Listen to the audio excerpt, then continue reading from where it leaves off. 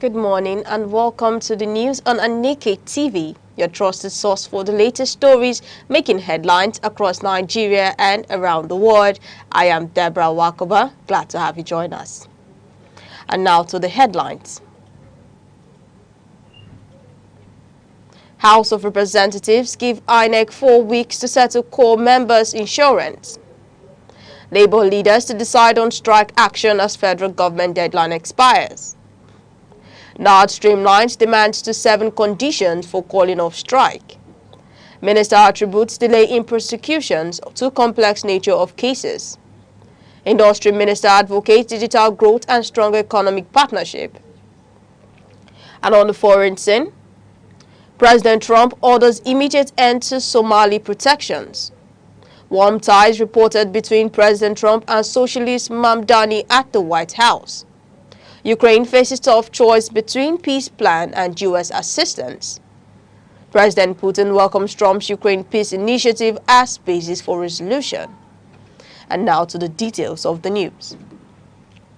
The House of Representatives Committee on Electoral Matters has warned that sanctions will be imposed on the Independent National Electoral Commission if it does not immediately settle outstanding insurance claims for National Youth Service Corps members injured or killed during the 2023 general elections. The lawmakers expressed concern after receiving disclosure that existing agreements with Aneke have not been implemented. Briefing the committee, the NYSC, represented by Director of Welfare Omotade Foloroshu, stated that 3 corps members in Delta and Akwa Ibom sustained gunshot injuries leading to permanent disability. It was revealed that although medical expenses were paid by Aneke, the 1 million naira insurance benefits due to each affected corps members has not been released. The NYSC for the reported poor welfare conditions, including low stipends and inadequate security during election duties. Following deliberations, the committee chaired by Adebayo Balogun directed Aneke to ensure the insurance provider fully compensates the victims within 4 weeks or face legislative consequences. The Nigeria Labour Congress says it will meet today to take a final decision on whether to commence nationwide industrial action in tertiary institutions after the expiration of a 1-month ultimatum issued to the federal government. The Labour Centre insists that unresolved issues affecting universities, polytechnics and colleges of education must be urgently addressed. The ultimatum was issued to pressure government into concluding negotiations with unions, particularly the Academic Staff Union of Universities, whose own 1-month conditional suspension of a warning strike also elapsed yesterday. ASU continues to demand implementation of the 2009 agreement and settlement of outstanding allowances. Meanwhile, the National Association of Nigerian Students has appealed to the federal government to safeguard the uninterrupted school calendar recorded under the present administration. Students warn that prolonged closures could worsen hardship and derail academic progression nationwide. The National Association of Resident Doctors says its indefinite strike, which commenced on November 1st, will continue until 7 priority demands are fully met by the federal government. The union reported that although 3 meetings were held and 19 issues agreed upon, only partial payment of a reviewed allowance has been implemented. NARD President Dr. Mohammed Suleiman stated that deadlines set for key matters, including payment of arrears and correction of downgraded entry points, have not been honored. He disclosed that over 40% of doctors are yet to receive the revised remuneration approved by government. With public health service severely disrupted nationwide, the union insists urgent attention is required on reinstating the dismissed local jet doctors, releasing the professional allowance table and clearing salaries and promotion arrears. It's warned that industrial action will remain in force until authorities demonstrate genuine commitment to the agreements. Away from that, the Kaduna State chapter of the Christian Association of Nigeria has ordered Mission 1 boarding schools in vulnerable outskirts to either convert to day schools or temporarily shut down in view of rising abduction. The warning follows recent attacks on schools in Niger and Kebbi states. Chairman Reverend Caleb Aji advised proprietors in rural communities to implement stronger protective measures while monitoring security. He described the targeting of learners as disturbing and a threat to national stability. He commiserated with affected families and called on government to intensify efforts in safeguarding education facilities. The association also encouraged parents to remain prayerful as security agencies work toward rescuing abducted students. In the meantime, the federal government has ordered the closure of 41 unity colleges due to escalated security threats. Several northern governors have also shut schools in the state following repeated mass abduction by armed groups. In Niger State alone, 215 students and 12 teachers of St. Mary's School Papari community were kidnapped on Friday, days after 26 schoolgirls were abducted in Kebbi State. The vice principal of the Kebbi school was killed in the process, while the principal survived gunshot injuries. Authorities confirmed that 2 of the abducted girls later escaped. The closure are intended to avert further attacks while security operations intensified to rescue victims and neutralize criminal gangs behind the violence. Still talking security. The federal government says it is in high-level engagement with the United States following Nigeria's classification as a country of particular concern over alleged persecution of Christians. The government insists the claims misinterprets Nigerians' religious diversity and commitment to equality.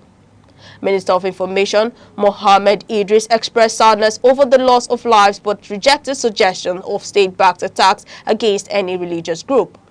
He stressed that President Bola Tinubu prioritizes citizen security irrespective of faith or ethnicity. The minister assured that government will continue addressing insecurity decisively and promoting unity while diplomatic engagements proceed to ensure global partners receive accurate information on Nigerians' realities. Also, the United States has pledged stronger collaboration with Nigeria in combating terrorism and violent extremism.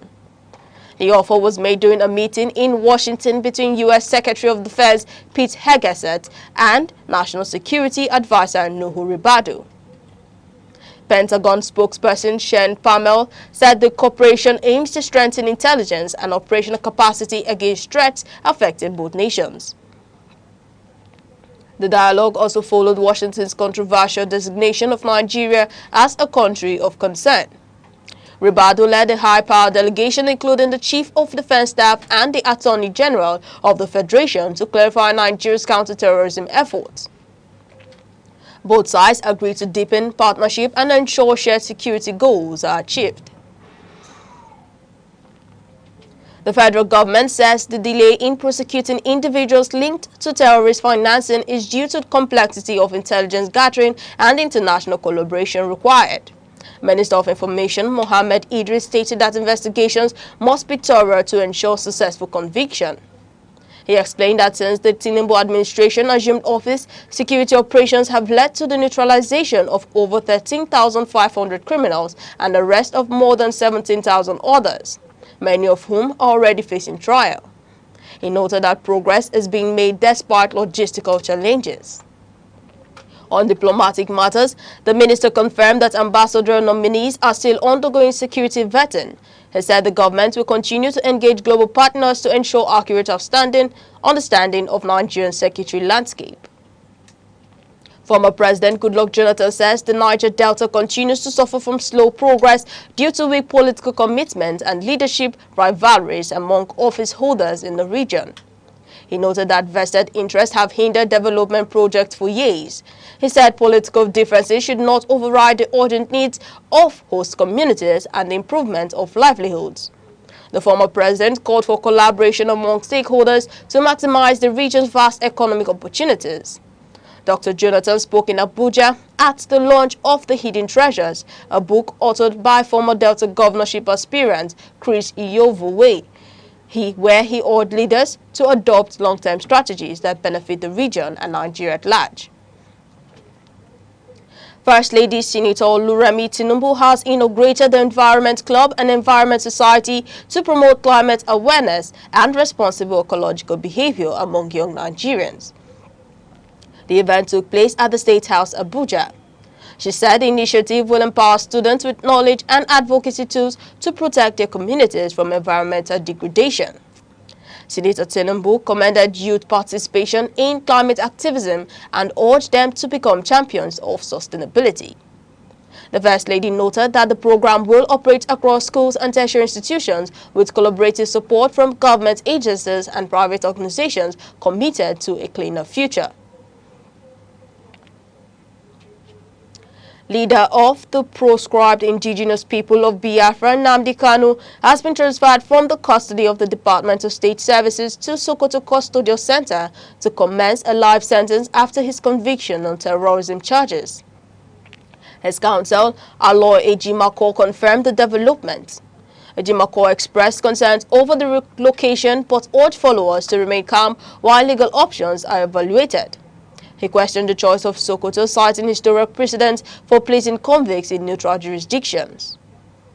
A security source confirmed the transfer, indicating that the move was part of compliance with judicial directives and ongoing security protocols. This news broadcast is coming to you live from Aneke TV. Remember, you can follow us on our social media feeds, or you can stay connected with us on social media platforms, Facebook, X, Instagram, TikTok, and YouTube, all at Aneke TV. Now a quick recap of the major stories making the news. House of Representatives gives INEC 4 weeks to settle core members' insurance. Labour leaders to decide on strike action as federal government deadline expires. And coming up shortly, President Trump orders immediate end to Somali protections. President Putin welcomes Trump's Ukraine peace initiative as basis for resolution. We'll be right back. The Arena with Chris Anibogo is the platform where we meet to take critical analysis of burning and topical issues and matters in the society as to proper solutions on making the society better. You came into office, you locked the door to everybody. Nobody can even access you. You don't even play the politics. Month in, month out, year in, year out. So where is the money going to? Where's the resources? Whenever the economy is in a shambles, you find the government embracing pro-people policy to assuage the harsh economic reality. It was used to settle political interest, and Nigerians were paying dearly for it. Tune in to the Arena with Chris Anibogo every Monday through Thursday by 1 p.m. only on Aneke TV. Join us.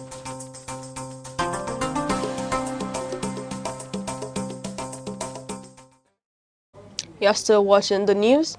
And now from the foreign story, U.S. President Donald Trump has abruptly terminated the temporary protected status granted to Somali nationals, particularly those residing in Minnesota. The announcement accuses Somali communities of criminal activities and public fund abuse, claims that remained unverified. The immediate enforcement places thousands at risk of deportation after years of lawful stay. The action has sparked concern within Minnesota's large Somali community, which plays a vital role in local business and civic life. Rights groups and community leaders have condemned the move as discriminatory, promising legal challenges to defend affected residents.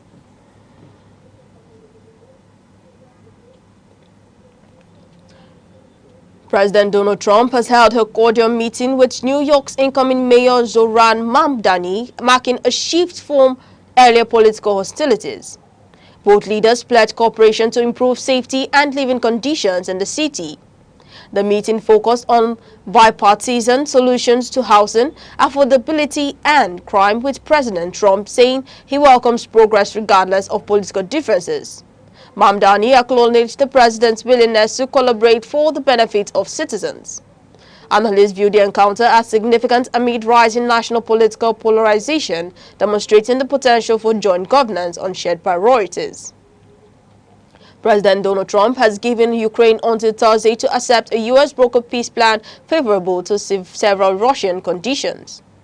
The proposal urges Kyiv to concede territory and suspend its NATO aspirations in exchange for a reduction of hostilities.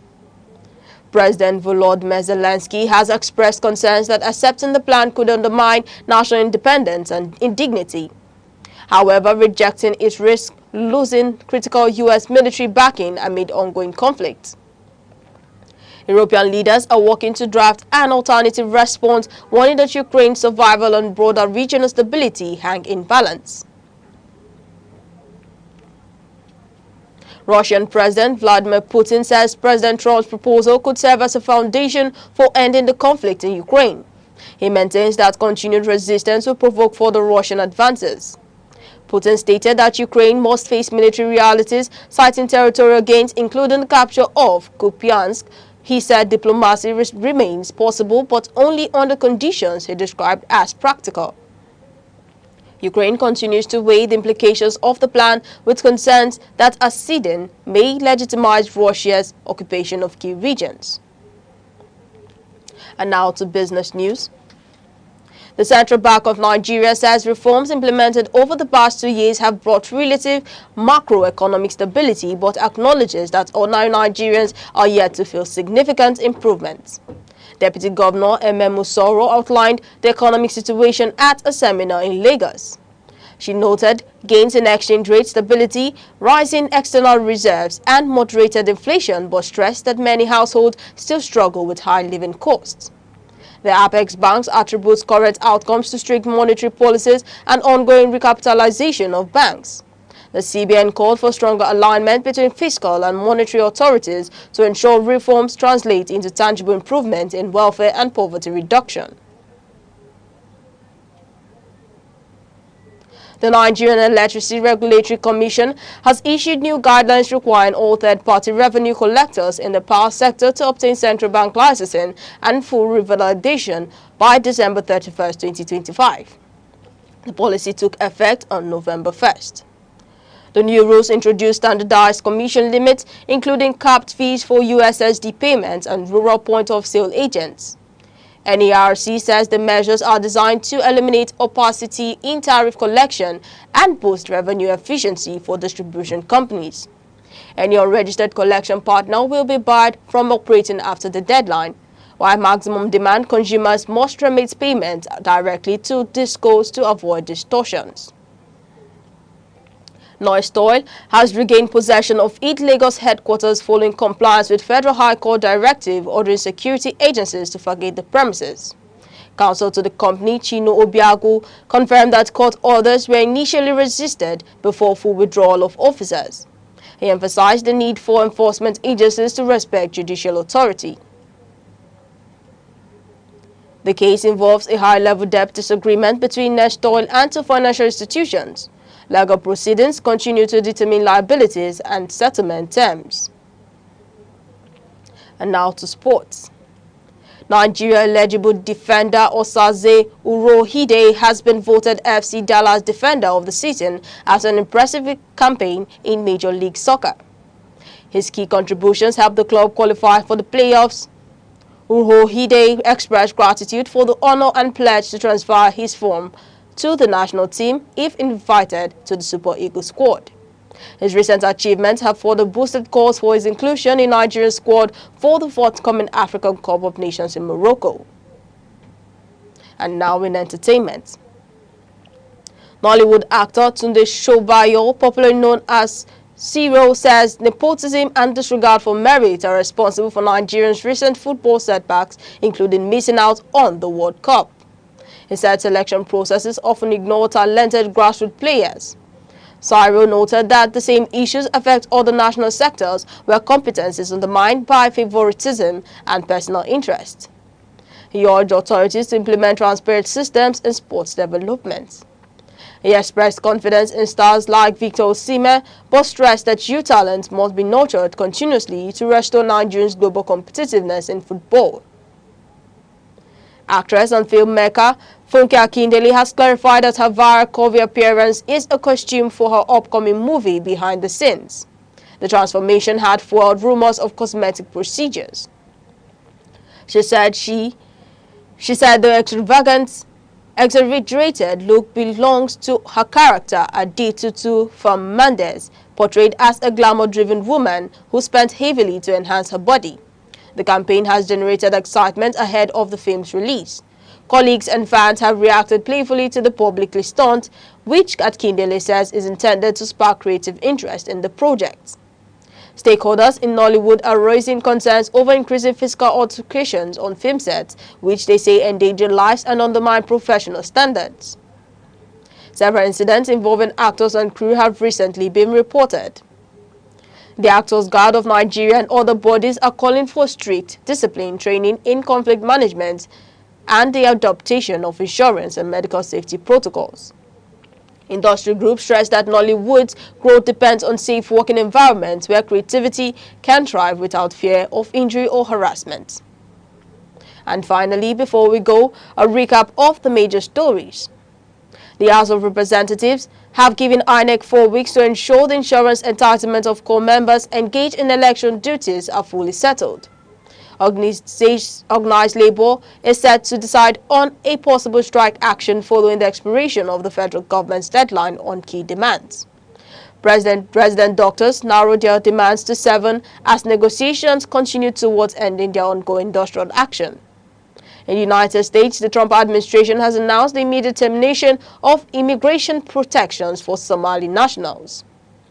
Ukraine faces a critical choice between a proposed peace agreement and access to continued U.S. military assistance. And that's the news on Aneke TV. For more updates, do stay tuned and follow us on our social media platforms: Facebook, X, Instagram, TikTok, and YouTube, all at Aneke TV. I am Deborah Wakaba.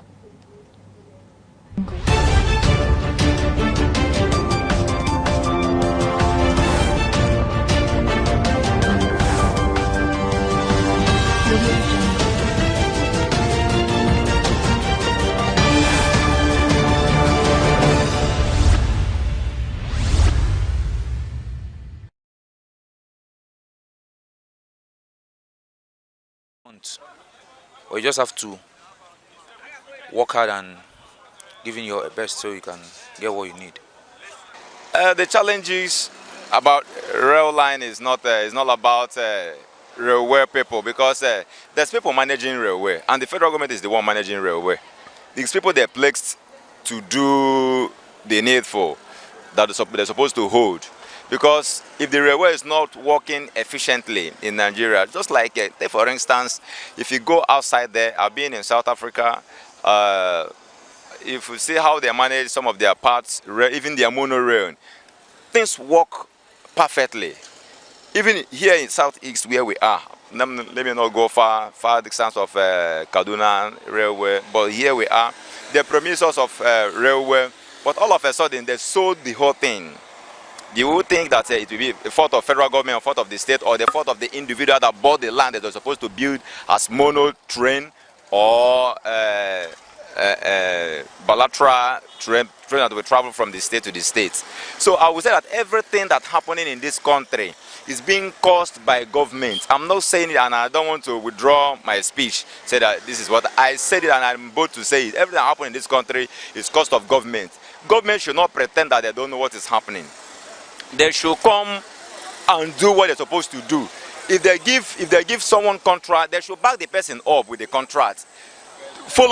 Pay the person. If the person didn't do well, they should not do sycophants.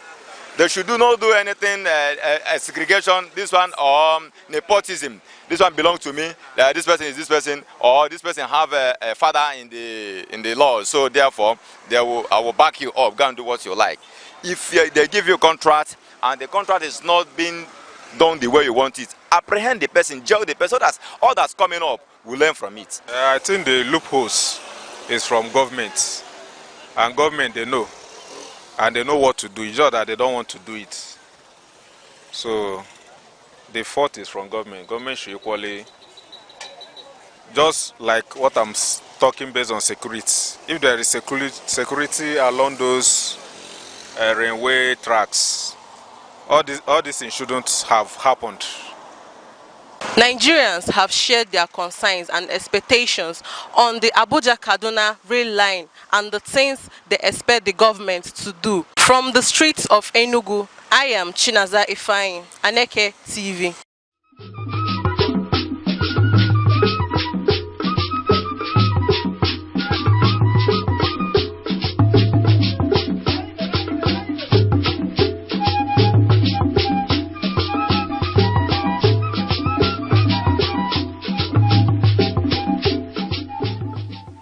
The red cap is a powerful symbol of authority, tradition, and chieftaincy.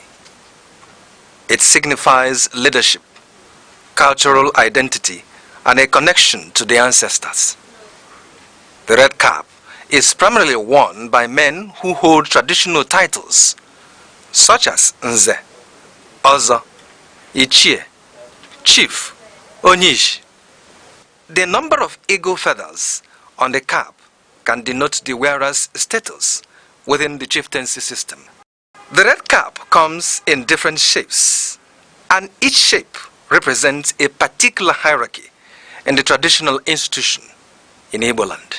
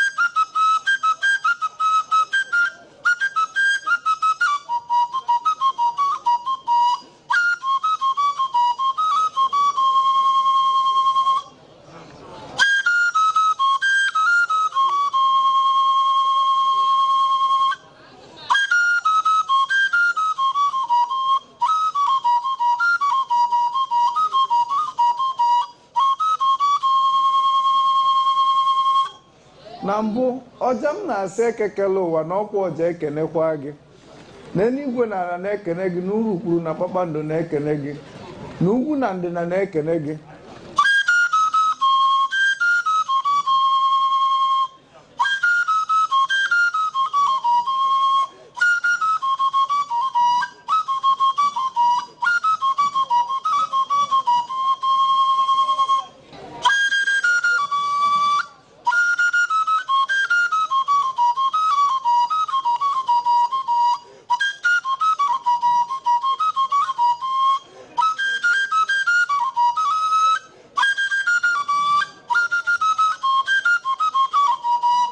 maka ka onye si eme ka ekwe si akpụ ya ka onye si eme ka ọja si akpụ ya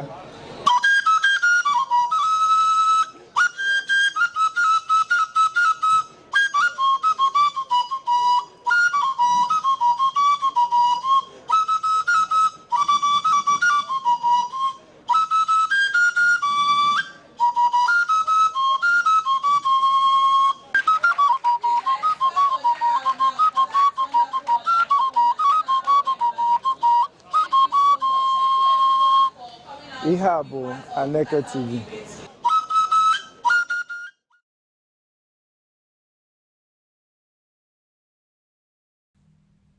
In a country facing economic challenges, governance gaps, and an ever-evolving media landscape, the ability of institutions to earn and sustain public trust has never been more critical.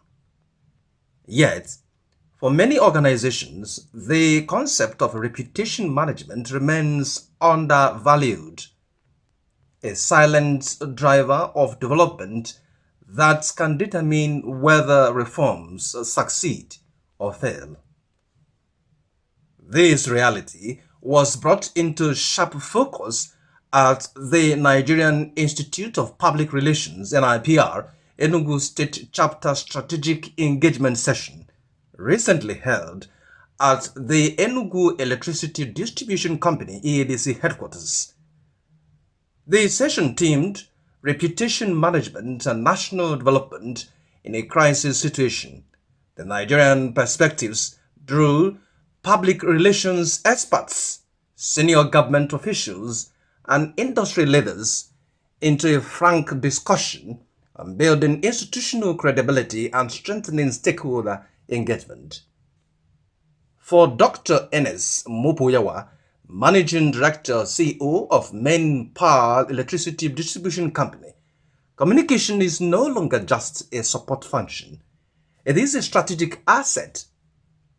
Speaking at the session, he noted that reforms such as the Electricity Act 2023, hailed as one of the most transformational changes since the privatization of the sector, would falter without clear, consistent, and proactive communication with citizens. The keynote address delivered by Professor Ifeanyichukwu Uzochukwu highlighted the deeper organizational dimensions of reputational crisis. According to him, weak leadership, poor internal systems, low staff retention, and inconsistent service delivery are the root causes of public distrust. According to him, your vision, mission, and core values must be known, lived, and verifiable. Dr. Ilo Chinedu, chairman of NIPR Enugu, placed these discussions in the context of Nigeria's broader reputational challenges. Recurring economic, security, and political crises coupled with widespread misinformation have eroded public confidence in institutions. To tackle this, he advocated that only certified public relations professionals should manage public communication in government ministries, departments, and agencies, MDAs. The engagement session also yielded actionable resolutions. Participants called for structured institutional reputation frameworks built on transparency, accountability, and proactive stakeholder engagement. They urged the development of crisis management systems, including crisis response plans, and trained spokespersons to mitigate reputational damage during sensitive events. A widespread Rebuild Trust campaign was proposed, focusing on ethics, accountability, and improved citizen engagement. Permanent Secretary of the Ministry of Industry, Trade and Investment, Mr. Ifeanyi Ona, reinforced the importance of professionalization, noting that many civil service information officers lack NIPR membership and the ethical and technical training necessary to function effectively as PR officers. He encouraged NIPR to collaborate with state governments to implement training programs that enhance capacity across sectors. The session concluded with a pledge by NIPR Enugu to sustain engagement through training, partnerships, and campaigns, translating insight into measurable improvements in public confidence and service delivery. Attendees included top PR experts, media representatives, public service leaders, and traditional authorities. As Nigeria continues to navigate complex crises, the message from NIPR is clear. National development depends on professionalized communication, credible institutions, and the ability to earn public trust. The Enugu engagement session underscores that reputation is not merely about image. It is about accountability, transparency, and the fundamental capacity of institutions. As Nigeria continues to navigate complex crises, the message from NIPR is clear. National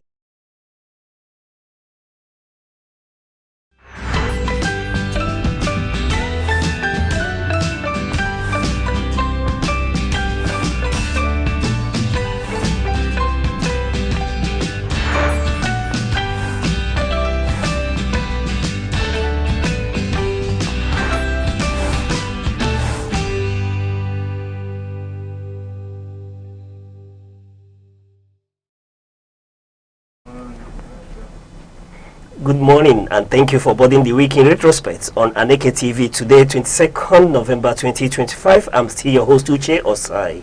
Yes, and I'm Deborah Wakoba with you today on the week in retrospect. Thank you for joining us today on the 22 of November 2025. All right, on the week in retrospect, we set the ball rolling with Person of the Month recognition. And right after that, we'll bring you up to date with news reports from today throughout the week. All right, our Person of the Month for the month of November is Most Reverend Barrister Christopher N. Ede. Yes, Most Reverend Barrister Christopher N. Ede stands as a distinguished leader and transformative figure at the helm of Enugu Archdiocese of the Methodist Church, Nigeria. His Grace's exemplary leadership extends beyond spiritual guidance into dynamic national social reform, earning him the esteemed recognition as Personality of the Month for November 2025 by Aneke TV's The Week in Retrospect. As a committed mentor and advocate, Archbishop Ede champions youth development, nurturing Nigerian young people as the nation's future leaders with unwavering dedication. He is also a tireless crusader for social justice, persistently advocating ethical governance, transparency, and equitable treatment for all Nigerians. A fearless reformer, His Grace has led impactful campaigns against harmful cultural practices, including the eradication of exploitative traditions such as Ezewanyi and Ezewoke, as well as organized fraud and illicit organ harvesting.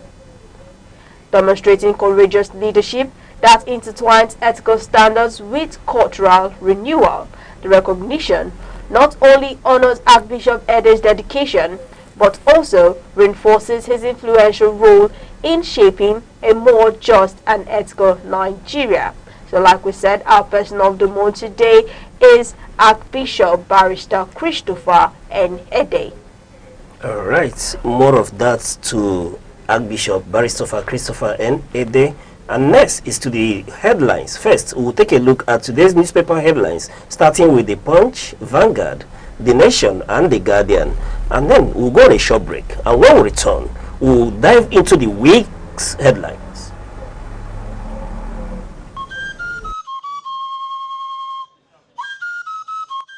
From the tiniest cells to the farthest galaxies, life holds secrets we are only beginning to uncover. Why are we here? What connects us all? What unseen forces shape our destiny? Join Professor Jude Udenta as he explores the wonders, the questions, and the revelations that define existence. Mysteries of life, where every answer sparks a new discovery. Watch now on Aneke TV every Monday.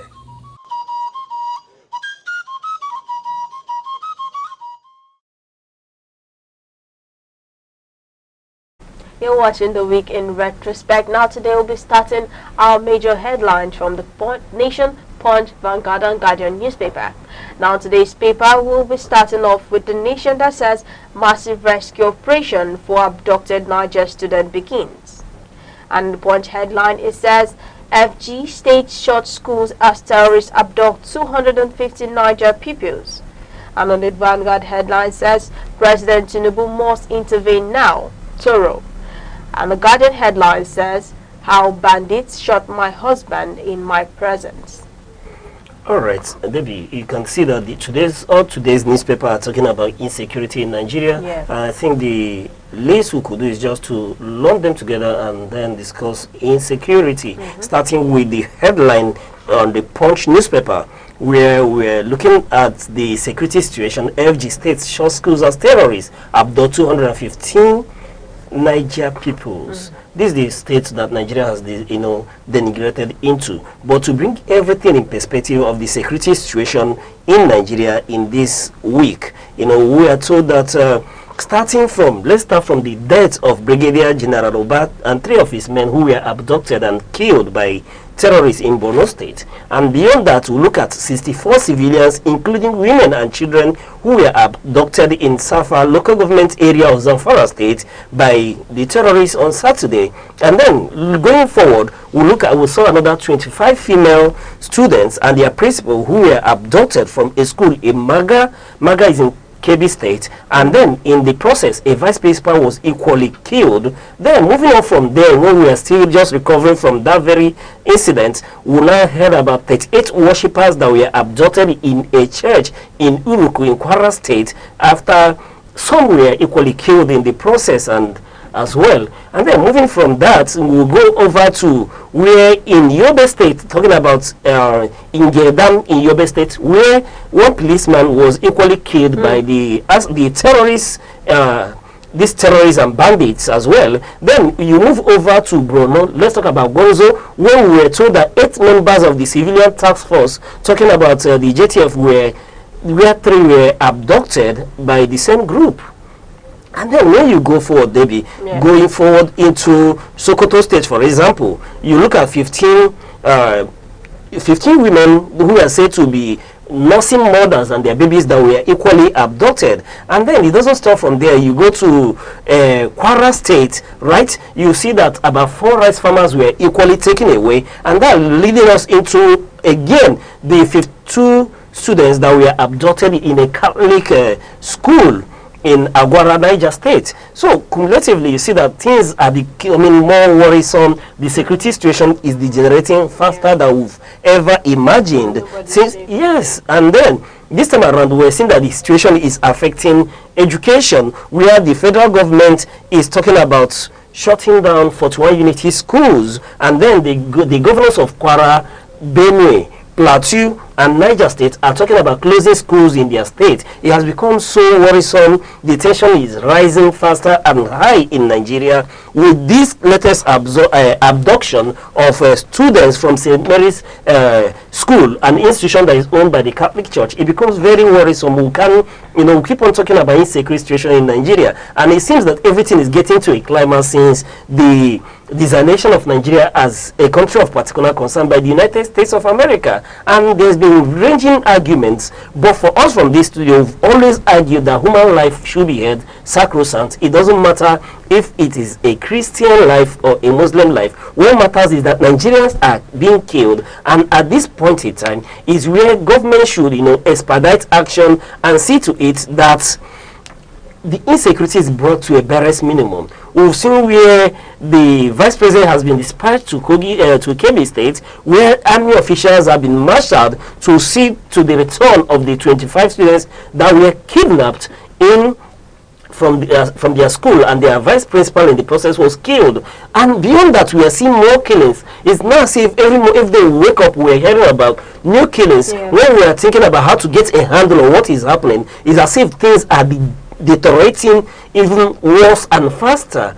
How far can we go with this situation? For how long will this continue to go on? And this is where I think that we'll begin to look at the possible collaboration with the government of United States of America. I'm not saying that they should put boots on ground, in Nigeria, but this is where we need solid collaboration beyond rhetorics, beyond argument of the religion that is killing which other religion. But we should see to it that there is enough collaboration to stop the activities of these terrorists, these bandits in our society. People can no longer go to bed with their eyes closed across the length and breadth of this country. Each morning you wake up, I've just ended up giving you a catalog of what we just witnessed within a fortnight alone, ranging from an army general, right? This becomes very worrisome because we don't know where next this would happen. And the earlier we begin to, have solid collaboration, this is where I begin to ask questions. I heard that China said they were backing Nigeria. Were they just backing Nigeria when United States designated as a country of particular concern in just words? Is it not time to support our military with equipment, with the needed support, that military-wise? So I will begin to decimate these terrorists and bandits who have been, causing mayhem in our society.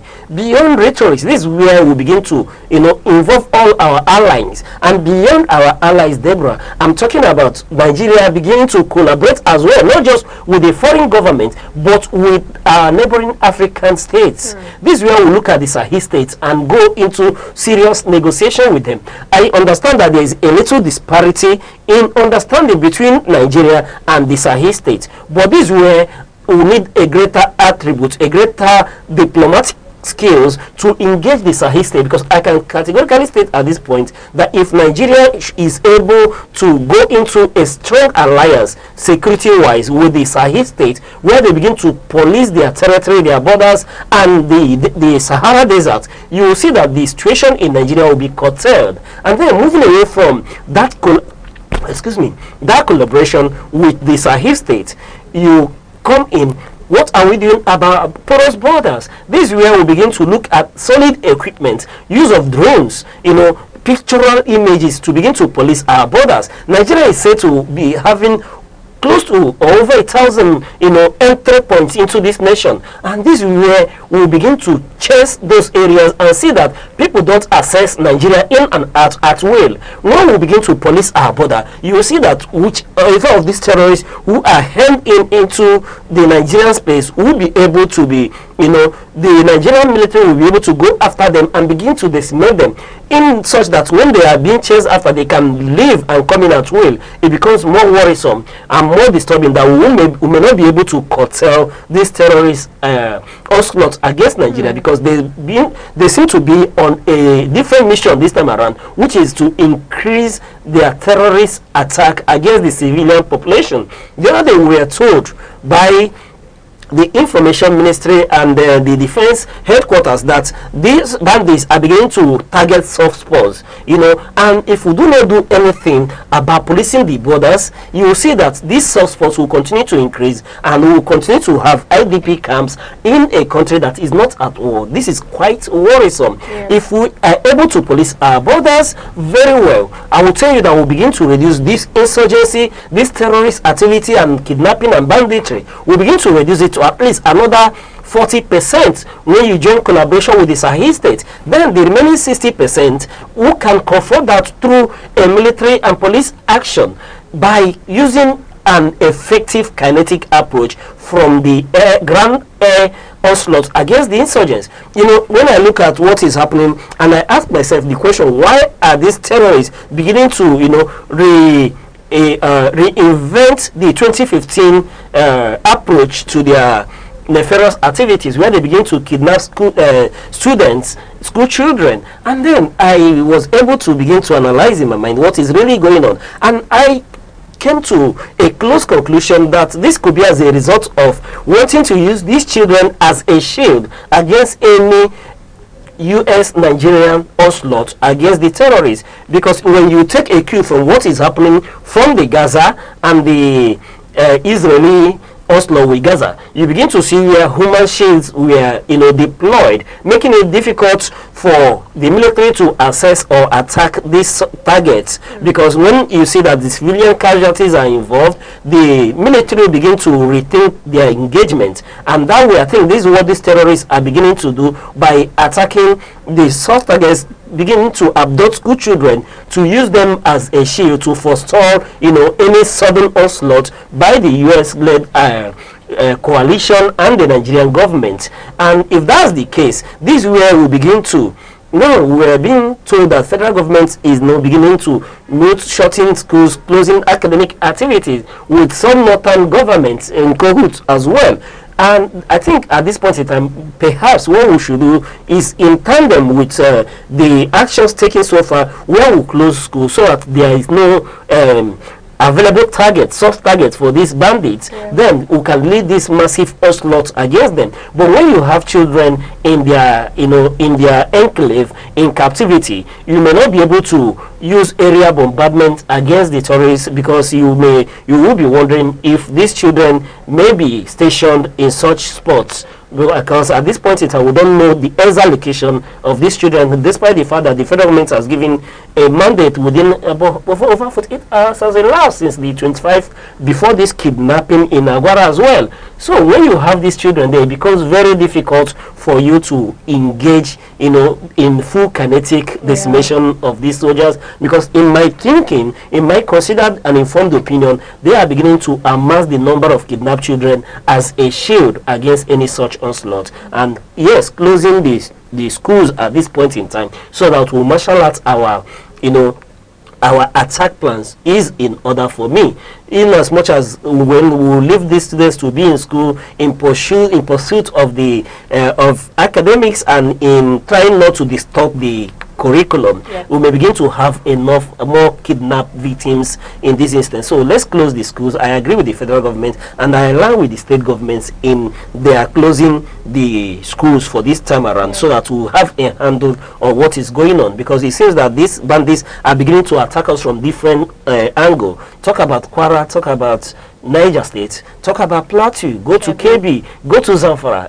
They are beginning to engage in a multi-pronged attack against the nation, trying to exacerbate our armed forces, and then closing schools should be in order while we get a handle on the situation.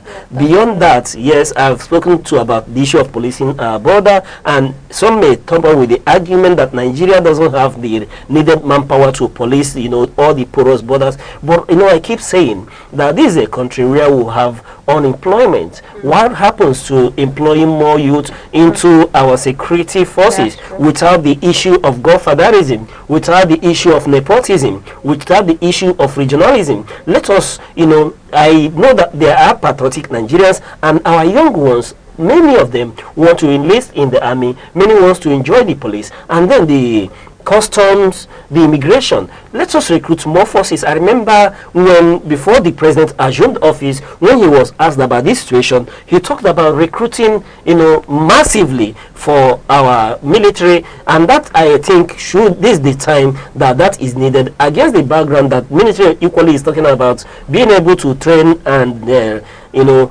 equip about 24,000 personnel in 3 months, thereabout. But we need to go beyond that, engage massively. There is available manpower, the labor is available to be able to police the borders. Is where we begin to create either a new border patrol or forest guard, whatever nomenclature that will give it. But let's see to it that these areas are well placed, and with that in place, you will see that we've curtailed this issue of insecurity. And then beyond that, Debbie, this is where I think that the issue of community policing cannot be overemphasized. If I keep arguing that if we cannot go into state policing at this moment, given the bottlenecks that is attached to it, this is where we can start the issue of community policing. And what do you need in community policing? Community policing gives the governors total charge of their territory, right? Because I take a cue from what happened in Anambra State during the era of the then governor,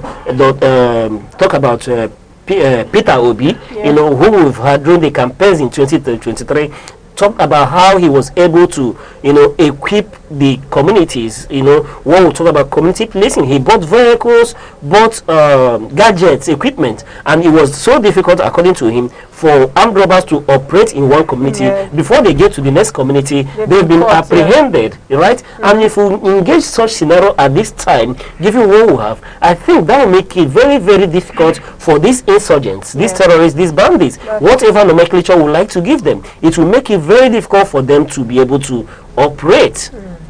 Yes, and when we do that, you see that this insecurity will begin to be curtailed. Because when you have community policing, when you engage the locals into, securing their environment, they know the territory better than anybody. They know when there are new, unknown faces that are accessing their community, and they will be able to pass on that information. And with that, we will go a longer way in curtailing the security challenges that Nigeria face. And beyond that, I want to speak to the issue of will. The other day, the American Congress, where they were deliberating about the issue of insecurity in Nigeria, one of the issues that were trumped up was the issue of political will of the Nigerian leaders to engage these terrorists, these bandits. And then, it can't be overemphasized. This is where our leaders have to show us that they have the will, they have the political will to see to it that these terrorists are decimated. And one of the ways they will show us that capacity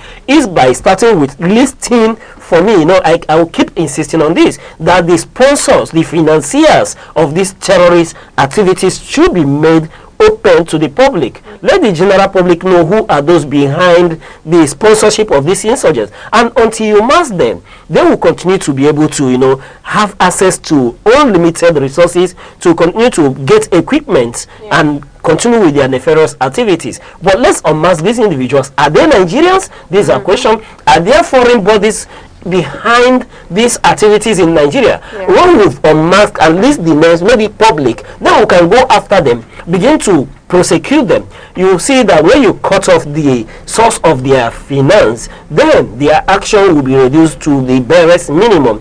I remember General Christopher Musa, while still before he was retired, in one of the occasions where he was talking that whenever they are able to overcome any camp of these bandits, that they see them with wads of foreign notes. And then the issue is, how do they access these foreign currencies?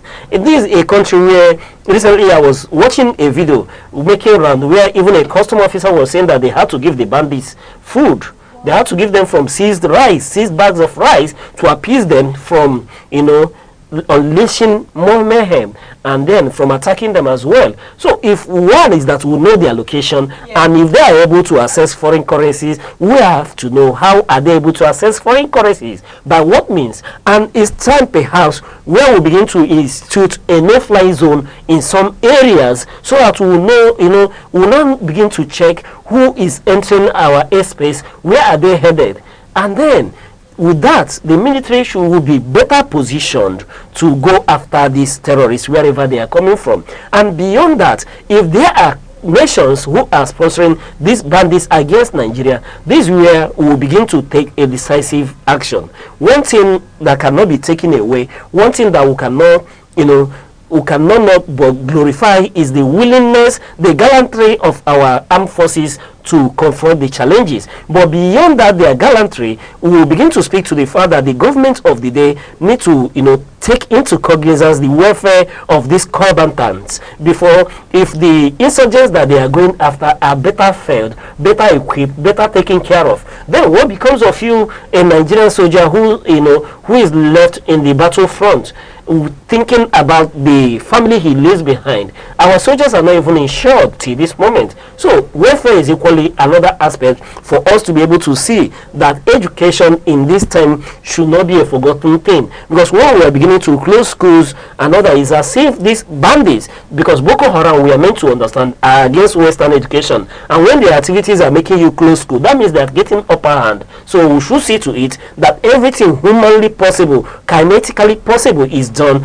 to see that we decimate this situation, baby. It cannot be overemphasized, because Nigerians, I can tell you, can no longer go to bed, with their eyes closed. We speak to the north. When you go all through the nooks and crannies of Nigeria, talk about the southeast, the issue of kidnapping is still very rampant. Go to Niger Delta, we still have security situation. Go to the west, there are security situations there, and our security forces are beginning to be, someone will be overwhelmed if nothing is done about this. So it's quite worrisome, what we've witnessed in just a fortnight, the level of decimation, the level of killing happening in Nigeria at this point in time. And no one can tell me that these non-state actors can be able to overcome our gallant forces. But let our leaders show will, like we've said. Tell us the sponsors of these terrorists, and then beyond that, let us forget about 2027, about where the votes will come from or not, and confront wherever these bandits are domiciled. If there are civilians who are in cahoots with them, it's time to unmask them as well. If there are politicians, because I remember in the past where a sitting president told us that these bandits are part of his government, that they are in government. So this is where we begin to unmask whoever these individuals, make them public, confront the situation, and see to it that this issue is dealt with once and for all. Because I keep insisting that the primary responsibility of every government is to secure life and property, and until we stand up, our leaders, until they stand up to the task, then they will be failing in their duties, and the area they realize that Nigeria can only be built by Nigeria be better for us. Let us confront the situation. We are speaking about the soldiers whose tales, whose stories are still being told about their exploits in Liberia. Talk about the ECOMOG soldiers and so. So I know that we have the capacity, we have the will, and we can surmount the security situation in Nigeria. Yeah, that's true. Thank you very much for that. It's actually overwhelming with the insecurities we're facing in our country, Nigeria, today. Well, now we'll be moving over to our next paper, which is starting from this week, Monday. And now from The Nation, it says, Tinubu targets interfaith, inter-ethnic truce in Plateau. And in the Punch headline, it says, U.S. Congress begins full-scale probe into Nigerians' killings. And in the Vanguard headline, it says, manufacturers shun bank loans over high interest rates. And we're starting this paper is coming from Monday's paper, and also now on the Guardian headline says 2026 budget delays spark fiscal spending concern, uncertainty. And then still on the Guardian, PDP's future in doubt after disputed convention returns. And this is implication on the PDP convention and expulsion, Nyesom Wike, Anyanwu, and co.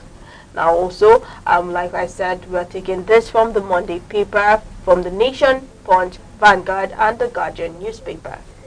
All right, whenever I hear the PDP these days, I start to laugh. But, it keep making the headlines, and, following the convention that was held on the 15th and 16th of November, against all court orders and judgments, the convention held, starting with the Court of Justice James Omotosho, speaking about Justice James Omotosho, who has been hogging the limelight lately with his judgments. I don't know, it seems that almost every politician in this era, they keep running to the Court of Justice Omotosho because a lot of orders are coming out from there. But we know that he did give an order stopping, the convention of the PDP as slated to be held in November 15-16 in Oyo States, mandating Aneke not to attend such convention until the PDP reverts back to the constitution of the party, those certain things. But before that order was being analyzed, there was a counter order from Oyo State. Another court in Oyo State gave another injunction mandating Damagun, the chairman of PDP, to conduct the convention. In fact, that order mandated Damagun not to on any account, cancel the slated convention for 15th and November. While we're still speaking to the order, another order emanated from the Court of Justice Lifao, which was instigated by a former, PDP chieftain, one of the founding members of the PDP, speaking to Governor Sule Lamido of Jigawa State, who went to court to challenge the convention, or stop the convention from holding, being that he claimed that he was stopped from purchasing the form of the political party to participate in the quest to become one as to contest for the leadership position, chairmanship position of the PDP. Why that equally was still being analyzed. The same court in Oyo State gave another order to counter the orders that we were seeing. So that convention, Debbie, you remember prior to the convention, it was raining court orders, court injunction, but against all that, the convention held. Then the takeaways from this convention is the fact that Aneke was not present in that convention, beginning to give room to why people are raising concern, the legal status of that very concern, and what will become of that very convention, being that Aneke, as mandated by the Electoral Act, we are supposed to witness the convention. And then the party faithfuls, the PDP has now been polarized, where we have a faction that was led by Damagun and the Wike faction, where they've claimed that they met all conditions for a legal condition for the convention to hold, while the other group led by Nyesom Wike and Sam Anyanwu, the expelled PDP National Secretary, before the convention, he was suspended. They raised order and advertorials cancelling the convention that the convention will not hold, saying that the court has given an injunction and order, and until the PDP obeys such order, that convention is not going to hold. And as at the eve of that convention, we saw advertisers in television cancelling the very convention. But the convention, as we saw, went on and on, as at 15 and 16 held, and there were resolutions coming out from that very convention, which is the fallout that we're talking about. One of the takeaways from that convention, beyond the fact that INEC did not attend the convention, was the expulsion of the big man himself, the man everybody has been so scared of in the PDP. Talk about Nyesom Wike. An order was moved, a motion was moved by Chief Bode George, leading to the expulsion of Wike, Sam Anyanwu, the legal advisor of the PDP, and another big man, Fayose, Ayodele Fayose, was equally expelled from the party, and other individuals who were expelled. That was one of the takers from that convention. And then beyond that, you saw that some party structures of the party, for example, in Enugu, Imo, Abia, and Rivers, were, the structures were dismantled until the new leadership, decides on how and when to, carry out the restructuring in these very states. What other takeaways that we'll talk about is that beyond that convention, we now saw the main tussle that happened on Tuesday this week, where there was a big tussle between the various factions, the factions led by Wike and the factions backed by the governors of the PDP, of the new chairman, backed by the PDP governors, talking about Turaki, where there was a tussle on who takes control of the Wadata Plaza in Abuja. We saw the police from the big men, battling and pushing one another. Yeah. There was release of heavy canisters, tear gas canisters in the premises, and then we saw people were being, thrown away like piece of paper, where there was serious commotion. The governor of Bauchi State using his vehicle to block that of the big man, the FCT minister Nyesom Wike. So there was a lot of fallout from that very convention. One thing that is clear at this point in time, though police has taken over the party secretariat, but one thing that is very obvious and clear to every discerning mind is that PDP, as we knew it, no longer exists. That PDP is fractionalized and factionalized at this point in time, and how they resolve this issue is still left to the imagination of people. But I, for one, given what we are witnessing, I don't know, without legal direction from the court, we don't know how PDP will be able to overcome their present challenges and is able to go into 2027 election in this regard.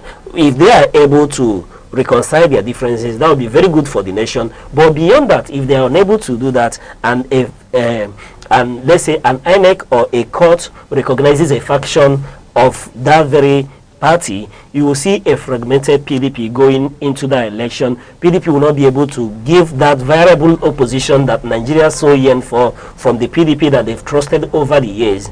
Well, as I speak to you, one can emphatically come to the conclusion that PDP is a carcass of itself, is comatose. The party as we knew it no longer exists. And now at the tail end, when things have gotten so bad, is where they now got the courage to begin to discipline every members, things that people have provoked over time, that this should have been what they could have done earlier, suspend or expel those who are engaged in anti-party activities. But the PDP lacked the courage and allowed this to fester till this era. How they come out of this logjam is what we don't know, and it is quite worrisome and disturbing for Nigeria and Nigerians who had yearned for earnest, viral opposition against the APC. Many are beginning to become more afraid that Nigeria may be tilting towards a one-party state. How this pans out, we do not know. But one thing that is obvious is that democracy in Nigeria is at a crossroad at this point in time, because in a democracy where you have a ruling party without a viral opposition, it's more dangerous than dictatorship. And that should not be allowed. That's why we call on discerning man, the patriotic Nigerians, to find a way to see that Nigeria, amidst the other 18 political parties that are available to Nigerians, which will see perhaps that they are, what do we call them? they are just vehicles for politicians. You know, they are just vehicles for politicians to achieve their purpose. They cannot mount, you know, a sustainable opposition against the ruling party, which is quite worrisome at this point in the life of this nation, where we feel that we need a strong and virile opposition. A lot of persons, a lot of us are disappointed by the situation in the PDP, and it's quite unfortunate. Yeah, all right, thank you very much. It's quite unfortunate indeed. And now we're going over to our next paper coming from Tuesday newspapers, starting from the Nation headline that says Tinubu orders manhunt for abductors, rescue of 25 pupils. And the Punch headline, it says mass abduction, return 145 missing in 4 days. And then the Vanguard headline says how bandits kidnap 25 Kebbi school girls. Lastly, on the Guardian headline says declining food prices, Fairmont Naira pull inflation to 15% national target. All right, so let's talk about the food. You know, prices coming down this time around. That's what everybody yearns to hear in Nigeria at this point in time. And I, for one, am happy if Nigerians at this time were able to get food, you know, cheaper than what it used to. Remember that since the inception of this administration, that one thing we've talked about is the fallout from the removal of subsidy when this government came into being, and then we saw inflation, we see where dollar, you know, skyrocketed. But at this point in time, being told that the FEMA Naira is driving the lower cost of food commodities in the market is quite is something to be celebrated for me. Though it may be argued, I do not see how a FEMA Naira is driving this. Remember that we just entered, we've been in a harvest season, but for what it may, and from all intent and purposes, I think that is worth celebrating that Nigerians, I was told that the price of Gari in the market is coming down from 1,000 something to 900 or 800 thereabouts. And for me, this is something to celebrate, beginning on the fact that we've been clamoring that the government should take needed action that will yield needed results for the common man on the streets to feel the impact of the administration. Nowhere will see in the front pages of the newspaper about the reduction in inflation deficit, but when you talk about these figures of 15% in a reduction in inflation, when you give this narrative 15.8% increase in food inflation or reduction, the common man on the street doesn't understand this mathematics. What they understand is that when you go to market, that a cup of rice has reduced from 500 naira to 250, that a penta of rice has reduced from 5,000 to 3,000. This is what the average man on the street wants to hear, and this is the area where we needed our government to do much. And then we'll celebrate. We are so happy to see that at the end of the day, it seems that we are having little impact, some impact in the price of commodities in the market. And I, for one, I cannot, you know, celebrate this enough, because a lot of Nigerians are suffering, being everything that we've been through for a while. So it's worth celebrating, and kudos to the government of President Bola Ahmed Tinubu, the ministers, all of them, kudos to them for their effort, and I pray and I wish that this were able to sustain this. Excuse me. Let us see more reduction in food prices, so that the common man on the streets would live well, would feed well, and then who can be able to, you know, say this is it. Because the essence of every government is to, beyond securing the life and property of Nigeria, is to make sure the availability of food for Nigerians, and food security cannot be overemphasized as well. So kudos to the government on this one. All right, thank you very much for that. Now moving over to our Wednesday paper, coming from the Nation headline that says factions in fierce battle to control PDP headquarters. And the Punch headline says Kebbi school kidnapping, survivors relieve night of horror. And in the Vanguard headline says PDP leadership tussle, VK governors clash as police fire tear gas. And the Guardian headline says fears of one party drift intensify as PDP crisis worsen turns violence. All right, you know, I keep speaking to it, the fact that PDP keep making headlines, despite the sorry state that the PDP have become. Yeah. But they keep making headlines. And when you ask, one of the founding members of the PDP was asked why, despite the challenges, the tussles, the battles, that PDP still make news headline in Nigeria. And he said that it is because of the ability of what PDP can do. That's why they still make headlines in Nigeria. And granted, however, in as much as I've spoken to these issues coming from the convention, and the fallout from that convention is the factionalized PDP that we've seen. The faction led by Wike did everything humanly possible to see that the convention doesn't hold.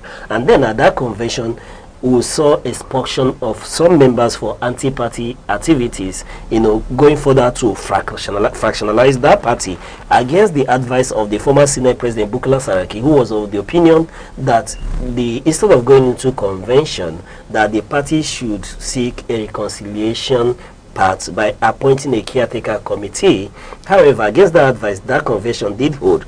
And in the words of one of the party elders, he said that it's only the convention that has the capacity to appoint caretaker committee in the interim until the issues are resolved. But what we witnessed from the convention is that the motion was moved where Wike was suspended. Sam Anyang, the national secretary of the PDP, was suspended. Ayodele Fayosha, former governor of Ekiti State, was equally suspended, amongst other persons. And then you now begin to talk about the battle that we witnessed at Wadata Plaza that I spoke to, because it was a big battle. But the point I want to speak to is the point that the police in this issue were the ones that were drawn into the battle. How come the IG of police, for example, did not have the intelligence that this situation would arise? This is the failure of the police for me, because having seen that the party was fractionalized, and you saw they didn't make a mincemeat of it, they didn't hide it from the fact that each and every one of them wants to take over leadership of the PDP. I felt that what the police could have done before the things degenerated to this point was to secure this environment, stopping any of the group from accessing the building. But what we witnessed was a sorry state where even police was helping the politicians. You fight on the side of your boss. Whoever you're protecting, that's the side you fight for. You saw police against one another, and then there was heavy release of tear gas canisters, like I did mention. And then what becomes the fate of passers-by, Nigerians who has been drawn into this sorry situation, who are going about their business, is quite unfortunate and worrisome. And then speaking to Nigeria degenerating to a one-party state, I tell you that the fear of Nigeria going that route is quite germane. And for me, this is where I feel that the president, the commander-in-chief of the armed forces, talking about President Bola Ahmed Tinubu, should, jettison partisan politics and stand as a father of the nation, as a Democrat that he is, that he said to be. That's where he has to play that fatherly role by, beginning to rein his appointees in and begin to speak to everybody. Because as a president, I think he would do better by having an opposition government. It shouldn't be recorded that it was in his time that Nigeria, degenerated to a one-party state where there was no opposition. No, I don't think it will tell well to the record of this president, who was among the Nadeko faithful that fought for the return of democracy in Nigeria. And I think it will not worth it that democracy dies during his time. So this is where I think that he has to play the Yaradua role, who were told during his time said he didn't want party crisis in Nigeria. Every party at that point in time respected themselves and played by the rule and played by the law. It's time for us to begin to see equally a judiciary that is not drawn into politics, a judiciary that does not give orders and counter orders. This is where the NJC has to begin to do something and see that erring judges in this regard are disciplined, and beyond that discipline, this is where courts are reminded that they should be able to give an unambiguous rulings on issues. The Supreme Court have come out to tell us that some of these actions, party related actions should be resolved by the party and not by the court. So I wonder why against this ruling we were witnessing orders and counter orders. And maybe I can tell you that these orders that we are seeing, we will still see more legal fireworks from these various factions. And I will leave you with the fact that PDP as we know it is gone. PDP is very fragmented, and I do not see this party coming together to, give a unified front come 2027. Nigerians, at the end of the day, are the ones who are shortchanged by all these selfish interests of our politicians, because what are they fighting over? Who takes control of the party? And that is quite worrisome and unfortunate for Nigerians, being that at this time, like some are beginning to be afraid that we are beginning to trek towards that road to a one-party state. Tell me, where is the Labour Party? It's nobody is speaking about Labour Party again. Talk about the ADC that will fight, that will be the new PDP and give us a viral opposition. They are taking they are taking back burner. In fact, they go to the election, all secular elections that we had, they didn't have any serious showing for it. And I tell you, apart from the other, registered political parties being a multi-purpose vehicle for politicians, there's little or no opposition in Nigeria. Go to the legislature, for example. You don't see any dissenting voices. In the legislature, we sing on your mandate, we stand, meaning that all of us are on board. And very soon, I can tell you, going into the 2027 election, what we may be seeing is that where all of us will march to the venue of conventions and sing on your mandate we stand, because the politicians whom we trusted for so long have disappointed us. They've not given us a platform where we begin to question the activities of the ruling APC. It is very worrisome. It is very regrettable and very unfortunate for the citizens of Nigeria who are deprived at this point in time of that very, very real opposition that you need in a democracy. Yeah. All right. Thank you very much for that. Now we'll be moving over to our next paper, coming from Thursday paper, starting from the Nation headline that says, attacks, Tinubu puts troops on highest ever red alert. And then on the Punch headline says, Kwara Kebbi abductions, FG blames US at kidnapped, outrage spreads. And on the Vanguard headline, Kebbi Kwara attacks hold Tinubu troops. And then in the Guardian headline says, outrage over rising abductions, attacks as army rallies 24,000 recruits. All right, David, the issue of insecurity in Nigeria cannot be emphasized. We'll keep speaking to it and we'll keep talking about it, right? Because when you look at it now, the most important thing for us to discuss at this point in time is kudos to our president, who had the humanity in him to cancel his foreign trips from Nigeria to South Africa and Luanda, on foreign engagement, the AU-EU summit as well. So that's quite thoughtful of our president, being that, you saw the way we criticized the president when the issue in Yelwata happened, where the president left the country, and by the time he went to Benue State, wasn't able to get to Yelwata. And I think that the president has listened to our criticism of the situation and has come out to, listen, and this time around, his humanity has played, out very well in this matter, and he has, listened by cancelling his trip, marshalling out his officers. They're talking about Nigerian forces to go out and get these bandits, get these children who are kidnapped, returned back to Nigerians, to their families. And this is a very good one for our president. But beyond the president not traveling, beyond the president cancelling his itineraries and marshalling out our soldiers, the security forces to go after them, this is where we say it's time for us, to increase the kinetic approach, and then maybe perhaps call for a security summit where a holistic understanding approach will be, taken concerning insecurity in Nigeria. All right, thank you very much for that. Now, last paper for the week, which is yesterday, being Friday, we'll be starting off with the Nation headline that says, firework in U.S. Congress over Nigeria's insecurity. And now on the Punch headline says, Southeast leaders rallies for political solution due to life jail for Kanu. And then Vanguard headline says, court jails Kanu for life.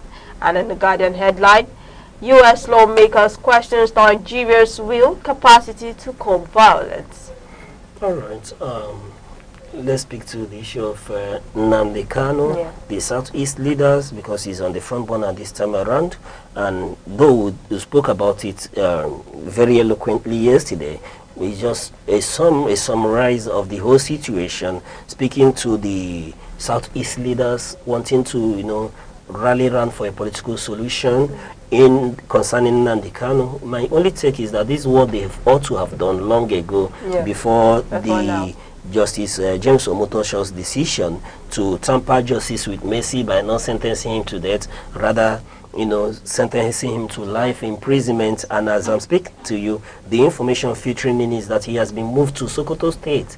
And beyond this situation, let's look at the situation where Nnamdi Kanu is being sentenced in Nigeria. And you talk about Nnamdi Kanu, I know I did take on, when this issue was still going on in court, that there won't be a legal solution to this very situation, that the best Nigeria could do is to find, yes, a political solution to this very situation. Nigeria should be able to sit down, negotiate, and discuss with him, because this is a country that discusses and negotiates with the bandits. You understand? In this country, we've had meetings, we've had engagement with the bandits over time. We've had engagement with the bandits all along. We will sit down with the bandits with their ammunition. Government officials going to have a tete-a-tete with the bandits. Why not have a tete-a-tete with a freedom fighter who has raised no arm against the nation? And in this regard, the only solace I take is that, given time, I believe that Nnamdi Kanu will be released, if not by this president, perhaps another president. And why do I speak so? In this matter of Nnamdi Kanu, I believe is a question of time. Because when you consider people like Sunday Oboha, Gani Adams, Tompolo, Dokubo, that's Asari Dokubo, right? These are individuals. Talk about the repentant Boko Haram kingpins. These are various individuals who have at one point or the other raised arms against the Nigerian state. But today, they are well guided by the same security forces that they have raised ammunitions against. They go about freely in Nigeria. They are maintained by the common tail. We've reabsorbed Boko Haram bandits into Nigerian army. You understand? So on that background, I believe that is a question of time before Nnamdi Kanu is freed, either by this president or another president. I even take more solace with the fact that we've seen the presidential pardon list that was released recently. We had so many individuals in that list, and if this individual in that list could make presidential pardon, then why not Nnamdi Kanu, right? So for me, what I say is that everybody should maintain, decorum. At given time, he will be released. If not in this dispensation, then by another president. But will he be released? Yes, he will and must be released if he is alive. And the Nigerian state should do everything to make sure that he's alive. Let nothing happen to him, because that would cause serious security threat in southern Nigeria.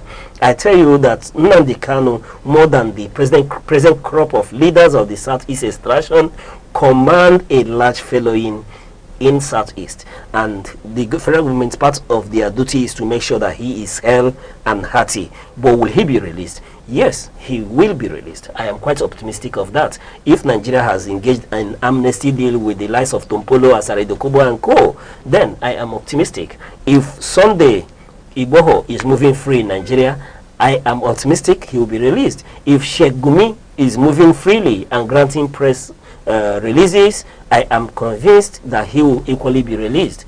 When exactly is what I do not know, but I can speak categorically to the fact that if not this president, then another president. But will he be released? Yes, a day is coming when he will be set free. All right, thank you very much for that. That is all for today's newspaper review in the week in retrospect. And do not forget to send us your thoughts using hashtag retrospect across our social media feeds, across Instagram, Facebook, TikTok, X, YouTube, all at Aneke TV. And thank you for cruising with us on the week in retrospect. Until we come your way, same time next week Saturday, I still remain your host, Uche Osai. Yes, and I am Deborah Wakoba. Thank you for joining us today on the week in retrospect. The Insight with Uche Osai. Having the political will to confront whatever is the challenges. Igbo man wrestles with the tortoise that had a lot of ingenuity, a lot of ideas, and the tireless. It will take the bold mind of government in power to say, let there be electoral reform, no matter whose heart is God. I was there. We did everything. All of us came and supported him with our last blood. In-depth analysis, expert views, real voices, uncover the stories shaping Nigeria today. Deep dive, honest, unfiltered, only on the Insight with Uche Osai on Aneke TV. Join us.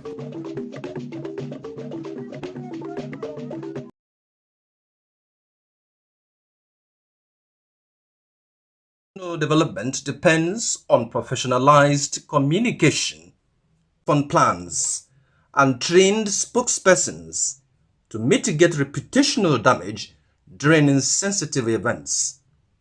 A widespread rebuild trust campaign was proposed, focusing on ethics, accountability, and improved citizen engagement. Permanent Secretary of the Ministry of Industry, Trade and Investment, Mr. Ifeanyi Ona, reinforced the importance of professionalization, noting that many civil service information officers lack NIPR membership and the ethical and technical training necessary to function effectively as PR officers. He encouraged NIPR to collaborate with state governments to implement training programs that enhance capacity across sectors. The session concluded with a pledge by NIPR Enugu to sustain engagement through training, partnerships, and campaigns, translating insight into measurable improvements in public confidence and service delivery. Attendees included top PR experts, media representatives, public service leaders, and traditional authorities. As Nigeria continues to navigate complex crises, the message from NIPR is clear. National development depends on professionalized communication, credible institutions, and the ability to earn public trust. The Enugu engagement session underscores that reputation is not merely about image. It is about accountability, transparency, and the fundamental capacity of institutions. As Nigeria continues to navigate complex crises, the message from NIPR is clear. National development depends on professionalized communication, credible institutions, and the ability to earn public trust. The Enugu engagement session underscores that reputation is not merely about image. It is about accountability, transparency, and the fundamental capacity of institutions to serve the people effectively. In a world where information moves faster than reforms, those who fail to manage reputation risk being left behind. For Nigeria, reputation management is no longer optional, it is essential.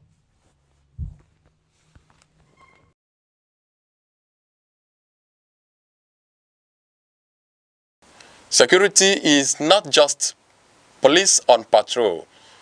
It is safety in homes, schools, markets, and mines. Without it, progress is impossible. Be alert, report danger, support community watch. True security is collective responsibility. As the Harmattan season deepens, dry winds, low humidity, and dusty conditions have heightened the risk of fire outbreaks across communities. In Enugu, authorities are urging residents to adopt simple but critical safety measures to protect lives and property. We went to the streets to find out what practical steps people are taking to prevent fire incidents this Harmattan.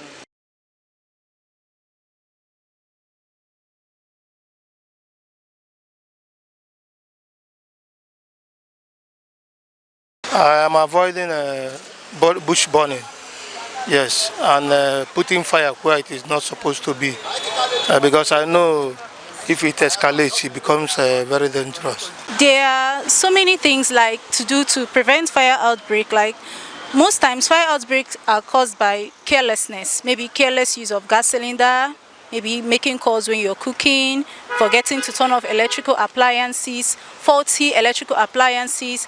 Some electricians are not really genuine. They don't know what they are doing. Sometimes they may have faulty, repairs in your house. So I think we should be careful about it. Careful. Also, not taking calls at the filling station. Most people take calls at the filling station. It's not advisable.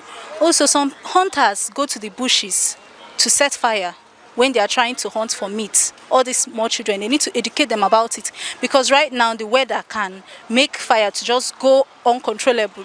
So that is the most important thing. Yeah. Okay, number one is to stop bush burning. Don't allow people to burn the bush. So if they do that, it can, because of the harmattan, it can cause fire outbreak. One of the things to prevent a fire outbreak in this harmattan season, like if I want to, based on my skills of profession, like some people do say solar catch fire and all those things. It depends on how you install it, the quality of cable you're using, and the quality of material you're using, sizing and everything. You can prevent a fire outbreak. Then when it comes to, in terms of transport business, like reckless driving, accidents are some of the things that can cause it. So if we can control the way people drive this season, because any scratch now causes a fire outbreak. Like today I went to Night Mile and I saw an accident that a tanker had to somersault, and it was with a fuel product inside. So automatically that if there's any issue or any wound on it, it will cause a fire and the whole place will be catch with fire. So that is some of the things we can control, is to control our driving speed, control like traffic measure, make sure that we take note of traffic measures on our roads while doing so. That's the things we can control. And even in our various houses, people using gas cooker in cooking and other things, they control and make sure that they off it very well, make sure that it is completely locked up before they can move out of the place. Because if it is open, anything that comes in, like any fire, might cause fire outbreak in the house. Those are the measures that can be controlled. There are so many reasons that can actually cause fire outbreak. Carelessness.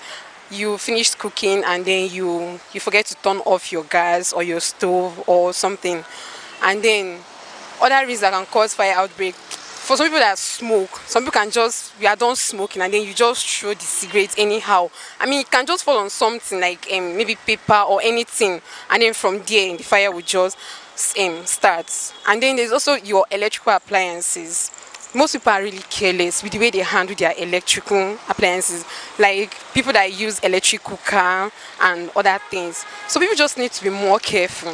That is just it. And the particular measure to prevent it is actually for people to become more careful with the way they handle things. And also people that produce things like gas, because I've been hearing about some gas not being so, like the gas cylinder itself, that is not properly made, so it can easily catch fire. So people that produce things like this should actually be more careful. They should produce things that are durable, things that are good, so that people can actually use these things and then without it causing any fire hazard or anything to them. And people should also be careful. They should be really, really careful with the way they handle their electrical appliances. And also people that have children, they should know how to keep certain things away from them, so that they will not mishandle these things and it will result to any fire outbreak. And for those that smoke, they should know where they throw their used cigarettes.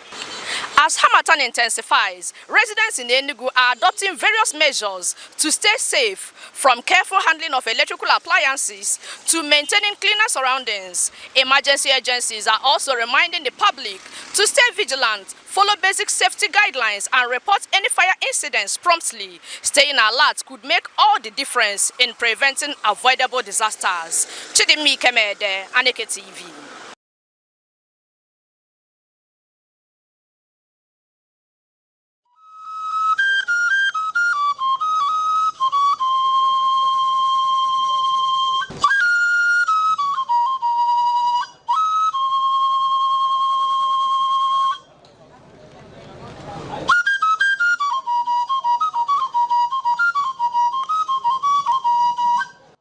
Oja is a traditional Igbo wind wooden music instrument, often referred to as a talking flute, because of its ability to mimic speech patterns and convey messages. There are various types of Oja, differentiated by their pitch and functions. Oja Maun, Oja Okolobia, Oja Igede, and Oja Ukwe, the singing flute. Each holds a specific cultural significance. The Oja typically has 4 holes, 2 on opposite sides for the fingers, a mouthpiece that leads to the hollow inner chamber, and a terminal hole, similar in size to the finger hole. Oja is one of the prominent indigenous music instruments of the Igbo people. It is considered a spiritual instrument capable of captivating listeners and even influencing their actions. It has keys just like the keyboard, produces lyrical melodies,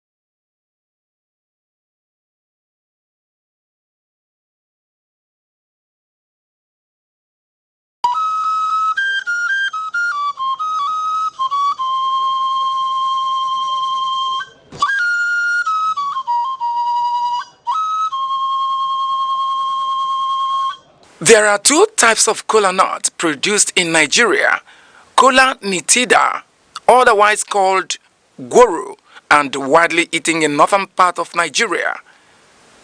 Kola acuminata, also referred to as Igbo kola, is of local origin and occupies an important position in social, religious, and sacred ceremonies in Igbo society. It is seen as a vital and sacred fruit in Igbo land and serves as the major instrument of prayers connecting the ancestors. It cements discussions and also the fundamental bedrock of philosophy and proverbs. It is a symbol of welcome, unity, and peace. If kola nut contains 1 cotyledon, it is regarded as dump kola nut and thrown away. Kola nut with 4 cotyledons represents the 4 Igbo market days: Eke, Orie, Afo, and Nkwo. If kola nut contains more than 6 cotyledons, it signifies blessings and wealth, and it is celebrated. There is also another type of Igbo kola nut called Ojugo, which is referred to as the king of Igbo kola. The reproductive organ of the kola nut is referred to as the tongue, and it is removed after prayers and thrown to the spirit of the ancestors.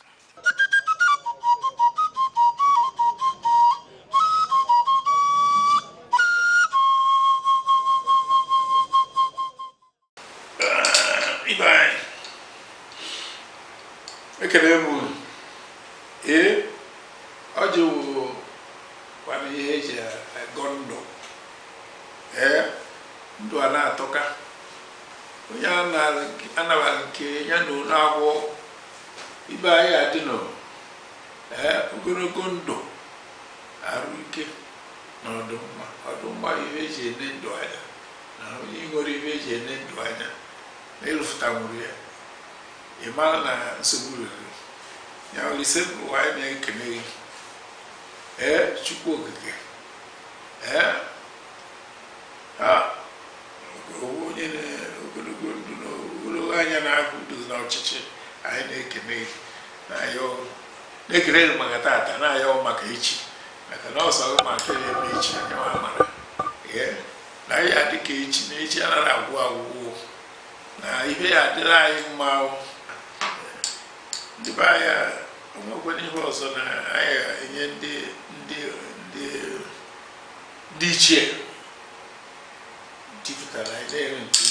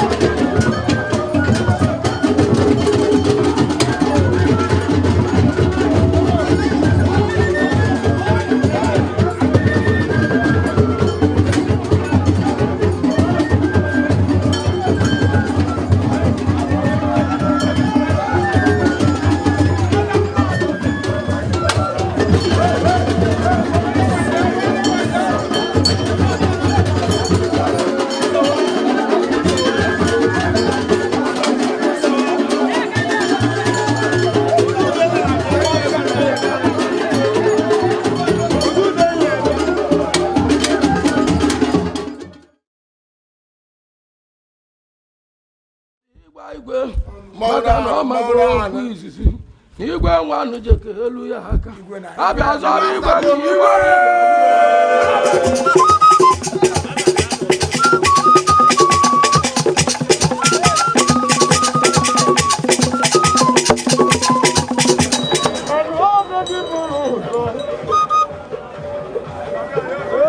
obodo ọlọkwa ebe nwa ya ji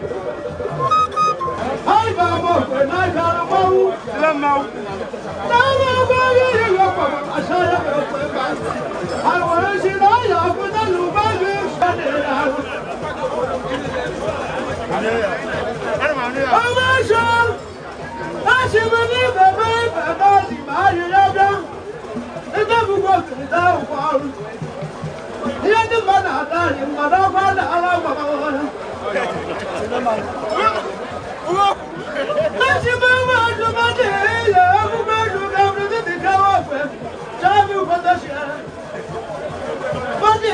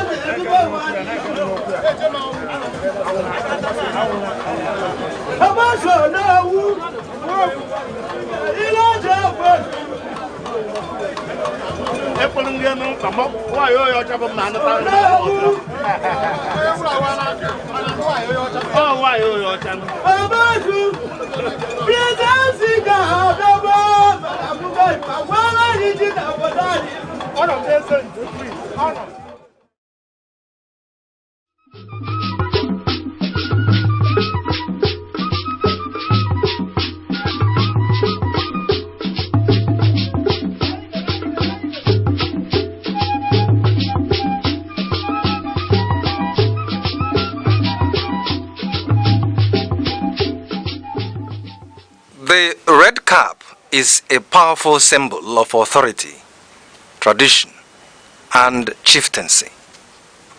It signifies leadership, cultural identity, and a connection to the ancestors. The red cap is primarily worn by men who hold traditional titles such as Nze, Ozo, Ichie, Chief, Onyish. The number of eagle feathers on the cap can denote the wearer's status within the chieftaincy system. The red cap comes in different shapes, and each shape represents a particular hierarchy in the traditional institution in Igbo land.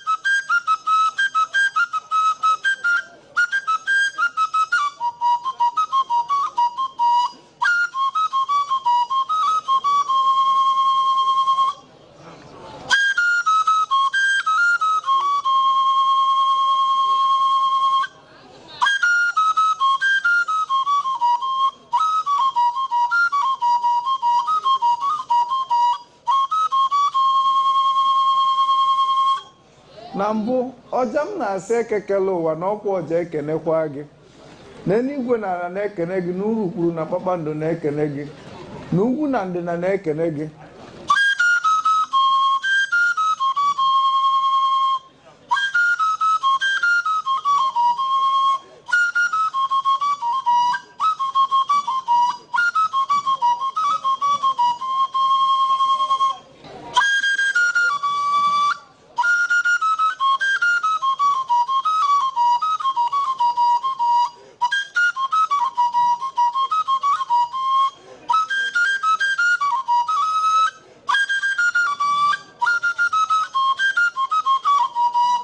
maka ka onye si eme ka ekwe si akpụ ya ka onye si eme ka ọja si akpụ ya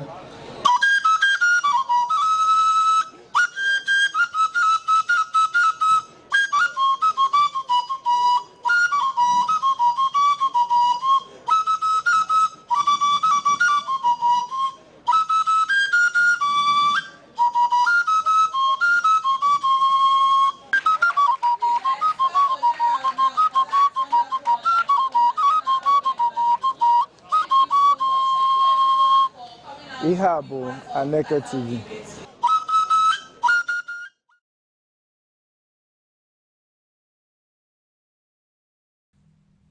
In a country facing economic challenges, governance gaps, and an ever-evolving media landscape, the ability of institutions to earn and sustain public trust has never been more critical. Yet, for many organizations, the concept of reputation management remains undervalued, a silent driver of development that can determine whether reforms succeed or fail. This reality was brought into sharp focus at the Nigerian Institute of Public Relations (NIPR) Enugu State Chapter Strategic Engagement Session recently held at the Enugu Electricity Distribution Company EADC headquarters. The session themed Reputation Management and National Development in a Crisis Situation. The Nigerian perspectives drew public relations experts, senior government officials, and industry leaders into a frank discussion on building institutional credibility and strengthening stakeholder engagement. For Dr. Enes Mopoyawa, Managing Director CEO of Main Power Electricity Distribution Company, communication is no longer just a support function. It is a strategic asset. Speaking at the session, he noted that reforms such as the Electricity Act 2023, hailed as one of the most transformational changes since the privatization of the sector, would falter without clear, consistent, and proactive communication with citizens. The keynote address delivered by Professor Ifeanyichukwu Uzochukwu highlighted the deeper organizational dimensions of reputational crisis. According to him, weak leadership, poor internal systems, low staff retention, and inconsistent service delivery are the root causes of public distrust. According to him, your vision, mission, and core values must be known, lived, and verifiable. Dr. Ilo Chinedu, chairman of NIPR Enugu, placed these discussions in the context of Nigeria's broader reputational challenges. Recurring economic, security, and political crises coupled with widespread misinformation have eroded public confidence in institutions. To tackle this, he advocated that only certified public relations professionals should manage public communication in government ministries, departments, and agencies, MDAs. The engagement session also yielded actionable resolutions. Participants called for structured institutional reputation frameworks built on transparency, accountability, and proactive stakeholder engagement. They urged the development of crisis management systems, including crisis response plans, and trained spokespersons to mitigate reputational damage during sensitive events. A widespread Rebuild Trust campaign was proposed, focusing on ethics, accountability, and improved citizen engagement. Permanent Secretary of the Ministry of Industry, Trade and Investment, Mr. Ifeanyi Ona, reinforced the importance of professionalization, noting that many civil service information officers lack NIPR membership and the ethical and technical training necessary to function effectively as PR officers. He encouraged NIPR to collaborate with state governments to implement training programs that enhance capacity across sectors. The session concluded with a pledge by NIPR Enugu to sustain engagement through training, partnerships, and campaigns, translating insight into measurable improvements in public confidence and service delivery. Attendees included top PR experts, media representatives, public service leaders, and traditional authorities. As Nigeria continues to navigate complex crises, the message from NIPR is clear. National development depends on professionalized communication, credible institutions, and the ability to earn public trust. The Enugu engagement session underscores that reputation is not merely about image. It is about accountability, transparency, and the fundamental capacity of institutions. As Nigeria continues to navigate complex crises, the message from NIPR is clear. National development depends on professionalized communication, credible institutions, and the ability to earn public trust. The Enugu engagement session underscores that reputation is not merely about image. It is about accountability, transparency, and the fundamental capacity of institutions to serve the people effectively. In a world where information moves faster than reforms, those who fail to manage reputation risk being left behind. For Nigeria, reputation management is no longer optional, it is essential.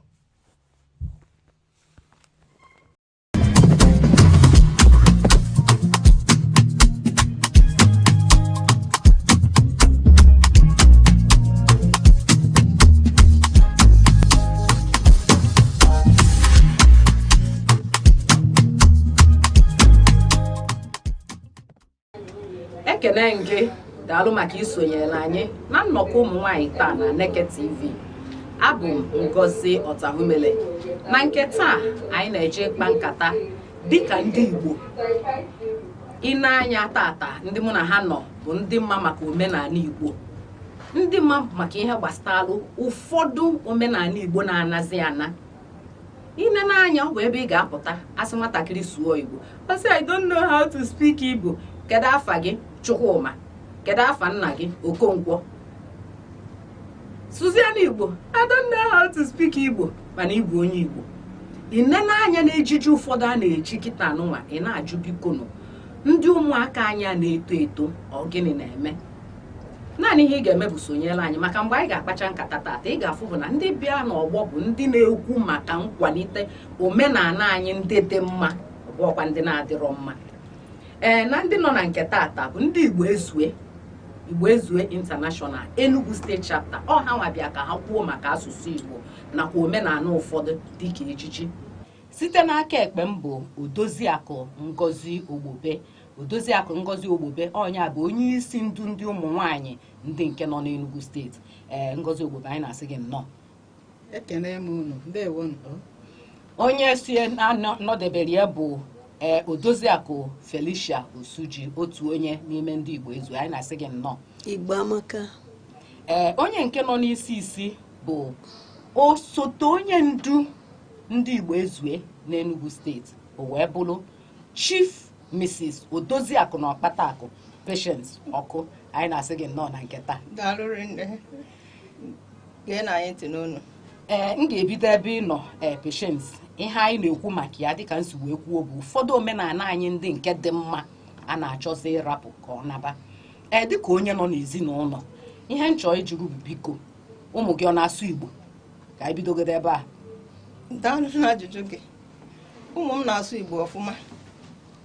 Ka ezi ihe isi afọ kwaba okpu na nwa afọ Igbo agaghị na-asụ Igbo. Ụmụ m niile na-asụ Igbo maka na eji m Igbo zụlite ha. Daalụ rinne. O ji Igbo wee zụlite ha, ụmụ ya na-asụ Igbo. Odoziakụ Felicia Osuji ndị nke gị ọ na-asụkwa Igbo? Ha Kirisha kwuru kwaba okpu anyị na-asụ ya akwa gwọ ya gwọ. Gwọ ya ka ji mmanụ. Onye njizu ha. Ngozi Ogbobe onye mụ na ya na-azọkọ otu afa. Ndị nke gị ọ na-asụkwa Igbo? Ndị nke m na-asụkwa Igbo ọfụma. Sụkarịkwuo ọ bụghị ọdị n'Igbo nzigwe Igbo aka. Iso nke ebe nnafa asụkarịa gị karịa ma ndị nọ n'ime obodo. Ndewo. Daalụ rinne. Mgbe na-ajụ kedukwe n'ihe o ji wee bụ na ndị kịta ada ekwezi ka ụmụ ha sụọ Igbo? Ọ dịghị ka ọ gịnị kpatara ya? Ọ dịzịa ka asụsụ Igbo ọ na-ana ọ ihe ziri ezi? Eziokwu. Oziokwe n'ezi. mana m na-eche na ihe kpatara ya bụ na ndị be anyị na-anọkarịzi n'obodo oyibo ha bido n'oge na-azụlite nwa ha n'asụsụ bekee mgbe ọ ga-abụ onye anwa pụọ ma nke a ha na-akpọzi na o mere asụsụ ha na-akpọ ya o nwee ike iso ndị ọcha wee sụwa ka ha si asụ asụsụ ya na-arapụ n'anyị nwayọọ nwayọọ ọ ya ka m na-eche n'ofu ihe kpatara ya. Odoziakụ Felicia Osuji, ama m na onwe ihe ị ga-etinye na ya ihe o ji dịrị ka onye akpata asụsụ anyị ji anazi kịta anụnwa akachacha asụsụ Igbo ije ugwu ndị ugwu na-asụ nke ha ndị Yoruba ndị ofe mmanụ na ọ bụ ndị be anyị na-asụ nke ha mana ndị nke Igbo na-adịzi ka nke anyị ọ na oyi azụ efe ọ dịghị ka ọ gịnị kpatara ya. Udo dịrị unu. Ihe m chekitere na kpatara ya bụ na for example oge anyị nọ skuul fara ewu oge anyị nọ secondary school isu Igbo na klaasị daa afa gị nye gị punishment o ruru at a stage anyị ahụ na-akwụ m ụgwọ asị na onye ọbụla sụrụ Igbo ga-akwụ 100 naira uche m bụ ebe a ka o si bido elukwe na some offices isu Igbo epenalize gị so ihe na-eme anyị si anyị n'aka mgbe ị bịara nwatakịrị aka na-azụ azụ onwe ụjọ ịsụ asụsụ nna ya ụsụkwa ya asụ anaghị ego ata ya afụfụ nkekwe n'ihe ọzọzọ onye ọbụla asụwanụ ọkwa anyị nwa ga-anacha emezi ihe a na-emebi so ọzọ dị ka ibie mgbe erukwe mana chọọchị kwesịrị inyekwa aka inwe onye ije inyere baịbụl Igbo na chọọchị ya ga ọkụ nwụzie ya nke a bụ nke na-eme ugbu a to the extent na o nwee 1 year nwa m nọ na Queens onye Hausa bụ onye gbara ha first n'Igbo language which is very shameful. Nwa m lọta na akọrọ m ya si m nne ihe na-emezi asụsụ Igbo n'ebe a na-achịgodo asụsụ ya ka ndị ọzọ na-atụtụziri ya so anyị nwa ga-adị careful ihe anyị nwere malụ mma ka anyị mee ya embrace ka anyị jidesie ya ike. Udo dịrị unu. Daalụrị nne Odoziakụ Patience ọkwa ma m na onwe ihe ịchọ ịtụnyekwu maka ihe kpatara o ji ana tupu m jụọ gị ihe nchọzi ịjụ gị ọzọ. Ekene m gị. O nwere ihe m nwere ịtụnye na nke mbụ bụ mmadụ amaghị uru ihe o nwere mmadụ amaghị uru ihe o ji n'aka nyere ya bara ya ọ ya mere maka ọ bụrụ na ọ bụrụ ya amụrụ m ka ị ga-esi wee rapụ asụsụ obodo gị onu gị ebe amụnyelu gị ebe ịkpọrọ obodo gị ịrapụ ya makwụlụ nke ndị ọzọ ọnya ma bụ nke ọzọ bụ na ndị Igbo anyị ọ na-asụgharị nne ha na-etinye uchu rinne n'ihe mmụta famụta emekarị onye kụziri ha onye a bụ ife bụ nsogbu anyị ijere ịmụta ihe n'obodo ọzọ iruzie iburuzie onye nkụzi fa imezie karịa fa ọ dịzie ka ndị nwa na-amụtazi site n'aka gị uwe bụrụ ife jọrọ njọrị nne ọ bụrụ na anyị maara uru onu asụsụ onu anyị bara anyị ọ dịghị m ka anyị ga na-eje emume nke ndị ọzọ ịhapụrụ onwe gị ekirido onye ya bụ ife jọrọ njọrị nne. Daalụrị nne ịhapụrụ onwe gị ekiri onye ya bụ ihe ajọka si gbuo nkakwụ na onye Igbo amụrụ ma amụgo obodo oyibo ma amụ gị na obodo a ikwesị iji asụsụ gị wee mere ihe mbụ ị ga na-asụ ọtụtụ na-abụ hapụta ha tụfuo asụsụ ha ọ dịka nke ndị ọcha ma ọka nke ndị obodo ọzọ ọka nke anyị mma asụsụ Igbo amakakwana dịka n'onu be anyị ọ bụkwa na nsụba be anyị nwa ọgwụ o nwebe onye na-anụ ihe na-asị ọka na ịnya bụ ibe ahụ na-achị na nsụ ọmụba anyị maka na anyị nwere asụsụ na-atọ ụtọ n'ala Igbo mana abịakwa anyị atụtụla atụbuo sonyela anyị maka na anyị ṅụọ mmiri gbatịa ụkwụ nkata anyị a na-aga n'iru.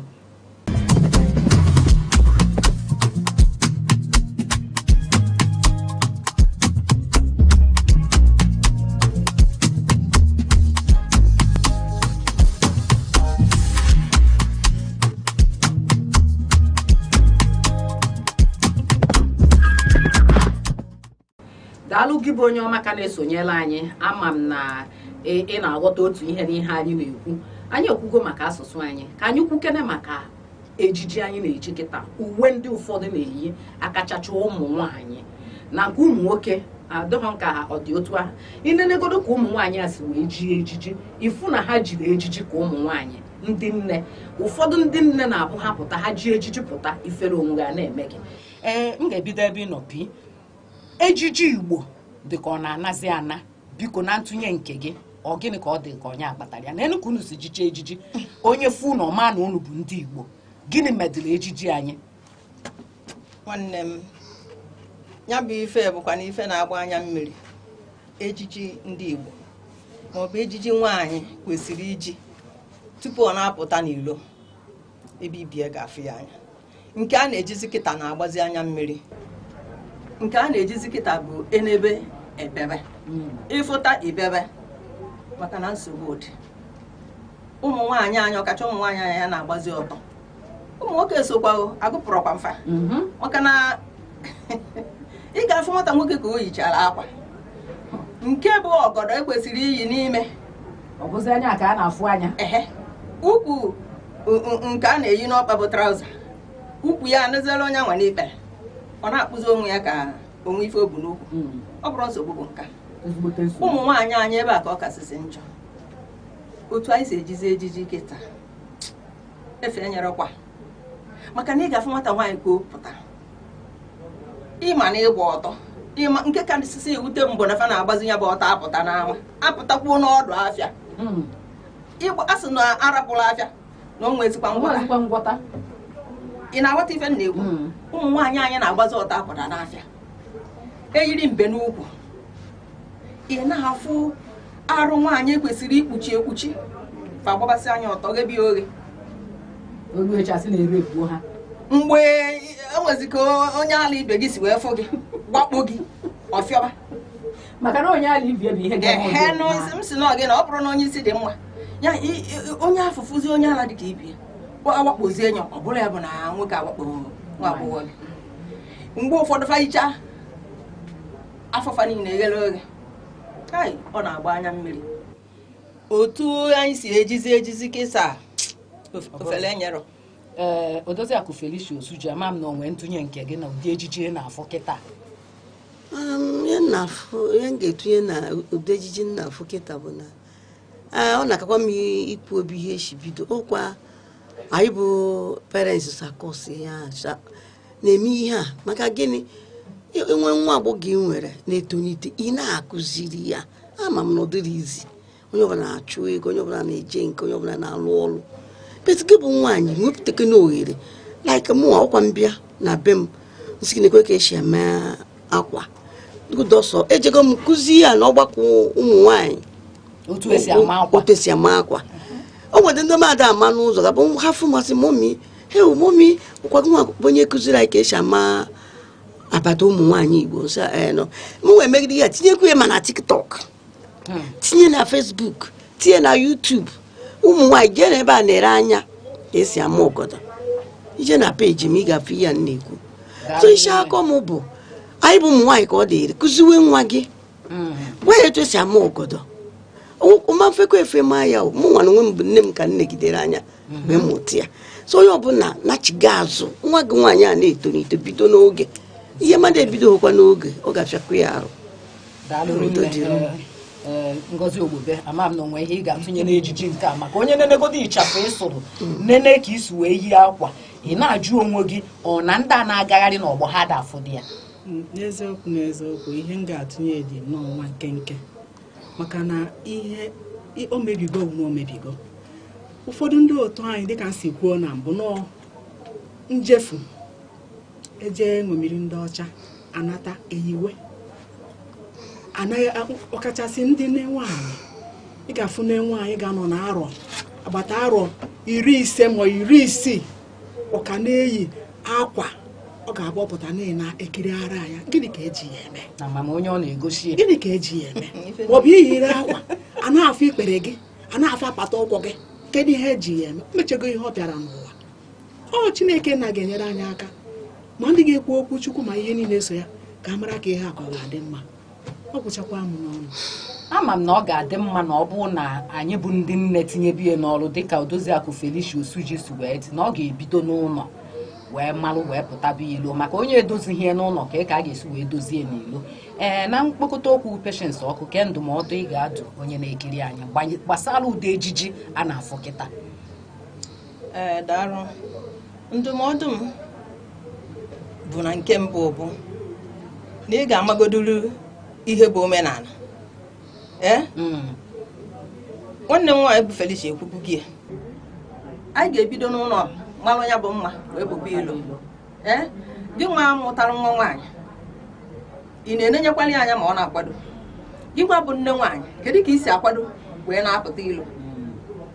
Ọ ga-abụ ị ga-ejide n'aka na nwa gị na-enyomi gị. Ọ bụrụkwa na ọ gị nwa ka nwa gị na-enele anya wee na-agba ọtọ apụta ilo, wepụ ya bụ akụ enwe n'ofe tupu ọwa aka mmadụ. Ọ bụ na nwa gị si n'ilo amụta, nne gbabata ya n'ụlọ nye ndụmọdụ. Asị na ugwu bụ nkwere nwaanyị ji mụta ibi ya. Hazie ya ụkwụ maka na amụrụ m ka ị ga-esi fụcha nwoke ga-esi fụcha nwaanyị yi chiri arụ ojenugo onye gba ọtọ dịka onye ara maka na mgbe mbụ ndị anyị na-ama na-agba ọtọ bụ ndị ara. Ịghọtago mana oge kịta ọ dịzi m ka onye ọbụla na-ayịzi ala. Maka na onye kwuru okwu si na ndị mekaniki ekwu ezisi mara ndị bụ ndị ala. Ya bụ ife a dị egwu. Biko ka anyị bidogodo n'ụlọ wee malụ mmapụtaba. Ka anyị ụfọdụ ewe n'iwe. Mgbe ụfọdụ nwa gị kechaa ekike jichaa ngwapụta, ọ bụrụ na ife oyi adịrọ mma chụchigha ya azụ dịka nne.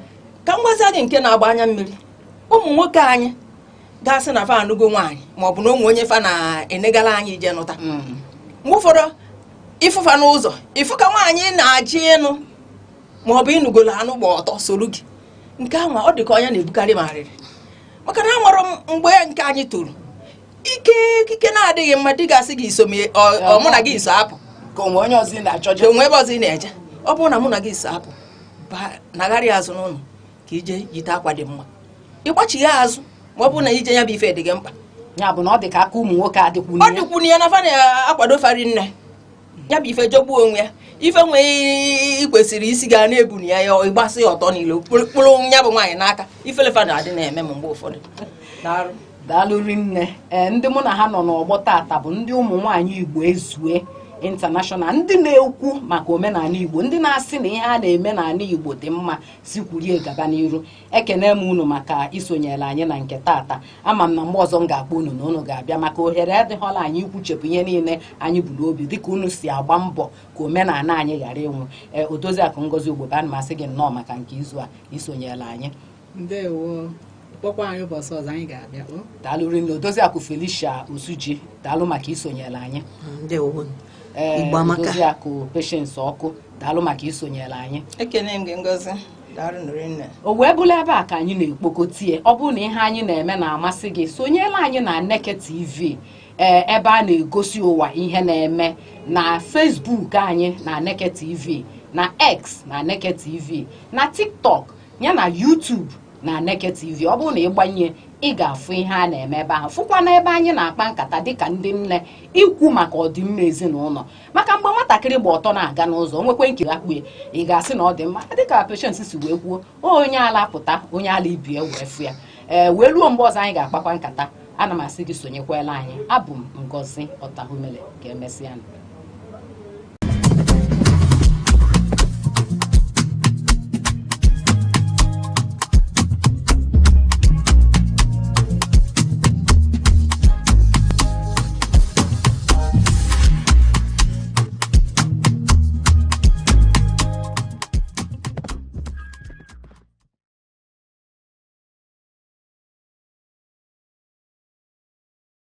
Security is not just police on patrol. It is safety in homes, schools, markets, and mines. Without it, progress is impossible. Be alert, report danger, support community watch. True security is collective responsibility. As the harmattan season deepens, dry winds, low humidity and dusty conditions have heightened the risk of fire outbreaks across communities. In Enugu, authorities are urging residents to adopt simple but critical safety measures to protect lives and property. We went to the streets to find out what practical steps people are taking to prevent fire incidents this harmattan.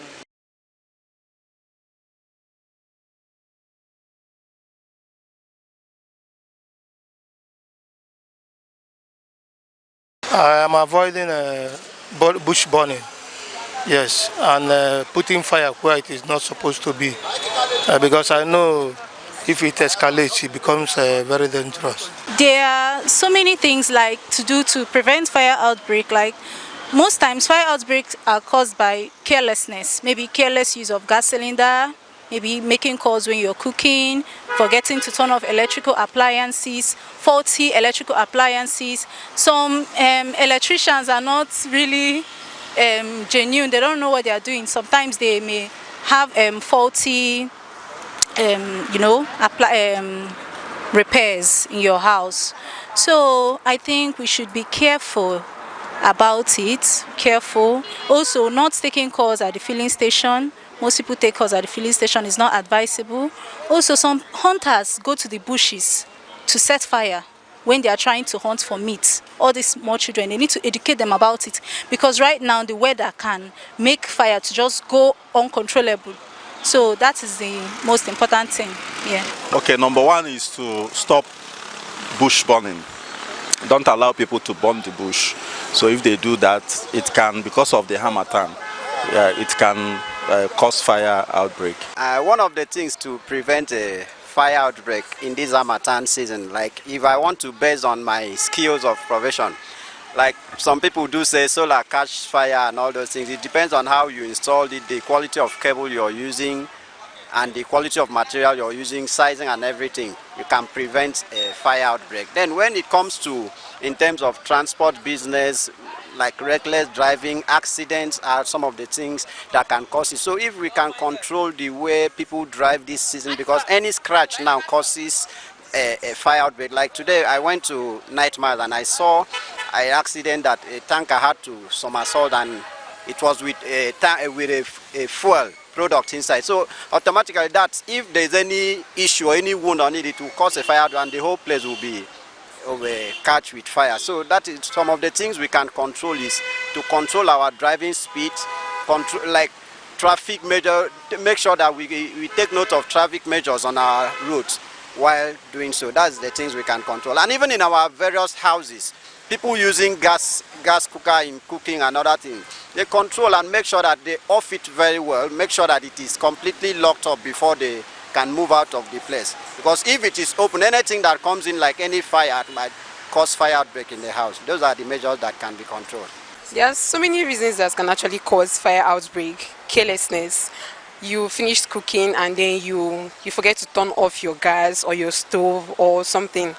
And then other reasons that can cause fire outbreak. For some people that smoke, some people can just, we are done smoking and then you just throw the cigarette anyhow. I mean, it can just fall on something like maybe paper or anything, and then from there the fire will just start. And then there's also your electrical appliances.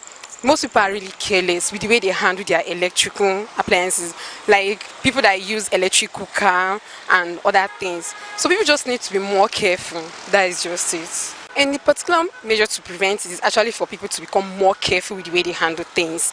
And also people that produce things like gas, because I've been hearing about some gas not being so, like the gas cylinder itself, that is not properly made so it can easily catch fire. So people that produce things like this should actually be more careful. They should produce things that are durable, things that are good, so that people can actually use these things and then without it causing any fire hazard or anything to them. And people should also be careful. They should be really, really careful with the way they handle their electrical appliances. And also people that have children, they should know how to keep certain things away from them, so that they will not mishandle these things and it will result to any fire outbreak. And for those that smoke, they should know where they throw their used cigarettes. As Harmattan intensifies, residents in Enugu are adopting various measures to stay safe, from careful handling of electrical appliances to maintaining cleaner surroundings. Emergency agencies are also reminding the public to stay vigilant, follow basic safety guidelines, and report any fire incidents promptly. Staying alert could make all the difference in preventing avoidable disasters. Chidimi Kemede, Aneke TV.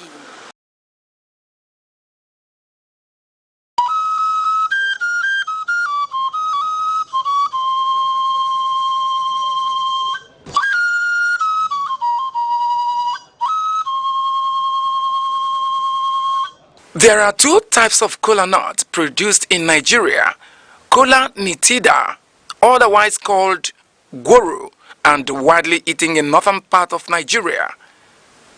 Kola acuminata, also referred to as Igbo kola, is of local origin and occupies an important position in social, religious, and sacred ceremonies in Igbo society. It is seen as a vital and sacred fruit in Igbo land and serves as the major instrument of prayers connecting the ancestors. It cements discussions and also the fundamental bedrock of philosophy and proverbs. It is a symbol of welcome, unity, and peace. If kola nut contains one cotyledon, it is regarded as dump kola nut and thrown away. Kola nut with 4 cotyledons represents the 4 Igbo market days: Eke, Orie, Afo, and Nkwo. If kola nut contains more than 6 cotyledons, it signifies blessings and wealth, and it is celebrated. There is also another type of Igbo kola nut called Ojugo, which is referred to as the king of Igbo kola. The reproductive organ of the kola nut.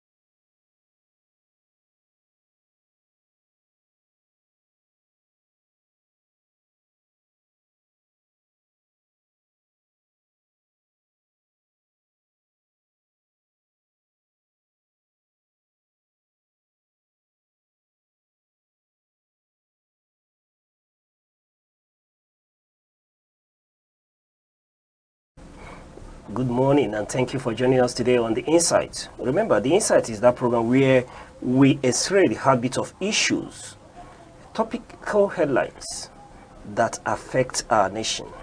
And today, we will be unmasking lung cancer with Dr. Ikemefuna Nnamani. Dr. Ikemefuna Nnamani is an accident and emergency department of ASU Teaching Hospital, Park Lane. Today, we know that lung cancer is the leading cause of cancer deaths worldwide. Early detection, they say, is vital, as symptoms often appear late. Today, we'll highlight its risk, signs, and life-saving treatments.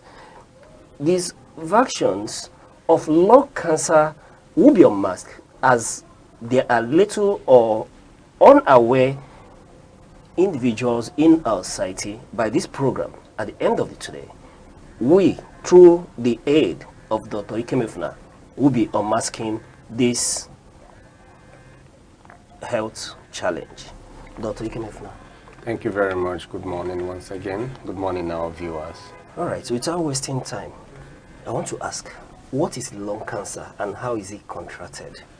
Okay, well, in some other cases, they can even spread to the rest of the body, and that is when we say a cancer has metastasized. Okay. Please, let's just bring it home. When you say it's metastasized, we may understand that spreading. So, but I want you to bring it home because we'll have a wide variety of audience who may not understand when we talk or speak in those terms. I agree with you. Okay, let's get the foundation right. What is lungs? For instance, we know that the human body is made of systems, and each systems have its own organs. So lung as an organ is an organ of respiration. Okay, the lung is located within the chest and connected to the mouth and the nose for breathing. So any growth, for instance, as cancer, would affect it just like every other organ. Now let's go to the word cancer. What is the word cancer? We said that cancer is abnormal growth of cells and of course by proxy tissues, because cell plus cell gives you tissues. Now we have different types of lung cancer. We have the small cell cancer, we have the large cell cancer, and each of these are identified by the health specialist or the scientist because of its nature. For every classification, there is different approach. What causes lung cancer? Primarily, unfortunately, smoking is a primary implicated. Okay, I was going to ask you how strong is the link between smoking and lung cancer, and what is the risk? Yes. Smoking and lung cancer, they are like neighbors. Okay. When you say 5 and 6, not far from each other. In fact, statistically, about 80%, 70 to 80% of lung cancer is implicated. You've seen in people that smoke. Okay, we have actually it's 80 and above. Okay, people that smoke. We also have, there are people that smoke, and there are people that are close to the people that smoke. These are people we call secondary smokers. Okay. You'll be very surprised that secondary smoking also results in about 3 to 5% of lung cancer. So smoking is a very bad, and is a very bad thing, and it's the master that welcomes lung cancer. Okay, but we're still talking about the issue of smoking, and now you just mentioned what you call secondary smokers, or those who are associated or always around those who smoke. Can we talk about the risk for those people as well? The risk for them, I remember growing up, they used to tell us that secondary smokers are even worse, they stand worse risk than primary smokers. Okay. So, but then anything smoking in general is bad. In fact, smoking is the only thing, it's only a substance that you want to take in, and it tells you on the packet that smokers are liable to die young. Then you go ahead to do that. Do we trust those rights? It's not about trust. If someone says you are going to live long if you smoke, that's when you should talk about trust. Okay. But when somebody says I'm giving you poison, yes, are you talking about trust? Okay. You run away. You know, I just asked that because we've seen a 70-year-old who is still smoking, and he's telling you that he's been smoking for years, and then at times it waters down the importance of those warnings. That's why I was asking. Let's not be deceived. Yes. For every statement, there is always an exception. Of course, there are people like that, But when you're on the street, you base only on people like that because they are the ones that bring speculation, you hear stories. But when you come close to the hospital, there you see more people. You can make your statistics. You see people that they are just buying time because the lung is gone. Okay, so there is nothing about smoke that somebody will tell you that there's anything good about it. So smoking, just like it's written on the packet, it says smokers are liable to die young, and it's implicated in about 80% of lung cancer. Okay, but I want to ask, are former smokers still implicated or at significant risk of developing lung cancer? Which, I mean, those who've quit smoking now, are they still at significant risk? If you have a habit that is risky, yes, at any point in time you decide to quit, yes, you should now be talking about what is the stage or what is left of that system. Okay? If they stopped and the system was not damaged so badly, of course they still have their chance to live. But if the deed had been done, you can't revert it. Lung diseases, especially from smoking, it's really hard to revert because it affects the tissue itself, the body of the lungs. All right. Yes. The lung is a parenchymal organ. Okay. It's soft. It has the lungs. Then it's connected with the trees. We call it the respiratory tree, the bronchus. We have the bronchiole and all that. So anything that affects the lung, it's going to heal. If at all it heals, it leaves scar. The lung is supposed to be elastic. When you take in breath, it expands. When you exhale, it comes together. So by the time that injury is healing, leaving scar, the elasticity ability is lost. Okay. So it's not something you want to say, does the person still have? It depends on how depth the person had gone before the person quit. Doctor, we've talked about smokers. Let's ask about people who have never smoked. What are the risk factors for them? In terms of lung cancer? Yes. Well, lung cancer, this brings us to what causes lung cancer. Okay. We've talked about the smoking implicating about 80% cases. Then lung cancer can also be as familial, hereditary. Okay. It can be caused by some bad occupational habits that affect our system.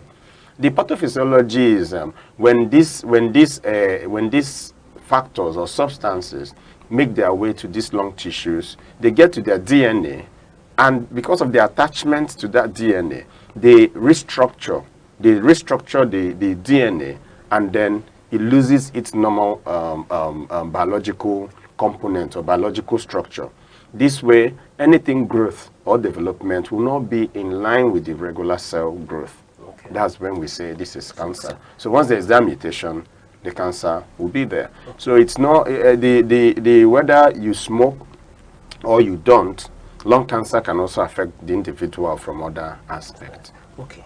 Now let's talk about the common symptoms or the warning signs, the early warning signs that one would notice to say, oh, it's time to go to the doctors. This looks like cancer of some sort. Yes. Well, just like every other cancer of any other part of the body, there are principal things, there are key things you look at and you start suspecting. Okay, a loss of weight may be there.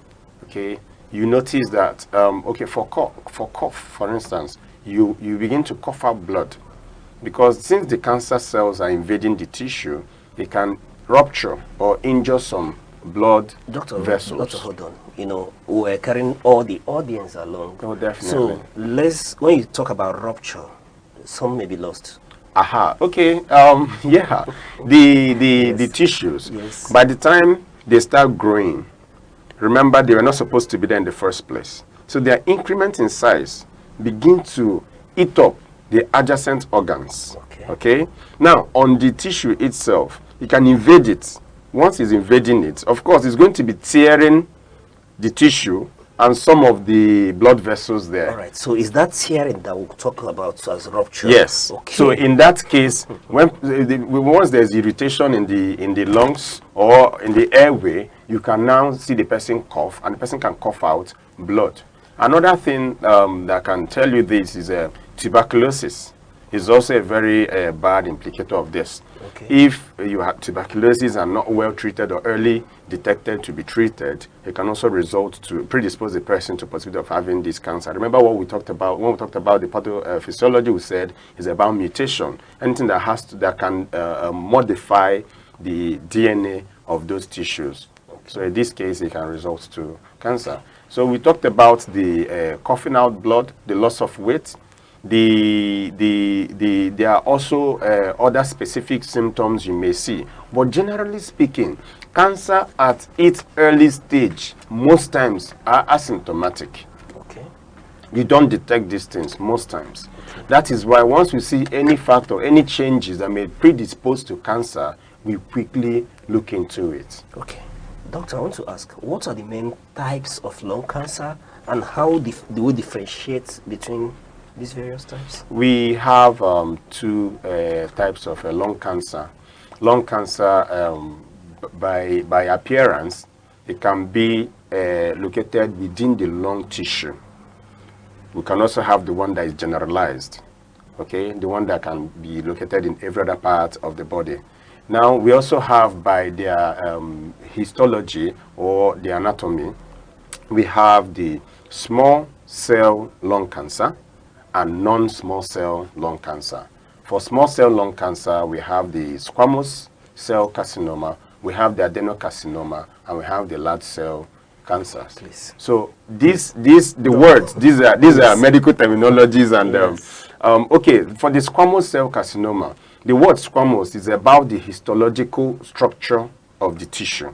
Okay, remember I told you that there is lungs and there are trees that connect to the lungs, that when you take in breath through your nose or your mouth, it links through these trees to your lungs. So the squamous cell carcinoma, they affect those trees, the bronchus, we call them the bronchi. So they affect this tree. Now the adenocarcinomas, there's the word adeno, it refers to glands, soft tissue. Okay, so they affect both the lung tissue itself. And like we talked about metastasis, if not detected on time, these particular ones can easily metastasize. It can spread to the lungs, to the brain, and any other soft tissue. But the squamous cell carcinoma can spread to we call it the glands. It can spread to the suprarenal gland and the rest of it. All right, let's talk about how you medical doctors diagnose this ailment and the various stages, how you're able to know that this one is at this stage and this one is at that stage. Staging of lung cancer. Staging of lung cancer is the most usage, the most staging type is the TNM. Okay. The T tells you about the tumor itself. Remember, cancer is a tumor. Then in tumor we have benign and malignant. Benign, these are just tumors that are not dangerous. They don't progress rapidly like cancer. Okay. Now, when we say malignant, we mean they can spread very fast. So staging the tumor, it tells you about the structure of the tumor, the size of the tumor, the location of the tumor. Now, for the N, it tells you about the nodes. They are substances, they are tissues, they are part of the body we call the nodes. These nodes, you notice that when you have an injury at the lower part of your limbs, the leg or the hand, you know that there is something round that you can feel at the armpit or the inguinal, like balls. Sometimes they can be multiple. They can also be at the neck. These are the nodes. These nodes, they fight bacteria, they fight microbes, okay? So when the activity is so high, they can tend to grow. So the node's appearance in a cancer or a tumor case is telling you about the stage. It may be there, it may not be there, it may be multiple. Then the M itself is now metastasis, if it has gone beyond that primary tissue to other tissues. All right. Cancer, you get, it's not easy to get them at the first stage. Remember we said when they are yet not invasive, they are not symptomatic. Okay. In fact, once you diagnose a small cell lung cancer, it has already spread. All right. Doc, well, now I know that you've talked about it's not easy to be detected early, but let's talk about the screening methods that are recommended so that we'll detect them at least early and we're able to get screened. So this method of detecting them and being screened. Okay, detecting them early, one can still say prevention in that case.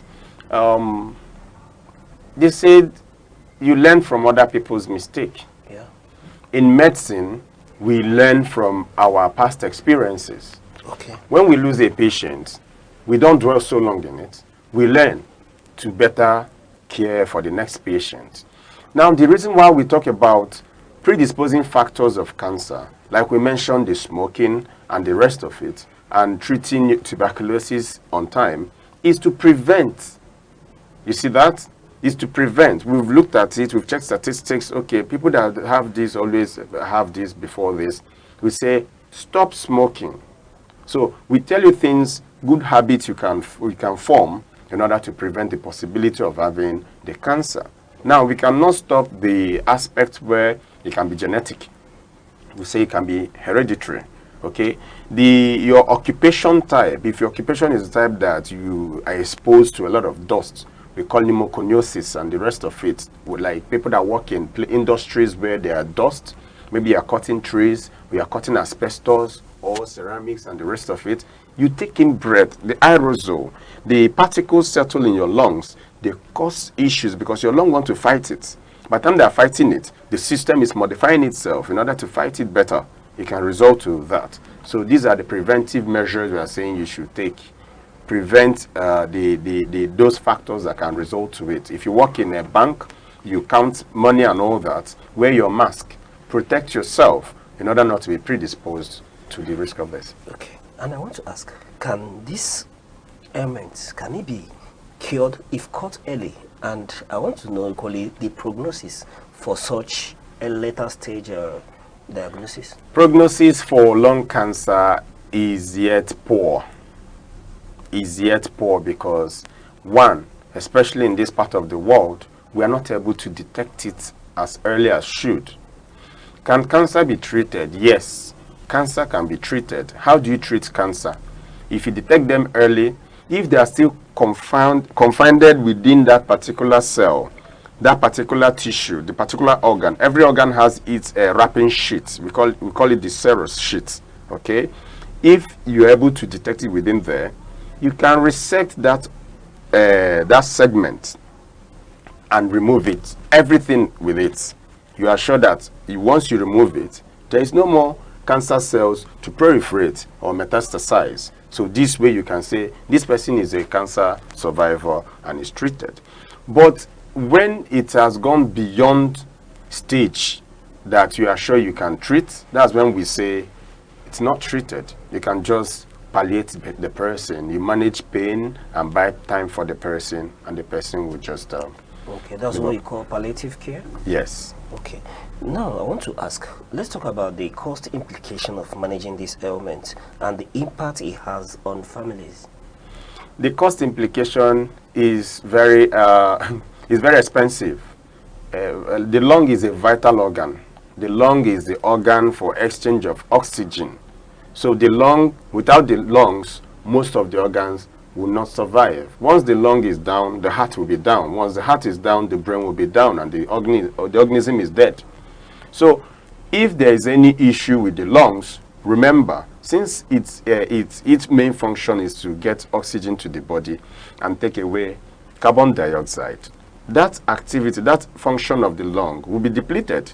It won't be able to do that function, and the body will be struggling for it. So the person will be oxygen dependent depending on the stage of the cancer and how bad the lung tissues are involved. If it's just a segment, the lungs are in segments, okay? Like the left lung has two lobes. We have the upper and the lower. Then the right lung has the upper, the middle, and the lower. So if it's confined just in one lobe, perhaps the other ones can still survive. But if it has spread, you see, it has affected much percentage of it. So oxygen saturation and oxygen function will be reduced.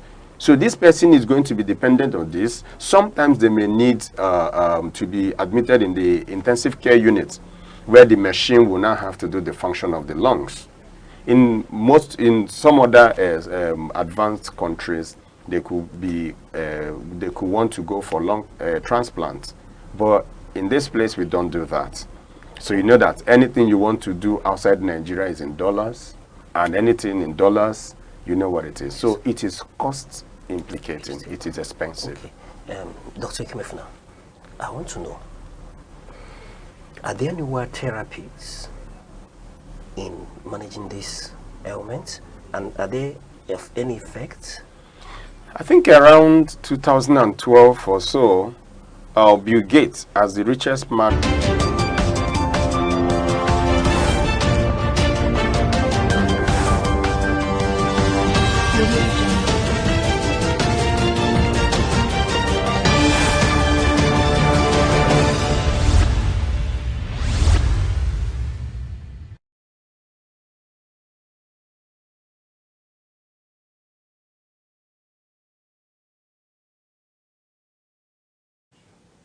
Good afternoon and welcome to the news update on Aneke TV. I am Deborah Wakoba. Glad to have you join us. Now to the headlines. Police in Anambra State rescue 3-year-old girl abducted by suspects. Niger school attack, abductions rise to 315 as Khan raises alarm. School must be safe, UN condemns ongoing kidnappings in Niger. Senate moves to strengthen tech innovation, mid-Southwest stakeholders. Okocha voices concern over Super Eagles' declines, demands structural reform in football. And now to the details of the news. The Anambra State Police Command has successfully rescued a 3-year-old girl allegedly stolen by an apprentice identified as Choma Anyoma in Atani Ogbaru local government area. The suspect reportedly conspired with others to abduct the child from the family she worked for under the guise of apprenticeship. Following an intensive intelligence-led operation, operatives traced the suspect to Nobi in a Demili South local government area where she attempted to sell the child after fleeing initial arrest efforts. The child was found in safe condition after being illegally harbored by those who bought her. The command said the syndicate is linked to activities across multiple states, including Cross River, where the suspect fled to evade arrest. The rescued child has since been reunited with her family, while investigation continues to arrest remaining accomplices and dismantle the trafficking network. The Edo State Police Command has confirmed the recovery of the body of a boy suspected to have drowned in Ikpoba River in Benin City. The young victim, believed to be about 12 years old, was discovered by officers attached to the New Benin Division after several days of search operations. The command said the circumstances leading to the incident remain unclear and efforts continue to establish the identity of the deceased and locate his family members. Authorities have since deposited the remains in a hospital morgue for autopsy to determine the exact cause of death. The police reminded residents to exercise caution around waterways, especially during high tide conditions. The House of Representatives Committee on Electoral Matters has warned that sanctions await the Independent National Electoral Commission if it fails to settle insurance claims owed to COB members injured during the 2023 general elections. The committee expressed dissatisfactions over delays in fulfilling the terms of the insurance agreement administered during election duties.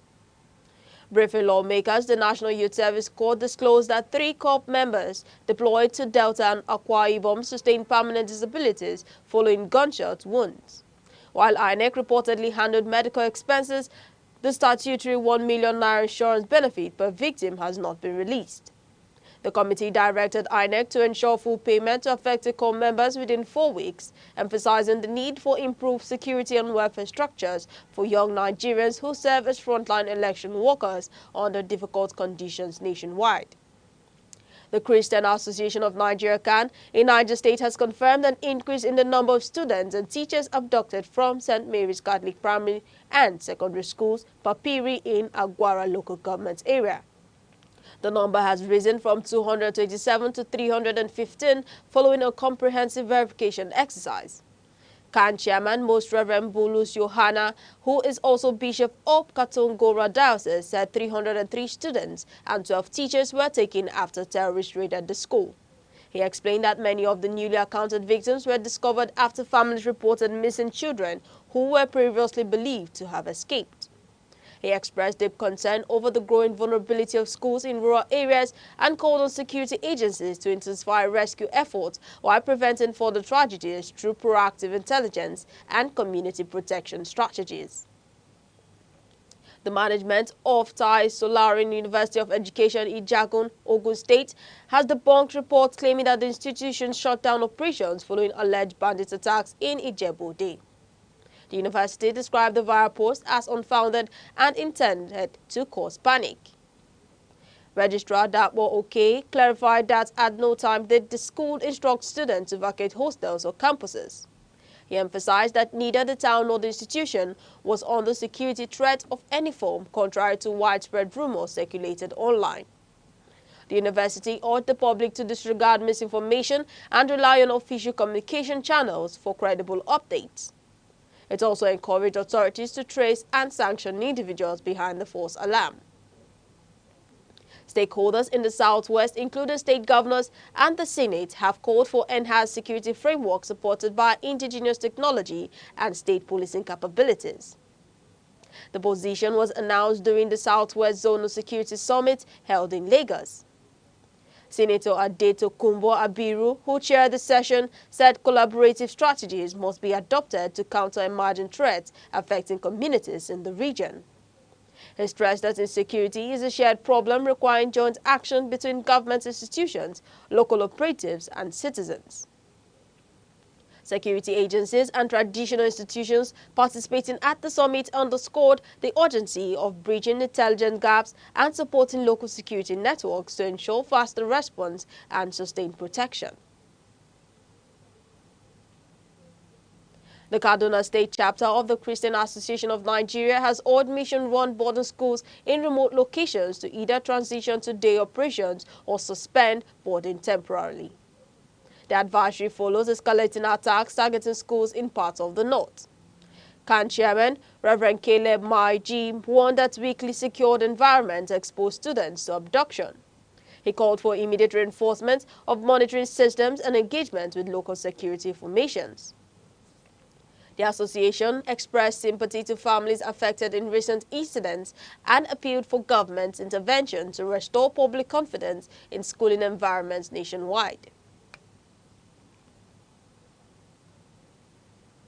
The federal government has ordered the temporary closure of 41 Unity colleges citing rising cases of school abductions by armed gangs.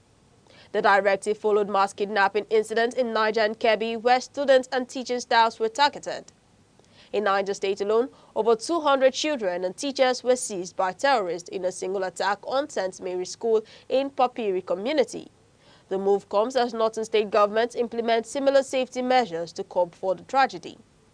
Officials said closure will remain in effect while rescue operations continue and stronger defense systems are deployed. Security agencies are intensifying surveillance across high-risk educational zones. Taraba State Governor Abu Kefas has directed that all public and private secondary schools suspend boarding activities with immediate effect. The state government said the preventive measures was deemed necessary in light of heightened security threats nationwide. Commissioner for Education, Dr. Augustina Godwin, announced that schools will operate as day institutions until stability improves. The government appealed to parents and school authorities to cooperate fully, emphasizing that safeguarding lives remains the top priority, while coordinated efforts to counter criminals' attacks continue. The United Nations has condemned the kidnapping of students and teachers in Niger State, describing the targeting of schools as unacceptable. The UN spokesperson, Stefan Dujarric, called the situation heartbreaking and a violation of international norms protecting education. He stressed that schools must remain safe space free from violence and urged Nigerian authorities to bring perpetrators to justice while ensuring the safe return of the victims. The UN pledged continued support to efforts aimed at restoring security in the region. The statement follows global outrage over repeated incidents in which school facilities have been raided by armed groups, causing fear among communities and jeopardizing children's fundamental rights. The United States has reaffirmed commitment to strengthen cooperation with Nigeria in countering terrorism and violent extremism. The pledge was made during a meeting between U.S. Defense Secretary Pete Hegseth and Nigeria's National Security Advisor Nuhu Ribadu. Discussions focused on intelligence support, operational capacity enhancement, and diplomatic coordination to address threats affecting both nations. The U.S. expressed interest in improved partnership, while Nigeria updated Washington on ongoing national operations. The meeting came amid Nigeria's effort to address concerns raised by the recent U.S. designation of the country as a nation of security concern. Both sides agreed that collaboration would help advance regional stability. The federal government has attributed delays in prosecuting suspects linked to terrorist financing to the complexity of intelligence gathering across jurisdictions. Minister of Information Mohammed Idris said investigation require careful coordination to secure convictions. He revealed that since present administration assumed office, over 13,500 terrorists have been neutralized, while more than 17,000 suspects are undergoing trial for various offenses. The minister also disclosed that ambassador nominees are undergoing final security clearance to strengthen international engagement against terrorism and improve global confidence in Nigeria's security initiative. Former President Goodluck Jonathan says development efforts in the Niger Delta have been undermined by weak leadership commitment and political rivalry among regional actors. He warned that personal interest should not supersede community needs. He spoke at the launch of a book titled The Hidden Treasures in Abuja, where he emphasized that despite the region's economic importance, expected improvements in infrastructure and living conditions remain slow. Jonathan called on stakeholders to unite and adopt long-term development frameworks capable of transforming the region and contributing more meaningfully to the nation's economy. The First Lady, Senator Oluremi Tinubu, has launched the Environmental Club and Environment Society to strengthen climate awareness among young Nigerians. The initiative was unveiled at the State House, Abuja. She said the program aims to empower students with knowledge to address environmental degradation and participate actively in the protection of natural resources. The First Lady praised the ongoing youth activism across the country. The clubs are expected to operate within schools and tertiary institutions supported by government agencies and private environmental organizations promoting cleaner and safer communities. Leader of the proscribed indigenous people of Biafra, Nnamdi Kanu, has been moved from the custody of Department of State Services to the Sokoto Custodial Center to begin serving a life sentence following his conviction for terrorism. His lawyer, Aloy Jimako, confirmed the development. Jimako raised concerns over the relocation and said legal teams were reviewing available options to challenge aspects of the case. He appealed for calm among supporters as they pursue constitutional remedies.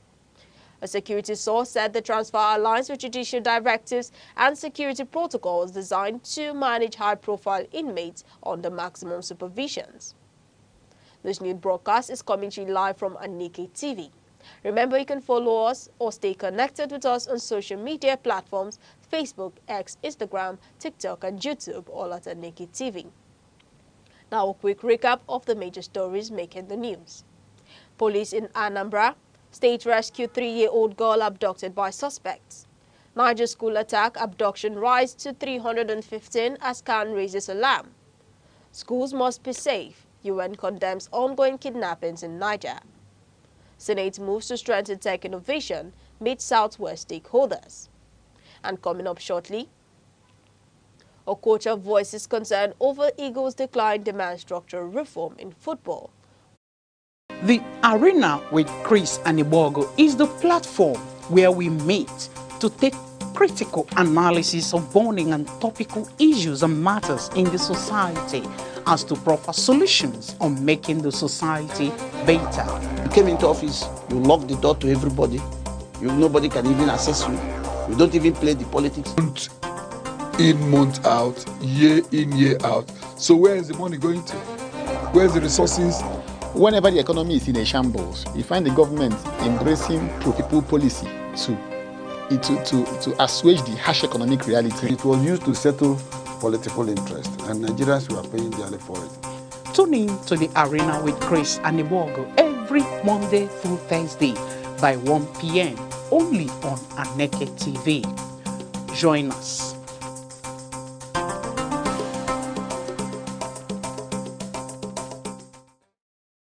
Still on the news, Vice President Kashim Shettima has arrived in Johannesburg, South Africa to represent President Bola Tinubu at the G20 Leaders Summit. He was received at the Waterkloof Air Force Base by the Minister of Finance and Coordinating Minister of the Economy, Mr. Wale Edu, Nigeria's charge d'affaires to South Africa, Ambassador Alexander, and other senior officials. Nigeria's presence at the summit underscores the country's commitment to strengthening multilateral partnership and advancing economic diplomacy. The meeting is expected to focus on development, financing, trade expansion, and collective measures to support vulnerable nations. President Tinubu was initially scheduled to attend but cancelled his trip to receive crucial security briefings at home. The decision followed the abduction of schoolgirls in Kebbi State and the attack on worshippers at the Christ Apostolic Church in Ekuruku, Kwara State. The Naira experienced renewed depreciation against the United States dollar on Friday at the official foreign exchange market, closing at 1,456.73 Naira per dollar, compared to 1,452.13 recorded on the previous day. Foreign exchange traders attribute the pressure on the Naira to increased demand and limited dollar liquidity, despite government interventions aimed at stabilizing the market. Meanwhile, at the power markets, the currency traded at 1,465 Naira per dollar, reflecting sustained weakness. A review of performance shows slight gains in the official market on a week-on-week basis, while the black market rates remained largely unchanged. The Nigeria Electricity Regulation Commission has issued new directives requiring all third-party revenue collectors in the power sector to obtain central bank licensing and undergo full revalidation by December 31, 2025. The implementation took effect on November 1st. The regulations introduced capped commission fees for USSD channels and rural POS agents aimed at curbing opaque charges and improving transparency in payment processes.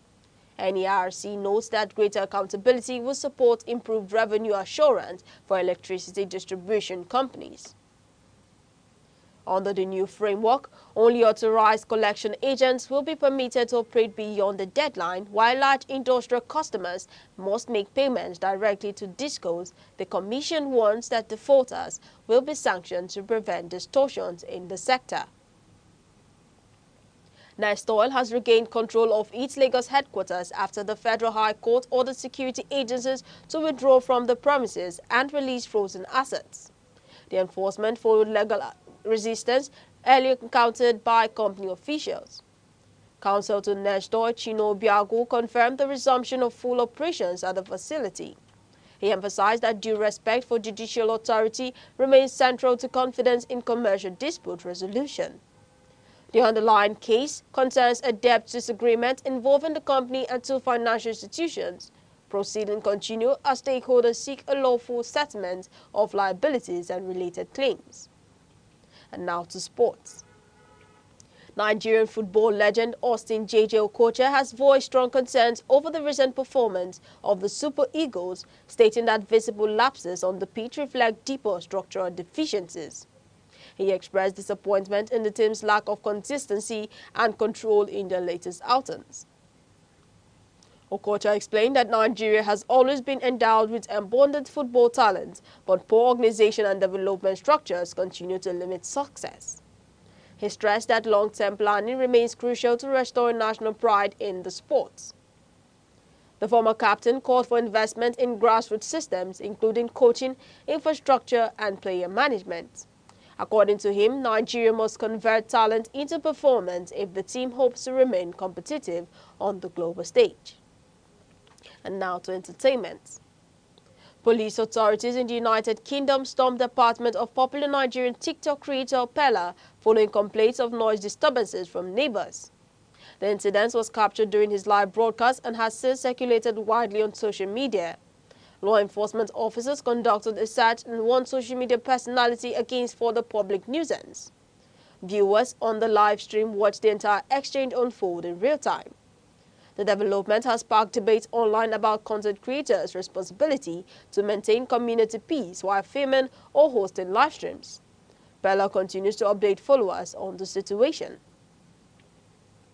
Nigerian superstar Yemi Alade and Tiwa Savage have reconciled after a prolonged feud that lasted 7 years and divided fan bases across the entertainment scene. Their conflict began after a social media post from Yemi Alade implied deception through body enhancement in promotional photos. Tensions escalated when Tiwa Savage responded publicly, issuing a stern warning that intensified their disagreement.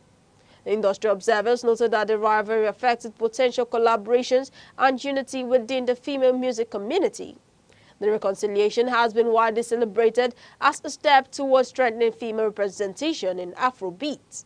Fans are hopeful that the renewed relationship will translate into future joint music projects. Stakeholders in Nollywood are raising alarm over rising trend of physical altercations between cast and crew members during film production. They warn that such incidents threaten safety and diminish the professional image of the industry. The Actors Guild of Nigeria and other bodies are advocating for strict disciplinary measures, mandatory conflict management training, and the adoption of insurance and medical safety standards on film locations. They say protective protocols will safeguard lives and ensure accountability. Industry leaders insist that a secure work environment is essential for continued growth and international competitiveness. They stress that creativity must not be hindered by fear of harassment, injury, or intimidation. And finally, before we go, a recap of the major stories. Police in Anambra State have rescued 3-year-old girl abducted by suspects. Niger school attack abduction rise to 315 as Khan raises alarm. Schools must be safe. UN condemns ongoing kidnappings in Niger. Senate moves to strengthen tech innovation, Mid-Southwest stakeholders. Okocha voices concern over Super Eagles' decline, demands structural reform in football. That's the news at Aneke TV. For more updates, do stay tuned and follow us on our social media platforms, Facebook, X, Instagram, TikTok, and YouTube, all at Aneke TV. I am Deborah Wakaba.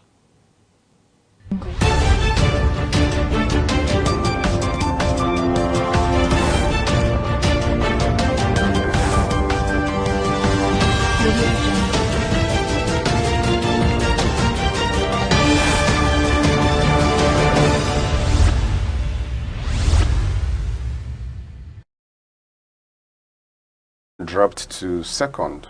The Mexican man came first because he just realized that he had given total amount $14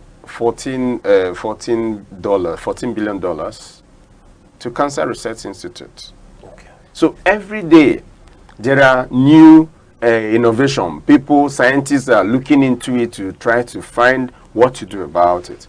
But I don't think they've been successful, right? We have therapeutic care for cancer. It can be chemotherapy.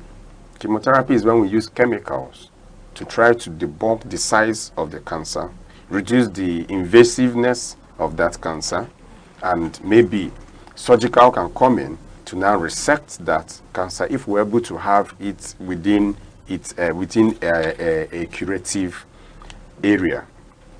There is still radiotherapy, a more advanced, depending on what you're looking at and the integrity of the organism, the person you are trying to treat. Then there is surgical. Like I said, if the cancer is detected as early as possible, you resect that tissue, make away with everything, that cancer cell, and you are sure it may not spread again. Okay. Well, looking at, for example, you talked about chemotherapy and radiotherapy as well. At the end of the day, these individuals who have undergone this process, are they able to live their normal life manageably? Again, it depends on the stage it was before intervention. Okay. there is no drug, anything drug. There is no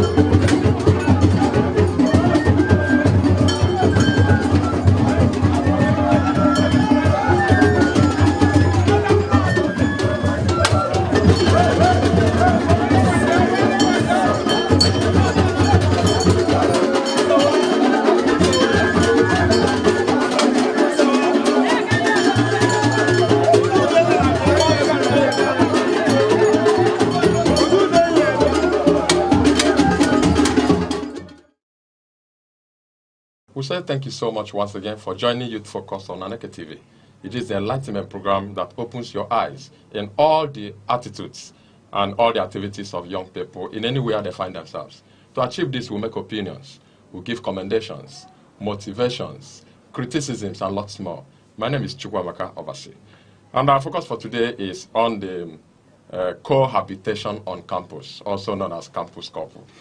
You can always find us on our socials, Instagram, Facebook, X, TikTok, and YouTube at Aneke TV. And they see how amazing we can be with programs. Thank you so much. May I introduce to you some guests I have on the studio here with me, who are here, of course, to do justice to this topic.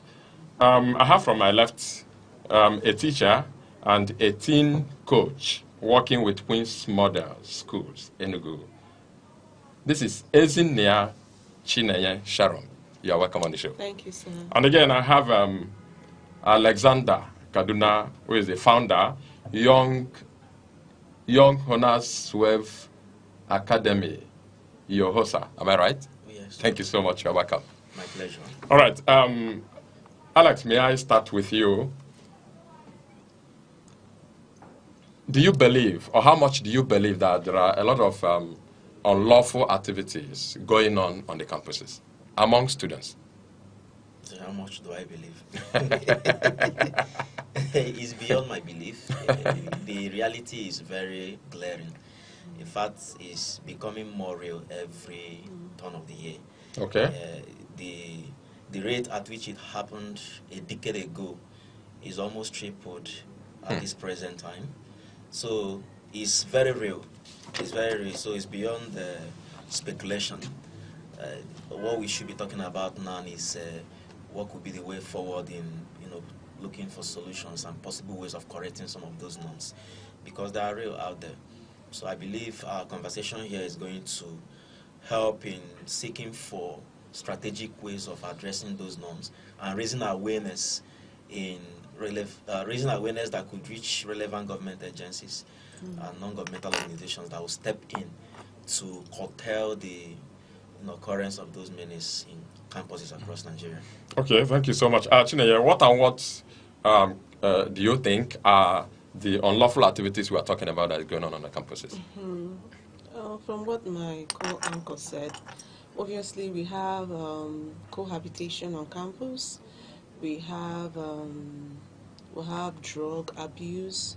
We also have the hookups. We also have the prostitution. We also have the Yahoo. They want to get it rich. Without working hard for it, and so many other social vices that we see on our campuses, which has been neglected, and because of it has been neglected, it's really multiplying as the day goes by. Thank you. Alice, she mentioned the cohabitation on campus, and that is part of the reason why we are here. In your own words, could you please tell us what do you understand by cohabitation on campus? Some people call it campus couple. Well, cohabitation is the inappropriate living together of opposite sex in university campuses. Male and female students who choose to live in the same apartments as students in various university campuses. It happens everywhere in the world, but I think arguably it's most prevalent in Nigeria, especially in public universities, because there's a certain level of control and regulation in private universities in Nigeria. So in public universities where we have population,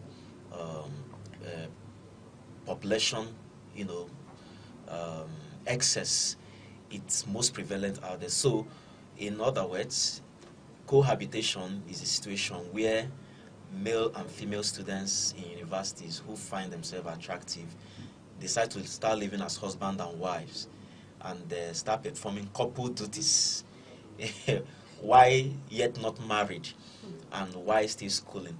So that is exactly what is it condemnable to you? It is highly condemnable. All right, Chineye, let me come to you. Will I be wrong if I conclude that you're a graduate? Yes. You've passed through the 4 walls of university. Yes. Or even 8 walls, as the case may be. Okay. Was there any time when you were on the campus you took part in cohabitation? Just be sincere now. Maybe at your 200 level, your 400 level, 300, as the case may be, maybe you got attracted to someone and then you lived with that guy. By now I won't be alive because my parents would have killed me by now, because of where I'm coming from, my background, my family, the principles, the moral. So there's some things that shouldn't be heard or even be seen by my family. So I never indulged in such.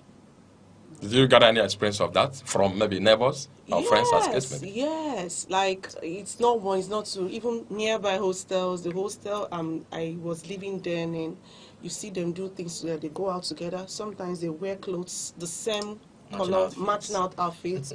They cook together, go to market together. Everything basically, that married people do. They do it together. So imagine now what happens inside the room. They stay together, do other activities. That should be left for married people. So I see them. Sometimes they even hug together, they hug themselves, they hold hands, and you imagine, like, what is going on here? Then in school, you don't really have this exposure that you have now, and you imagine, why is it left open like that, and you don't feel embarrassed as a student doing that? You are bold, you are open doing it without having the second thought that your parents can actually walk into your hostel, or are there no security officers that regulate such activities? So they do it without even having this thought of, okay, it's a free world, that's it. So you can't really question my activities. So. All right. If it is now you're joining us, this is Youth Focus on Aneke TV.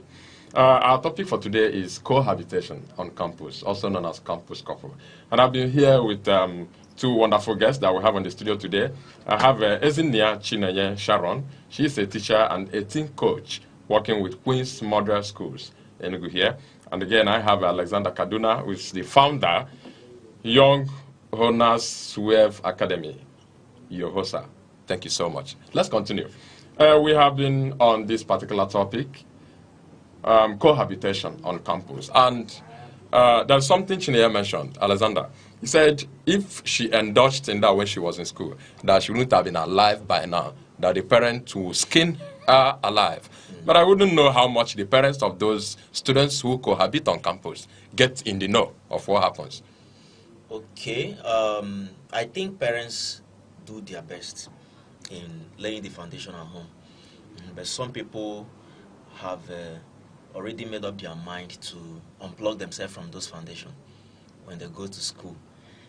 Most times when you find youths engaging in social vices, it's not because they weren't coming from homes where they were properly trained. Some of them actually defy some of the values and norms which their parents laid as foundational principles in their various families.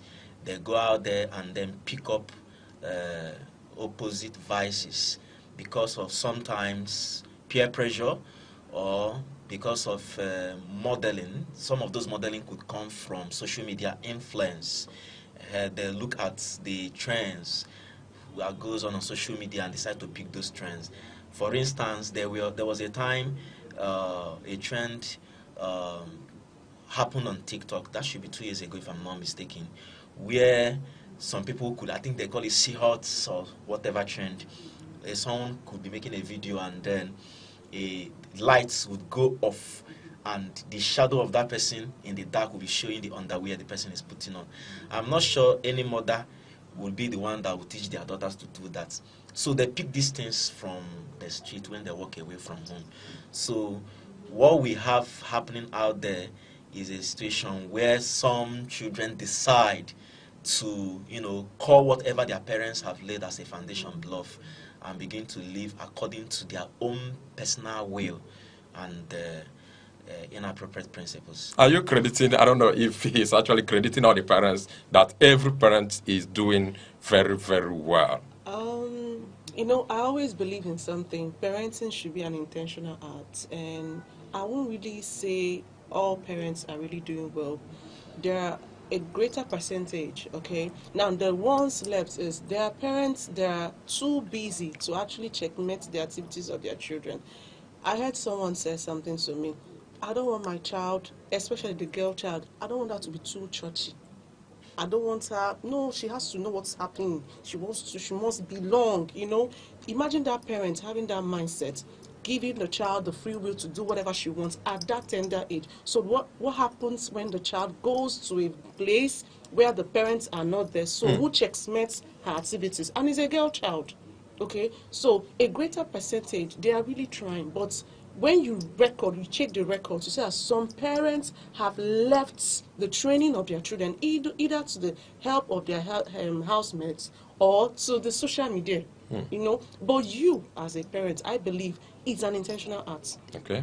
So when you leave that part and leave the training of your kids to whatever goes, I want my child to be, to not be looking like a church girl, or she's looking awkward, Miriam Maka thing. I want my child to be Twitch. I want my child. There is always the part when you come, you won't be able to curb or control the child. Because Ndi will say, Okoro, Ada Karionye Koya, right? Okay. So it's something my parents will always tell us. No matter your height, no matter your exposure, a man carry the discipline in the house. So that keeps you going. Oh, thank you, Chine. That's a wonderful submission of yours.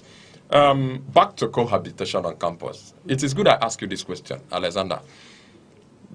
Is cohabitation restricted to campus students? Or can it occur to other young people outside there who are not even students? Sure. Okay. It happens in the mainstream society. However, the only reason why that of university campuses is of greater concern is because we are looking at children who have not grown to the age of legal accountability. Do you understand? If grown adults who are already way past the age of legal accountability decides to say this is what they want to, well, that is, I mean, we call it the freedom of choice. However, it is not approvable. You understand what I'm saying? But when it happens among teenagers who are under the age of 18, who are still below the age of accountability, that is when it becomes a cause for greater concern, because it could lead to so many eventualities that could spiral out of control. The people that practice it out in the society who are adults could, as a result of their age, be able to contain some things. So the essence of my submission is that it happens everywhere. Okay. It happens even among Christians. Okay. You understand? Christian Okay. brothers and sisters. You get it happens everywhere. All right. Thank you. Chinenya, I don't know. Permit me to say that when students left their parents to universities, they left the care of the parents to get into the care of the school authority. Now, in this case of cohabitation, I want to ask, does the school authority have right to place a check on the conduct of the students who are students of their particular school? Very, very important. Very important, because at that point, they have the responsibility to checkmate the activities that goes on in that premises. They are accountable to the kids placed under their care. Now, how do you now? This is where you are beyond being corrupt, because you know a time will come when some people can actually give you something to actually look past the activities in school. Students can do and undo once they want to do the activities. So, but this is where there should be strict monitoring. This is where the school security should be bent on. You must be disciplined and you must obey the rules and regulation. So I believe that every school should have a working rules, a working regulation that brings every student to it. So if we are entering a school, I can remember then when I entered school, we were given the school rules and regulation as a pamphlet for us to go through it. Now, what does it tell us? If you go against this is what is going to, every action has a consequences. So for every school, I believe the school authority should stamp their feet, unshakable, not being corrupt, to make sure that students adhere to the rules and regulations set by the school, because it speaks volume of that school. If a school is high in immorality, it speaks volume of that school, both in their performance academically and the way people see them outside that state the school is located. All right, Alex, looking at the enormity of, for instance, the cohabitation on campus that we're talking about, do you think the school authorities of these universities are doing their job? The first challenge is the universities are highly understaffed. Most universities are highly understaffed. And this understaffing is reason why in some places you see GS courses, what they choose to call the general courses they offer universities, happening in overcrowded halls. Okay, one lecturer would be responsible for teaching one course to over 2,000 students, whereas the standard in global setting stipulates that the maximum number of students that should be in a class should be 100. That's maximum. But in Nigerian schools, we have seen cases, current cases, not past cases, where students of over 2,000 in population are crowded in one hall taking lectures. This is because of the fact that the universities are understaffed. So that very fact of schools being understaffed have made it practically difficult for them to even begin to checkmate the personal lives and the activities that goes on outside classroom. Because even if you cannot even control the classroom that is under your nose, what about when they are done from academic activities from classes, return back to their various hostels and the off-campus lodges? So what can you do? The standard should be one teacher to 100 students, okay? Every 100 students to one teacher.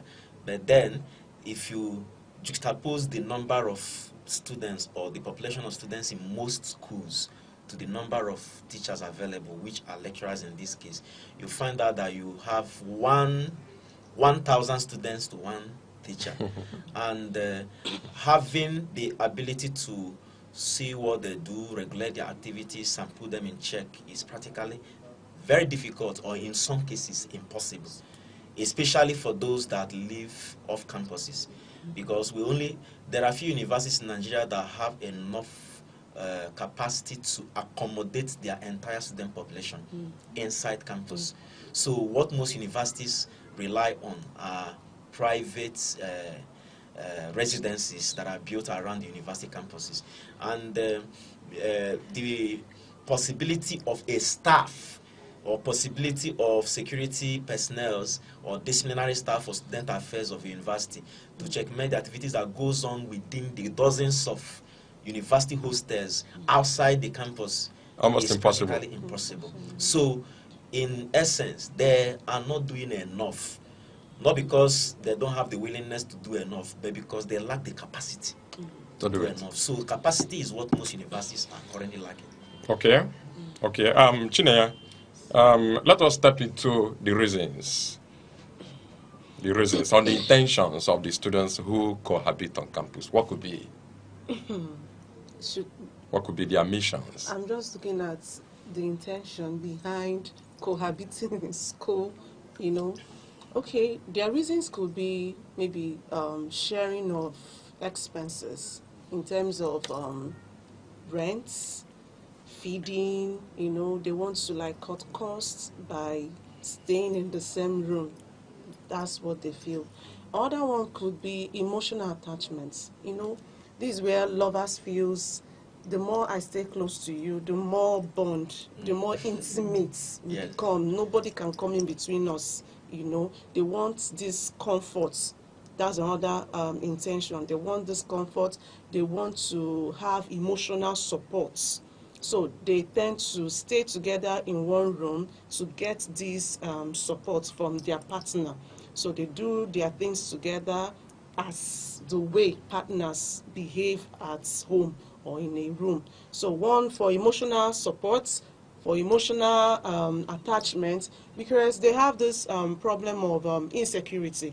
So, a campus is filled with lots of people. So a girl could feel insecure. Okay, I need to protect my man. So if I am not close, another lady is possibly going to take over, not cooking for him and doing some of the things for him. So for emotional attachment, they tend to come together. Splitting of bills, financial challenges, someone could be having one challenge or the other, and someone could, okay, I have this thing with you, so let's just cohabit, split bills together, pay rents together, and split feeding rents fees as well. So these are the reasons or the intentions behind cohabiting on campus. All right, Alex, our viewer may like to know how much all of these reasons do justify the cohabitation on campus. No, it's not justifiable. Rather, it has a lot of far-reaching negative consequences, and chief among them is it could lead to the depletion of performance of the students involved in academic activities. It will deplete their performance because, just like she pointed out, when you do this because you want to create a bond and advance the bond that exists between the person you found attractive as a partner in campus, while you are busy working hard to deepen the bond, the energy and investment you should have made in your academic and educational enterprise would be channeled back to some other thing. The human mind is like a memory card. Some memory card exist as 16 gig capacity, some exist as 32 gig capacity, and so on and so forth.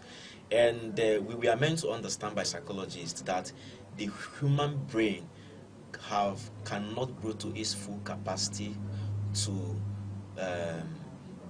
full capacity of cognition until the person grows to the age of 26. And you can agree with me that 96% of undergraduates are still below the age of 26.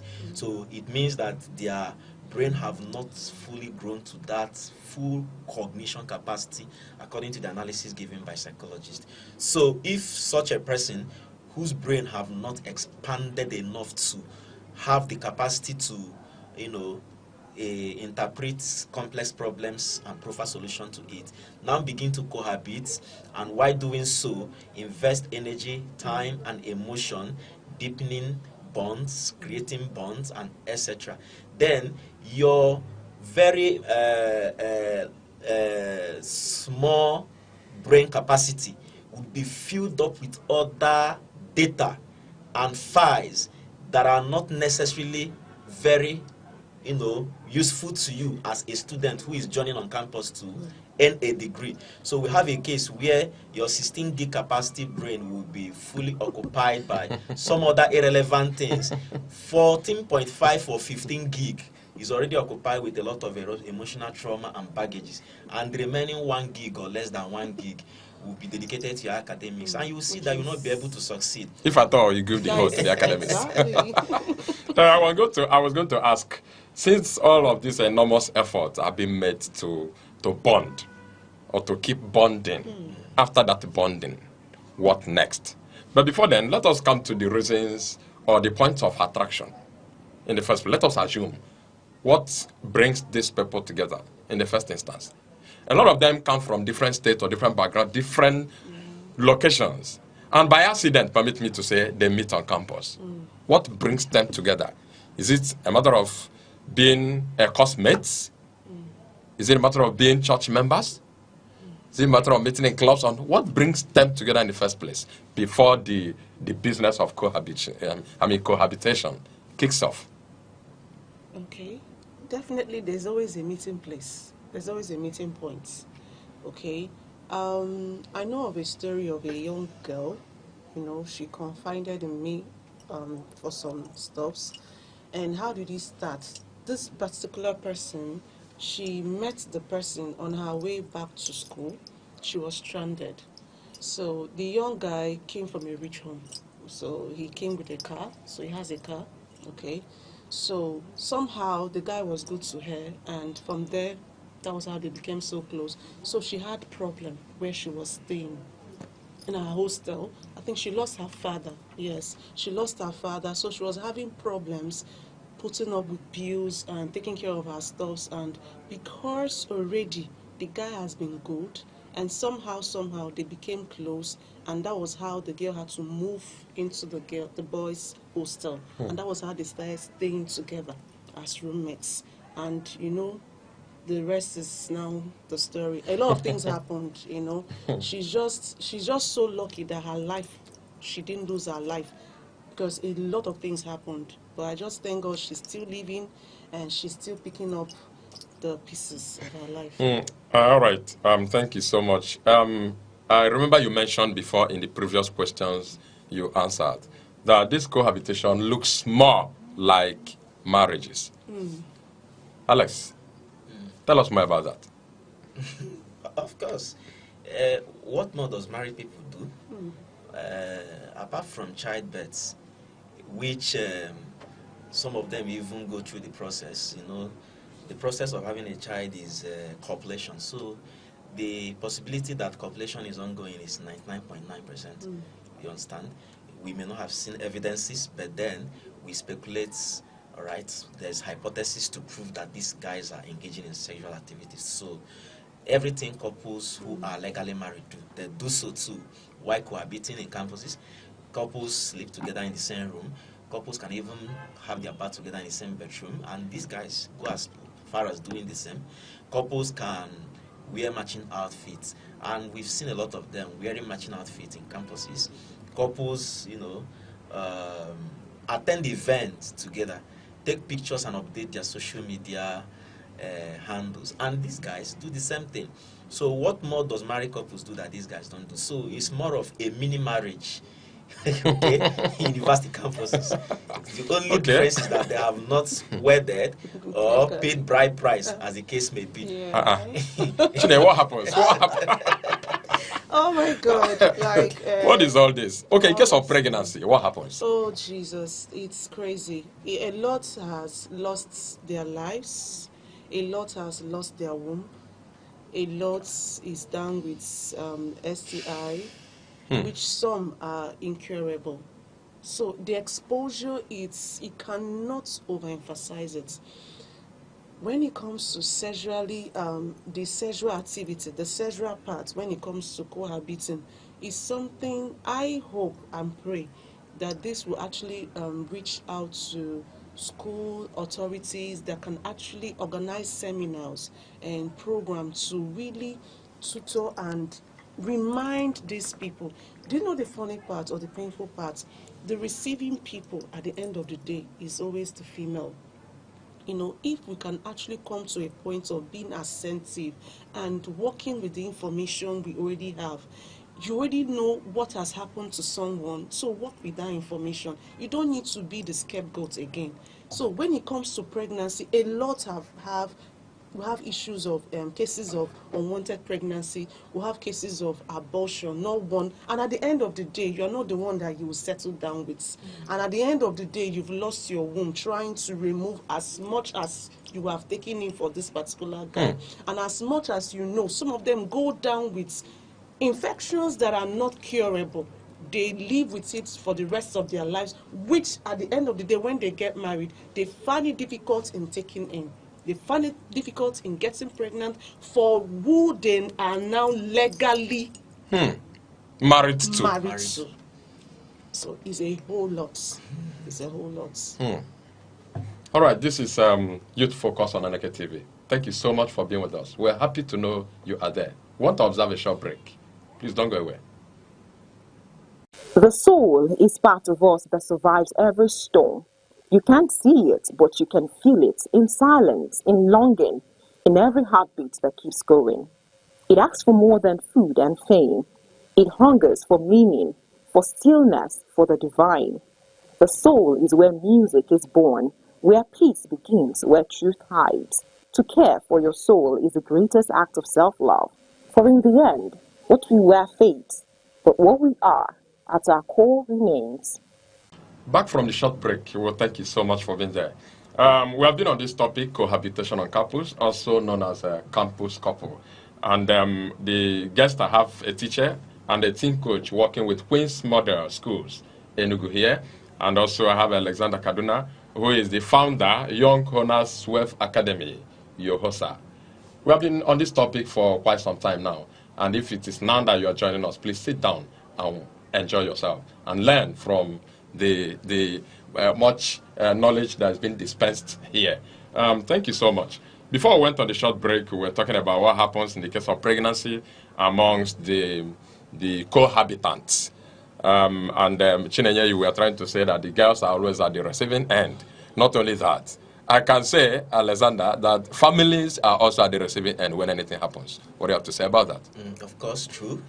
Of course, true, because imagine the investments of financial investments, emotional investment, investment of hopes that are placed on some of those youngsters, which can possibly be dashed when something goes wrong.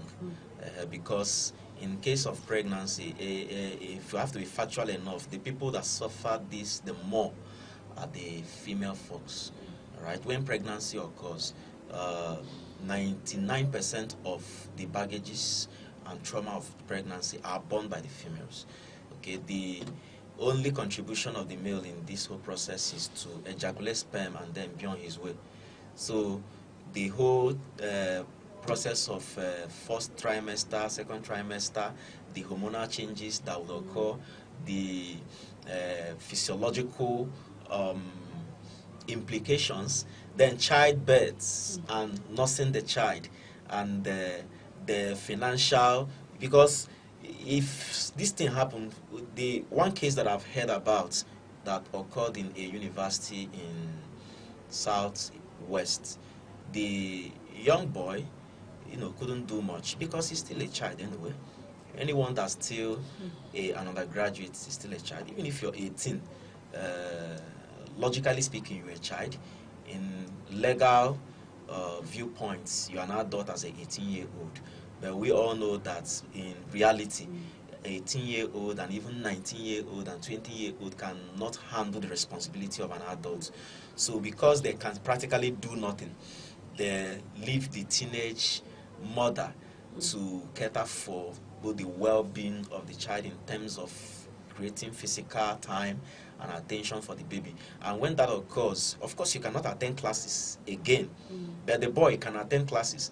So the people who take the most of the fall when anything goes wrong, they are the female folks. Even if pregnancy does not occur, just like she said earlier on, I'm re-echoing what she submitted some minutes ago, the chances or the possibility of anyone losing their reproductive tissues and organs is higher on the side of the female.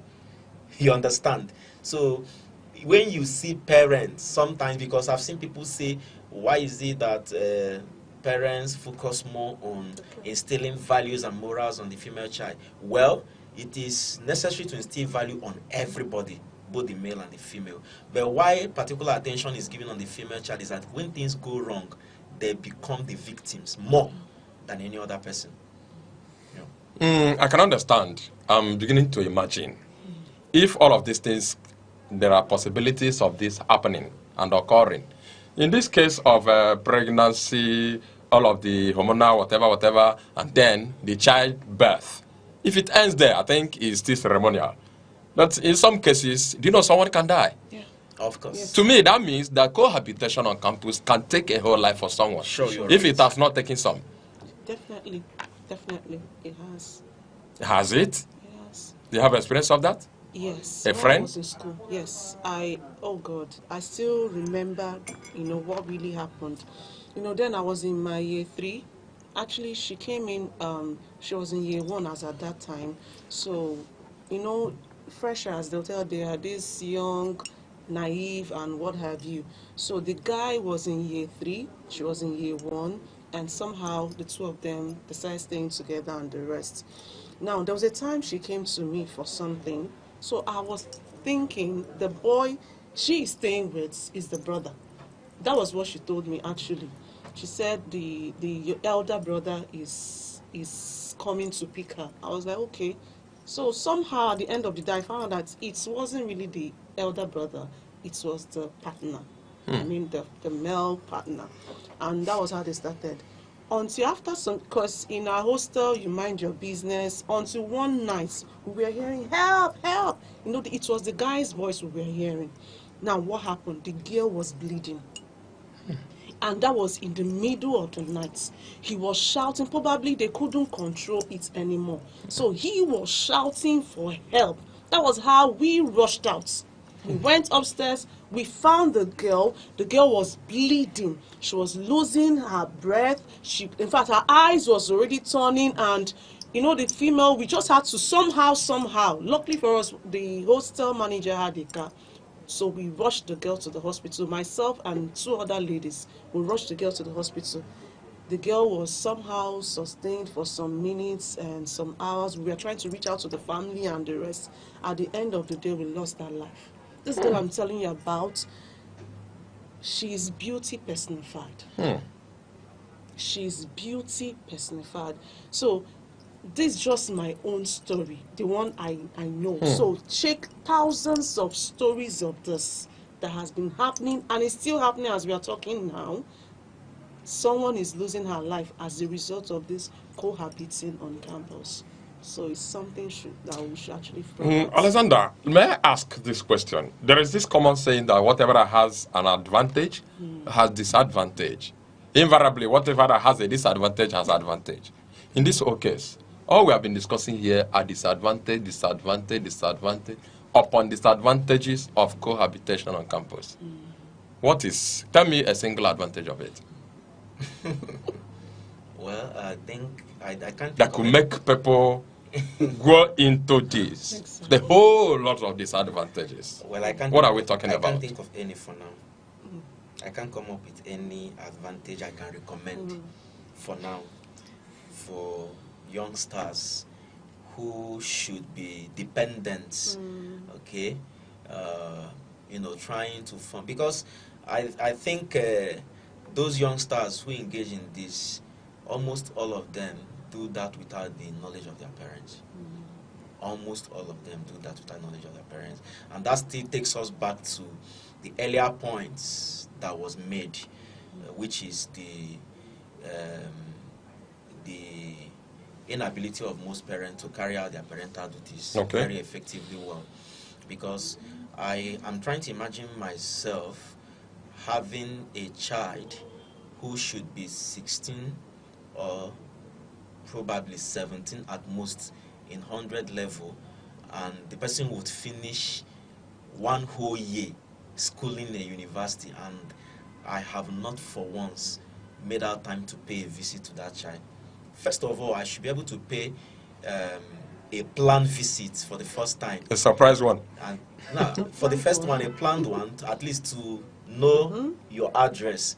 And then from that point onwards, I'll be paying surprise visit to you. Back to back. So the fact that this thing goes on unchecked and continues happening means that parents don't even give a damn about, you know, visiting their children in their hostels or their off-campus lodges in universities.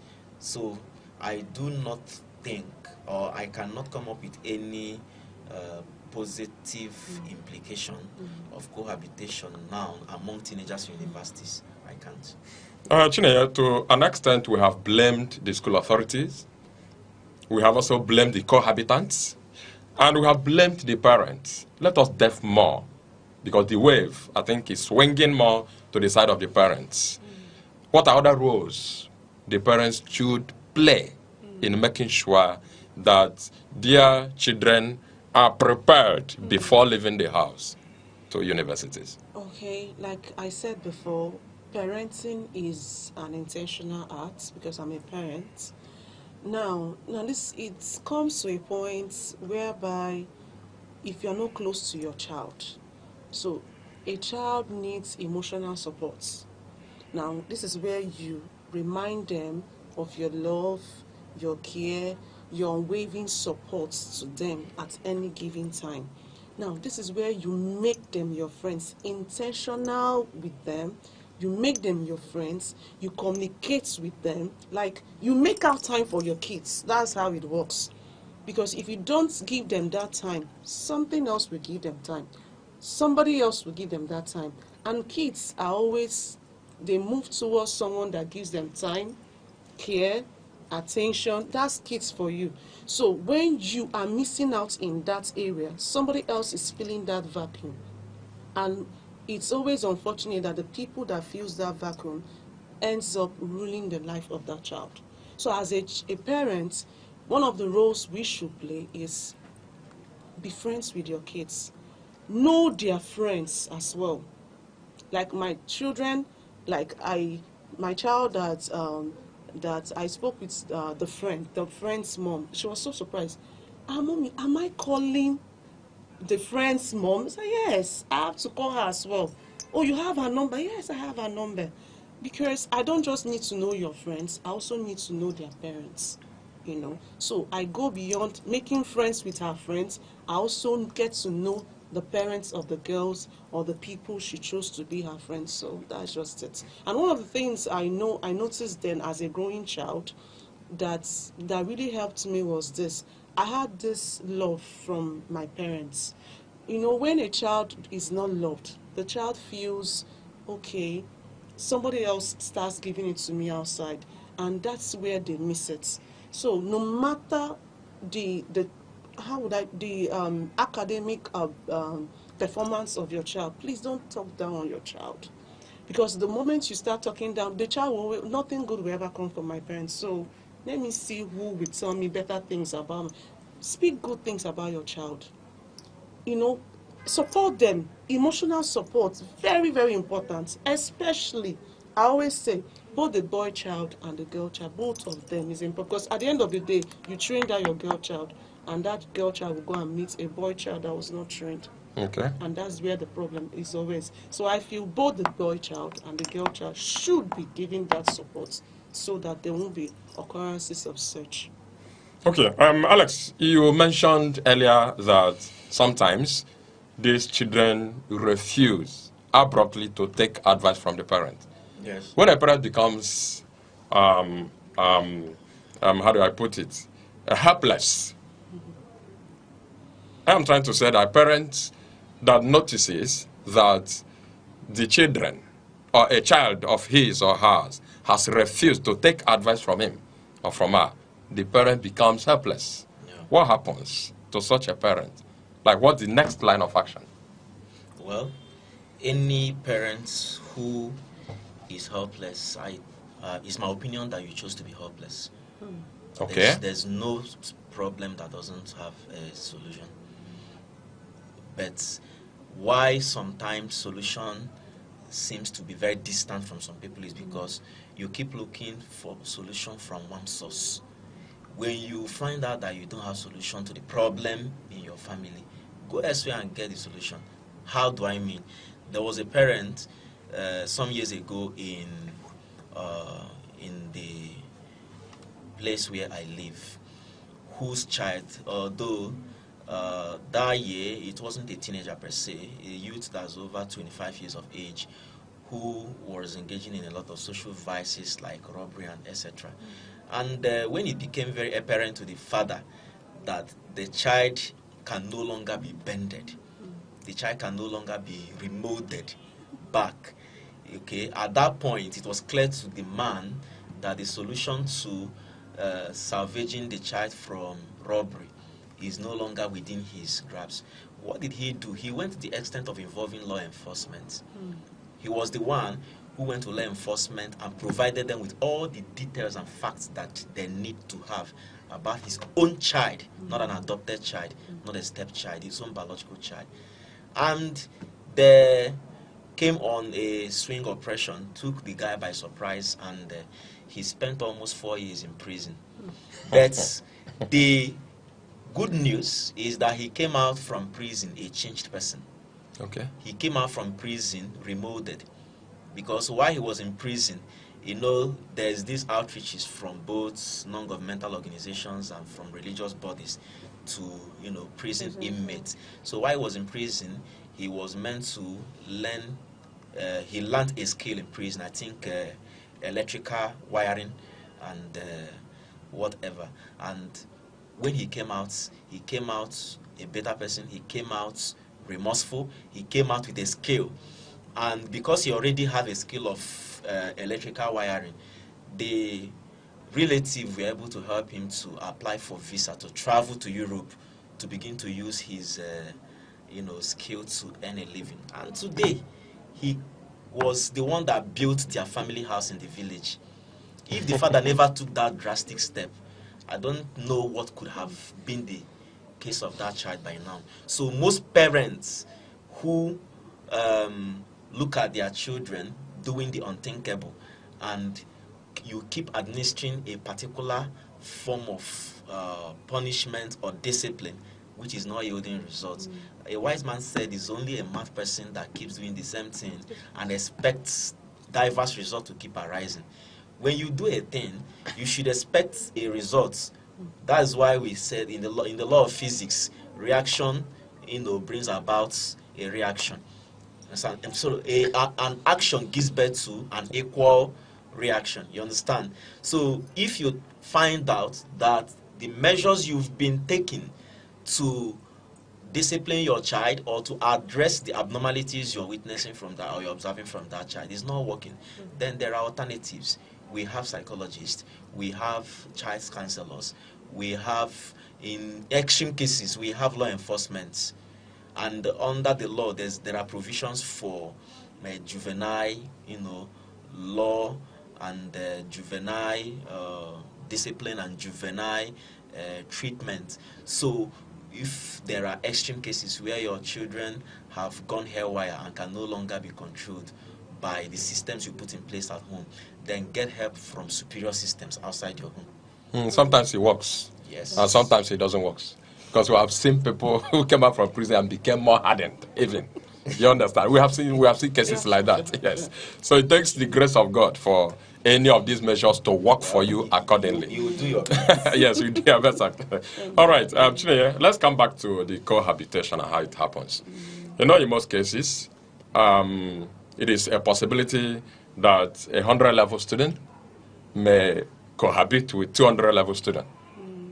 Sometimes a 300-level student may cohabit with 100-level student, as the case. It is a possibility. Now, let's look at what happens at graduation. If one graduates along the line, or if two of them, probably they are the same level, they graduate, what happens? What happens after?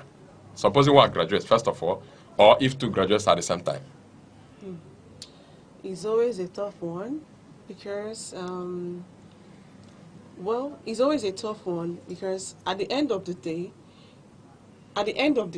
you find out that what they feel will now be tested by the time they see the outer world. You know, while they are still there, there's this infatuation. They believe that, oh, I love this guy, I'm going to die for him, I love this girl. By the time they face the world, the real world, what the world really have, you see that at the end of the day, what they have wasn't real. So either they go their separate ways, and then one is depressed, the other one commits suicide because it didn't really end the way they planned it. So it's always, it doesn't really end that well, I would say, because by the time they are done, because they are doing things inside the house, so they feel the love is too much. So by the time they are done and they face reality, because they're not facing reality now, they're still swimming in the ocean of, love and what have you. So by the time they are done and they face reality, they face challenges, they come out and see what the world looks like. So at the end of the day, it doesn't end as they planned it. It can even trigger depression. It can even trigger suicide. Yeah. But Alex, is it possible that sometimes cohabitation can translate into marriage? It has happened, if I'm being factual. Okay. It has happened. Well, the fact that the wrong process led to a good end does not mean that we should recommend the wrong process. That could be a planless marriage anyway. Oh, God. Okay. At least I've seen one case. All right, I've seen one. Not that I was two. Okay, but no matter there's a popular English saying that the end justify the means.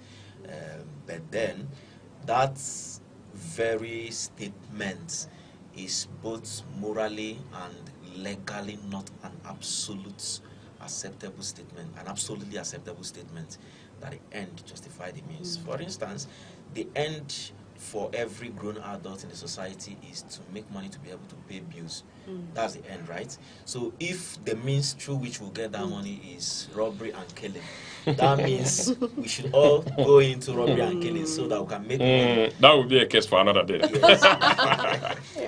All right, Chineye, let me ask you this. What could be the effect of a planless marriage? Supposing marriage happens as a result of, or after cohabitation, marriage happens as a result. It is planless this way. There is a marriage the other way. This is planless, this is marriage. What type of marriage are we talking about? I don't know. The foundation is even faulty because, one, they didn't really start well, okay? They didn't really start well. They started on the wrong footing, okay? And by having that wrong foundation, which can translate to the kind of children, the upbringing, the moral, what will you tell your child? Like, okay, some kids can be so funny. They will tell you, please, daddy, mommy, how did you meet each other? How did your love story? So imagine a child, your child comes to you, asking you this question. Will you be bold enough to say, while I was in school, this, that. You can't be bold to say it. So when such happen, it doesn't really end well based on the kind of foundation you're laying for that marriage and the kind of children that will be coming out and the kind of, what will you be telling them? What will you be telling them? The background and the morals you'll be instilling. How will you be able to say it? How will you tell them, this is how your father and I started our marriage and this is where it ended. So, so it's going to be problem in our society there will be increase of such because they will believe, okay, that's how it is. And by the time they want to indulge in that, it might not really end well. It can take their life. So. All right, Alex, supposing a viewer that listened to this program, that is a cohabitant on campus, wants to quit, what is the possibility? Or what do you have to tell such a partner who, after listening to this program, wants to quit from becoming a partner or a cohabitant on campus? Okay, the advice that we should give the person who is going to make up his or her mind to quit, since it's very difficult to break bonds that have been nurtured for a long time. But it's possible. But it's possible. So the advice we give to such a person is, since it is not easy to break bond, what you can do, if it is a female that wants to make such a decision, as you're making up your mind to quit from cohabiting with your partner, you can share your ideas, share the idea with your female friends, and possibly see one of them who could be willing to also share. Don't forget. Tell me your friend. I will tell you whom you are. Who is that female friend? No, the recommendation I'm giving here is telling a friend who could be willing to start living with you as a co-female. Okay. So that when you detach from that your male partner, you would not feel that void that much. But I think where the problem is the modalities or the approach to quit. Okay. You need to discuss this with a partner. Or do you pack out overnight and leave? Well, yes, of course, sometimes this can lead to violence. Yes, well, yes. What I presume is that most partners who you want to discuss this with, and the decision is not the decision of both of you, may not approve of it. Okay. And because you know the person may not approve of it, make your decision alone and implement your decision alone. Then you run away. Let the person be hearing the news or be getting a report from you after you might. But if that partner runs away, you will run away from the campus. I feel. What of the after effect? Yeah, I feel to add to what he said, in this kind of situation, now when it gets this tough, if I happen to be that lady or the female partner, this is where I should get someone involved. Now this is beyond people that are the same age with me or my classmates or my course-mates. Now this is where I will get someone involved, either from the church or from the school. If it attends any church, either from the church or maybe a lecturer I feel I hold on a very high esteem to actually come in to stand as a mediator between us, okay? Because they're just like you said, some partners can be so violent when they know they are missing out from, now. So they're missing out from the All right. Alex, on a conclusive note, just give a loud shout out to those students on campus who abstain from anything cohabitation. Okay, well, good deeds pay, and there are a lot of good role models out there who you can emulate from, and you shouldn't, as a matter of fact, begin to shift your attention to the ones who model wrongly. Okay, well, these are people I interact with daily. I think a few weeks ago, over 2,000 of them were in my summit, and what I say to them every day is that when you log into the internet, especially social media, there are a lot of models out there. Models in the academic world, in entertainment, in politics, in government, and in industries who you can look up to and emulate a lot of things from. So what I recommend is follow up good role models. Click on their social media handle, subscribe to their YouTube channel, because what you consume will, at the end of the day, form the basis of your values and principles as a person. All right, thank you so much, Alexander Kaduna, the founder, Young Honors Web Academy, your hoster. Thank you so much for coming. And I thank you, teacher, the team coach, working with Queen's Model Schools, Enugu, Ezinne Sharon. Thank you so much for coming. And our viewer, thank you so much for being there. It has been a nice time we shared with you discussing cohabitation on campus and ills that are attached to it. Thank you so much for being with us. Hope you learned a lesson and you make a change. My name is Chukwamaka Obasi. We'll see you again.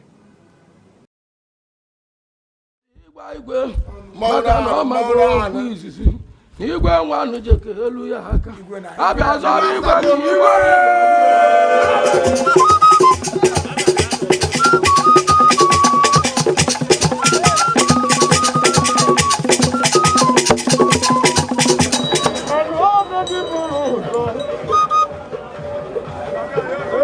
obodo ụlọ kwa ebe nwa ya ji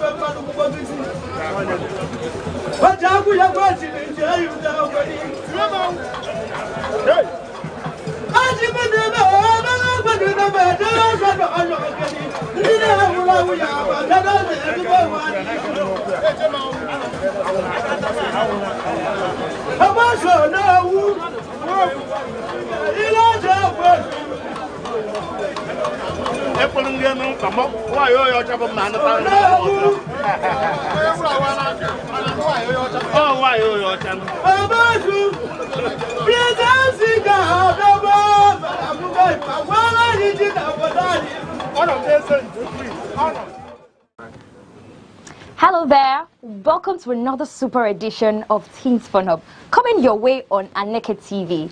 Here at Teens Fun Hub, this is where we keep it real. This is where we talk about those real things that are actually very important to you. Your relationship, your education, religion, everything, your fears, your challenges. This is the table where we dissect everything here. I am Auntie Oni and I will be the host as usual. Now remember to follow us on our social media platforms on Instagram, Facebook, X, YouTube and TikTok, all at Aneke TV. In today's package we have educational and enlightening topics to get you trained for the future. Of course, you're the future of tomorrow. Well, in our in the segment A Chance to Meet, you'll be meeting an accountant that's going to help you to learn how to build financial discipline. Plus the health tips we're always adding to this segment. Stay tuned and don't touch that dial.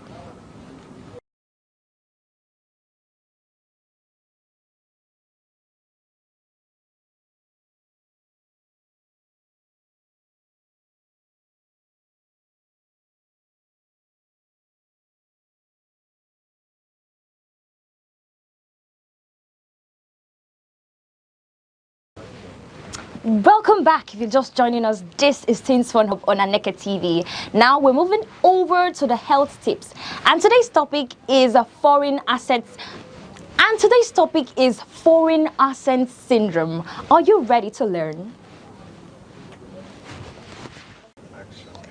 Hi and welcome again to another edition of the health tips segment. So today we'll be discussing about foreign assent syndrome. Yes, I bet you never heard that before. So, foreign assent syndrome is a rare neurospeech disorder in which someone talking in his native language suddenly starts speaking in an accent that sounds foreign, like French, Japanese, or German. This is not a language skill. Yes, it's not a language skill.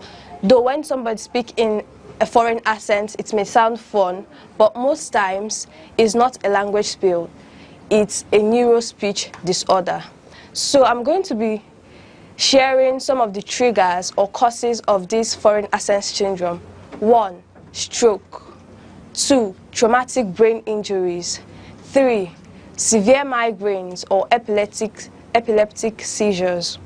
So, disadvantages of this foreign accent syndrome. A lot of times during discussions and the person having this syndrome begins to speak in the foreign accent, it causes awkwardness among peers and makes the person to feel distance from among his peers. So, foreign accent syndrome doesn't have a cure, like a direct cure, unless you can go for surgery on the parts that have been damaged, or most effectively, rehabilitation. Till I come your way next week, I still remain Naza with the health tips. So keep staying healthy because your health is wealth. Bye. That is a very brilliant one by Chinaza. I'm sure you might have thought that speaking in other people's accents is just normal or something. My sister, my brother, is a syndrome, is a disorder we have to work on right now. That is, by the way, moving on to the next segment, we have a chance to meet. Are you ready to meet our guest today? The topic is building financial discipline as a teenager. Do you know how to save? Do you know how to invest? Do you think you are too small for these things? Hold on tight. We're about to take you on another ride. Hello, amazing teenagers. Welcome to A Chance to Meet. In this segment, we connect with inspirational people who took the right decisions during their teen years. They had struggles just like you and I when they were teenagers, but they did not give up. They kept on pushing. They kept on working hard. And today, they're in one or two of those places that they have always dreamt of being in. And in this edition, we'll be talking about something that teenagers love so much, something we want to talk about, something we want to hear about, and something we want to have, and that is money. So today, our topic is building financial discipline as teenagers. So don't go anywhere, relax, sit back, and get ready to be inspired. Joining me today is a woman of impact, an accountant, who is passionate about financial literacy and helping teenagers make wise money decisions. Today I have with me Miss Endurance. It's such a pleasure to have you today on Get to Meet Ma. It's an honor to be here. Thank you. You're welcome. So going straight to the topic, today we are talking about building financial discipline as teenagers. As an accountant, how do you define financial discipline? Okay, financial discipline is like a deliberate effort that you make, an intentional effort you make to make sure that you are disciplined. Not just discipline, you're taking some deliberate actions. You're taking some deliberate actions. Now, these actions takes discipline, it takes commitment, and it takes accountability. Because when we talk about finance, we're talking about accountability. We can't omit that at all. So when you want to be financial literate, financial discipline, you have to be intentional on how you keep your finances, on how you spend your money. How you budget your money is the first, then how you spend it, and how you expense for those accounts that you've spent so far. So that's how we define it. Okay. Talking about this financial discipline, many teenagers feel like it shouldn't be our thing, it's for adults. So why is it important to start now to build financial discipline as a teenager? Okay, it's important to start now, because if you can save 1,000 naira now, if they give you 100,000 later in future, you'll be very, very like the way you manage that money is still the same way you manage that 1,000. Now it's like a process. Like if I give you 1,000 naira and you can give me account on how you spend that 1,000 naira, it shows that if I give you 100,000 or even 1,000,000, you'll be able to account for it. So you have to start now, small saving. If you don't know how to save now, when you become a mother or you become an adult, it will be difficult for you to be able to save. I think most of us can relate to that. So if you start now, when you have better opportunity to have more money, you'll be able to account for it, and you'll be able to save, because saving did not start as an adult. It started as a teenager. Now some of us, they give us money, our mom will say, don't spend it, don't go and buy sweets, put it in your pocket, or there's this saving box. Yeah. They'll give you to save it, put the money inside. After maybe 1 year, when you open it, there's just this fulfillment you have. Like you see that, okay, just 100 naira, 200 naira you save so far, it's amount to 100k, or it's amount to maybe 50k. It might not be too much, but there's just this fulfillment. You feel that this is my money, this is my own saved money. Same as when you become an adult, the little that you are given, 100k is never enough. Right now, things are getting expensive. Expensive, yeah. It's getting more difficult and all. But if I can manage 100,000 right now, it shows that if they give me 1 million at the end of the day, I'll be able to manage it, because money is never enough for anybody. That's why those people that have money, the wealthy people, they are still looking for ways to get more. But the little you have now, you have to be able to account for it, and it starts from somewhere. As a teenager, you are not small. You are not small. If you are able to save now, in years to come, you'll be able to save. When you get to university, you'll be able to save. Then your parents could give you 20,000. It's not even enough for you to pay for your school fees. Sorry, I said school fees. Sorry, it's not enough for you to use to get food stuff or any other thing. But if you're already disciplined from being a kid, you do not spend any single money that you are given, you'll be able to manage that. I think that's what I want to answer to that. Okay, thank you so much, ma. But one thing I noticed among teenagers is that we really struggle with saving. I don't know, but my age, our age, we struggle with saving. So when you were growing up, did you struggle with saving? And if yes, how were you able to handle it? Okay, I will say when I was in uni, I struggled with saving. Now, I felt like the money I was given was not enough. I was someone that they give me pocket money of 20,000. And that 20,000, that's where I will pay for textbook. I'll use it to get food stuff and any other thing. So I felt like I cannot save. But later on, I think my 400 level, I found out that there are some people that they give less pocket money than I, 10k. But these people still gather some money to enroll in some skill, not just skill alone. They use it to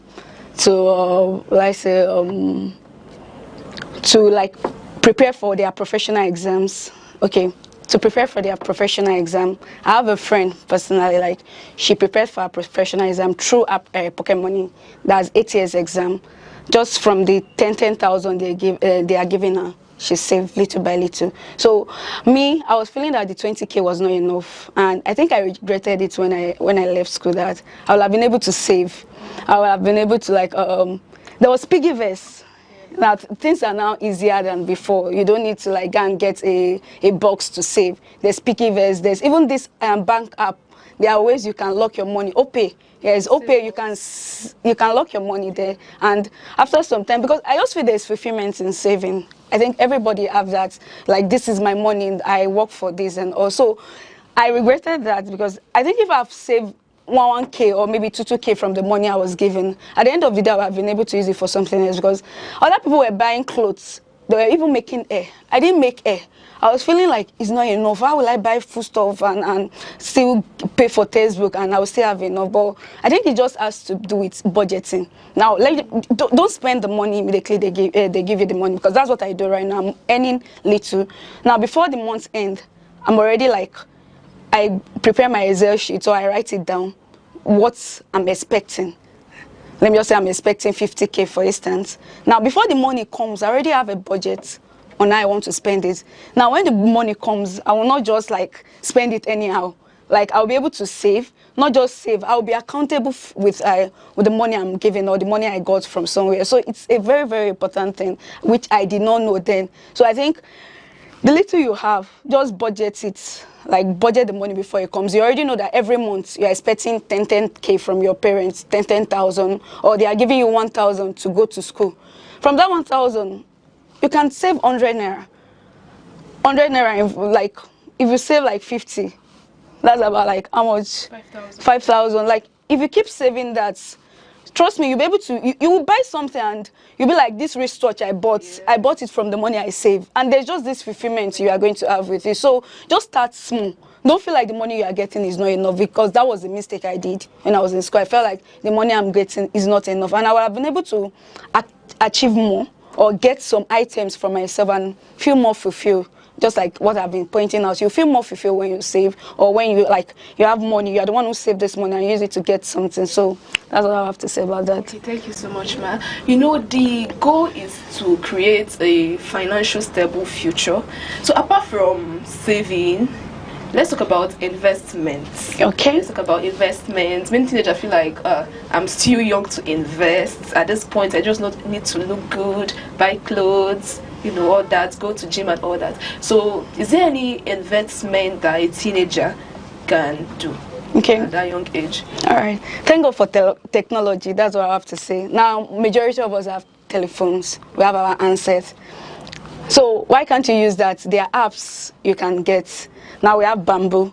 We have Afro Invest or something like that. You can search on your Google Play Store or any Play Store you have. Investing apps, you are going to see them. There's no age limits. Now, I started recently, so now this is not like, it's even with adults. Nobody has gotten a figure out yet, but we are growing. Just as how you are listening to this television, I was also going through like I think social media, and I found out that I can save, I can invest. I can invest. Now you can invest on dollars too, like on dollars and stock markets.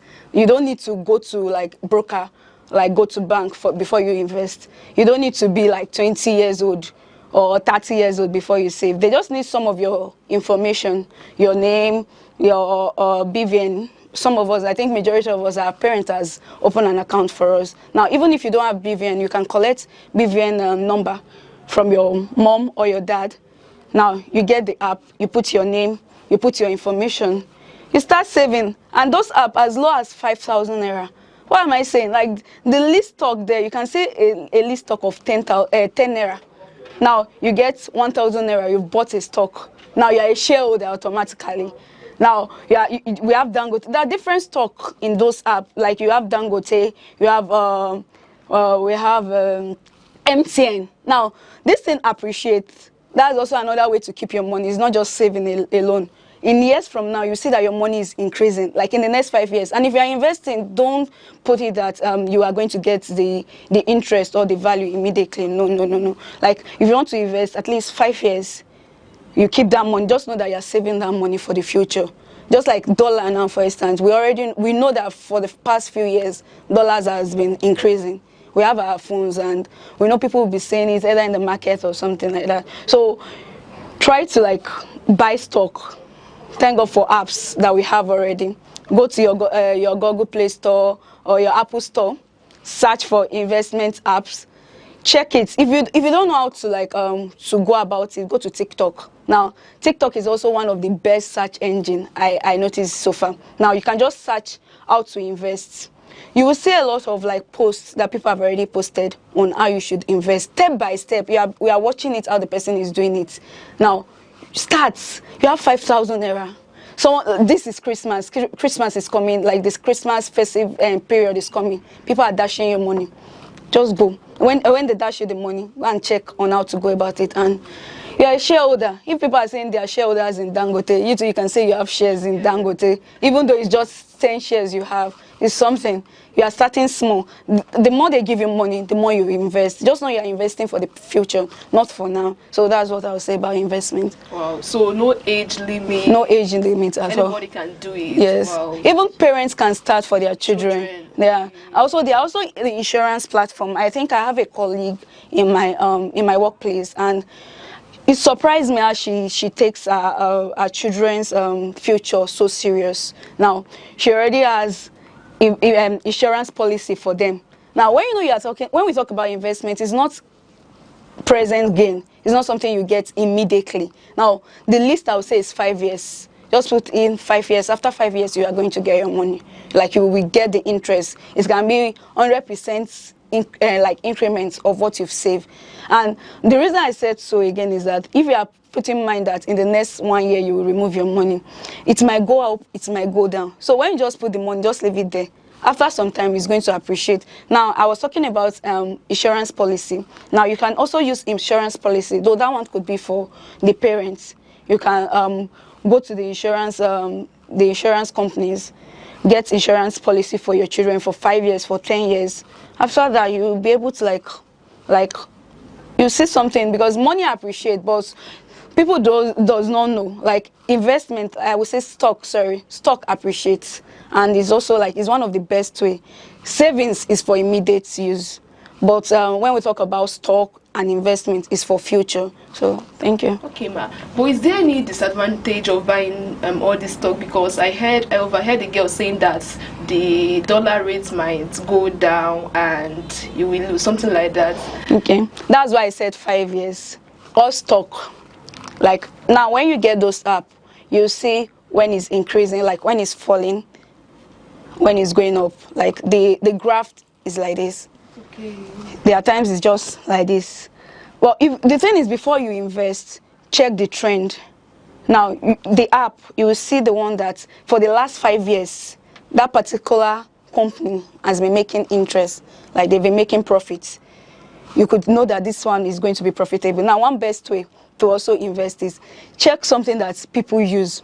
Now, internet is something that majority of us cannot stop using. That cannot fall. MTN, even if MTN fall, you will still get your profits. Now, there's also something called dividend. Every company share their dividend at the end of the year. They're just once in a year, but there are some companies that is twice in a year. Now, check those trends before you invest too. Check how how the stock goes up, how it goes down. Not just that alone. Also check the dividend, the percentage they give their shareholders. How is it like? Is it once in a year? Is it twice in a year? Also, check how durable is the commodity you are investing in. Now, something like our foodstuff is something that everybody still buys. Dangote, everybody are building houses in a year. So no matter how the stock fall, you still get your own gain. It might fall, but the percentage it will fall, it will not be too drastic. Now, when we talk about what are they calling it, the dollar stock now, for instance, check the trend too.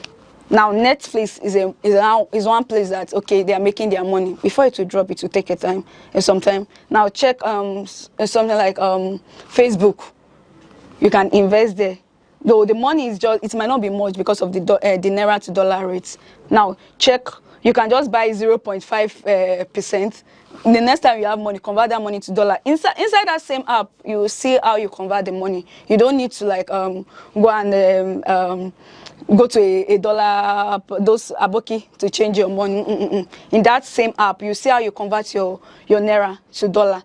Now, when you are investing, check those markets that it cannot fall anytime soon. Who will stop using Facebook? Who will stop using TikTok? Now, these things are open for us to invest in. Now, I'm not saying that you should save your money in dollar, because we are still hoping that hopefully naira will have value. But even if it doesn't, we have our stock. Stock, you have advantage. You will get your dividend, which is like if that dividend is what you get, then your stock, the reason that the stock falls and come down is if it appreciates or if it depreciates. But either ways, they still have to share dividend.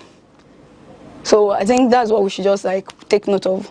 Okay, ma. Thank you so much, ma. Okay. So the next question is, what are the common money mistakes teenagers make?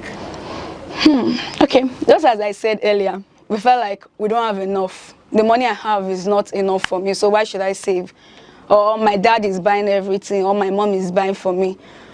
Start small.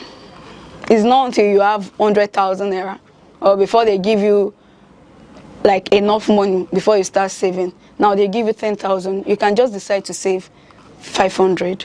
It's something, because that 500, if you are saving 500 for like every month, at the end of the year, it might not be too big, but it's still something. So just start small.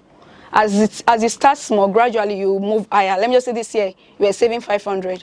Next year you move higher, like you'll be more challenged. There's just this ginger that will be in your body. Next year you move to 1,000. Next 2 years you might just say 5K. Just start small. So the mistake some teenagers are making is, oh, I don't have enough money. How am I supposed to start with this little that I'm given? Some, they don't know the means.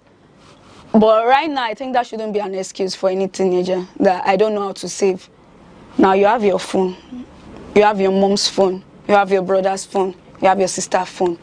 The time you are using to check TikTok, you are using to check Facebook, just go to the search engine then. How should I save? How can I? You can be specific in your question as a teenager. How can I save? Or I'm 15 years old.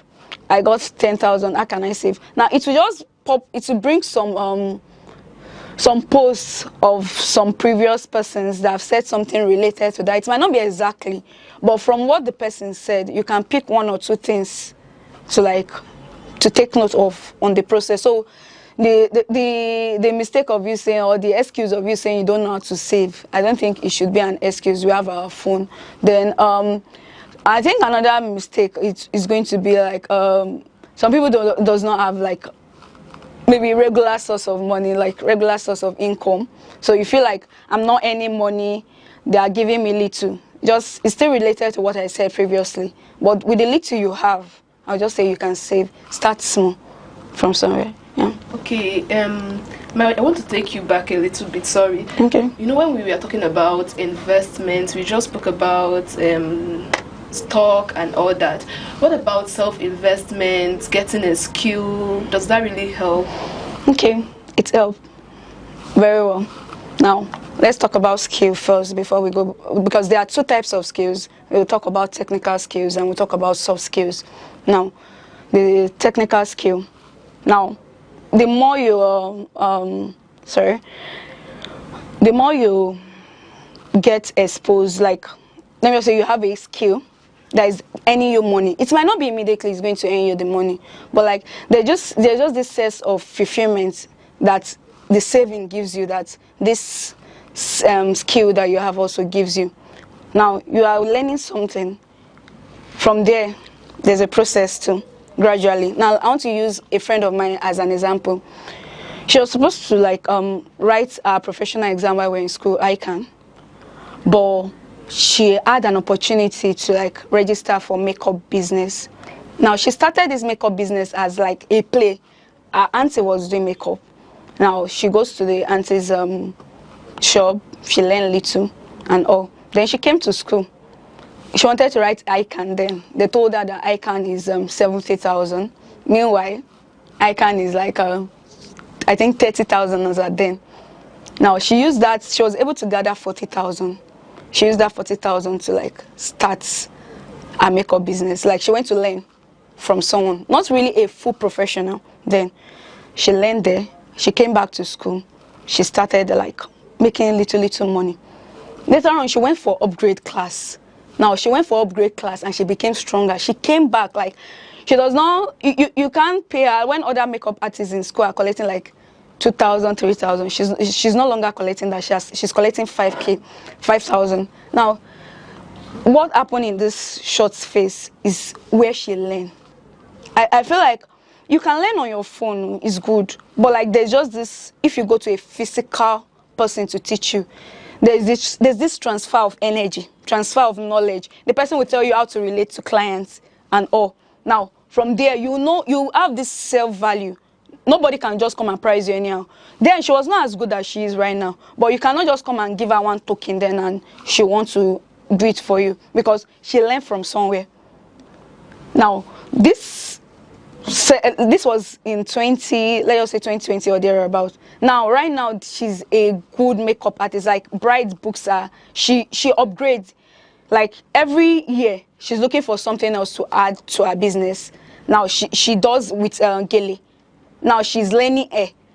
You move, like, process. You see the step. Small, small, small. During those periods, she did not have equipment.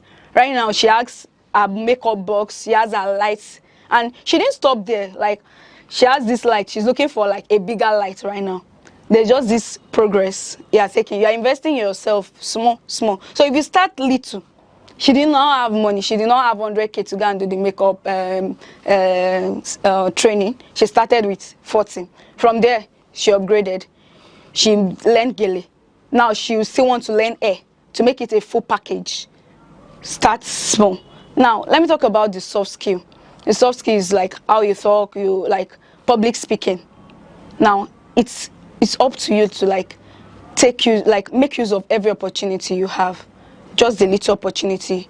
Now, you are in your class. They say, who will present? Who will do debate for us? You are shy. Everybody is one shy. Me sitting here, I used to have stage fright. When I have stage fright, like, I'll be shaking. Like, my voice is shaking. Though then I will still deliver what I want to say. Like, but throughout, you know that my voice is shaking. Start. The small opportunity comes up. Who wants to volunteer? And to volunteer. You're not even sure of what you want to say, but you want to volunteer. That's a challenge for you. Like, you are improving yourself. You gotta make research. You get on when your siblings are playing. You are, mommy, borrow me your phone. I want to check something. You are watching someone speaking. You are learning. You are taking note of how the person, like, they are telling you your composure, this and that, or how to write. You are learning, like, the step by step. So, take that opportunity. Make use of any little opportunity you have. And that thing is programs. Now, when you have, like, opportunity to, like, go for programs, go. You can meet people there, people that will, like, encourage you. It's not every program that maybe it's because they are sharing money. That's why you went there. There are some that it's not the money you get now that matters. The money, like, you will make in future. Maybe you just get some little tips from that program. You go, your mindset is not the same again. You are not thinking of, so I can make 100 million. Okay. You start, your dream will change. Like, when you are sleeping, you are not thinking of one boyfriend or one of your fine classmates again. You are thinking of how you can make that money. Like, because where you went to, like, they change your thinking. Like, the programs now, just like you listening to this program, like you are watching this program, you are hearing some things. I'm very sure after this program, you will start taking some little step. That is your process of growing. You can't say that you are staying somewhere and you want to grow. You are not making any impact, you are not making any efforts, and you want to make money. You want to be rich. How is that possible? So the little efforts you make right now, intentional effort, just as I said in my little introduction, that you have to be intentional, both in your financial, in your personal life, anyone, be intentional about anything you want to do, in your skills, your even family life, the way you relate with your brothers. The days you want to play, you play. The days you want to be angry, you be angry. But you are intentional about everything you are doing. So I will stop there. Thank you, ma. Talking about the technical skill, I think one of the reasons why some teenagers don't take any step in getting a skill is because of fear. They are afraid of failing. If I start this thing, I might not learn it. Even businesses, some teenagers, they don't go into businesses because they feel like if I start this, it's not going to work. So what should be our confidence? What should push us? Why should we try it at all? Okay, I'll say my mentor, Mrs. Aneke Okebu, she said something, do it scared. Do it scared. Like, you are not sure of how the outcome will come up. You don't know how it's going to happen, but just do it scared. I told you how they are telling you to volunteer. Do it scared. You don't know how the business will turn up. Nobody knows. People that are making it right now, if you ask them How is the future going to be in the next 5 years? They don't know. Just gather that experience. Like, I've done a lot of things too. Like, I've been a sales rep. Now, I'm not a sales rep right now, but like, I gained some knowledge there. Now, I learned Excel without a system. I borrowed someone's system to practice. Now, I watch video. When I went for my interview, the second work, like the work I got, like the internship I got after school, in the interview, I told them that I need a platform to develop what I've learned. Just keep learning. You don't even know where it's going to like help you in future. Now, I also learned something then that I felt it was waste of money, but I think it's not still waste of money because I got the knowledge. Though I didn't practice and I did not use it to make money. It was Kindle ebook. Now, how to write books, then you sell it in dollars. Now, I didn't use this thing to make money, but I watched the course, like I learned from the beginning to the end. But when I wanted to do my project, I used the knowledge I got from that learning of that Kindle ebook, I mean. So just start. You don't even know where the knowledge will help you. It might not be like for now, but it's part of your building. You don't know if you will be good at it or if you'll not be good at it. It's okay to fail. When you fail, you come back again. If you feel like it's not your way, like it's not your area of specialization, look for another one again.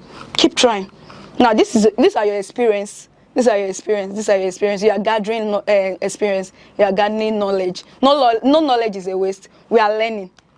We are learning every day. So you're trying to say, I want to learn Python. I want to learn Excel. I want to learn any technical skill, and you don't even know if it's for you. You want to do business. People fail in their business. People make loss, but when they keep trying, at the end of the day, they'll just see that the profit is going. Just like those people I told you in what are they calling it? In those stock, you see, it goes like this. It's 4. It goes like this. It's 4. That's how business is. How you start your business. It starts like this. You are not making any profit. It's just your capital. Later on, it goes up. It falls again. It goes up. It falls again. So don't give up.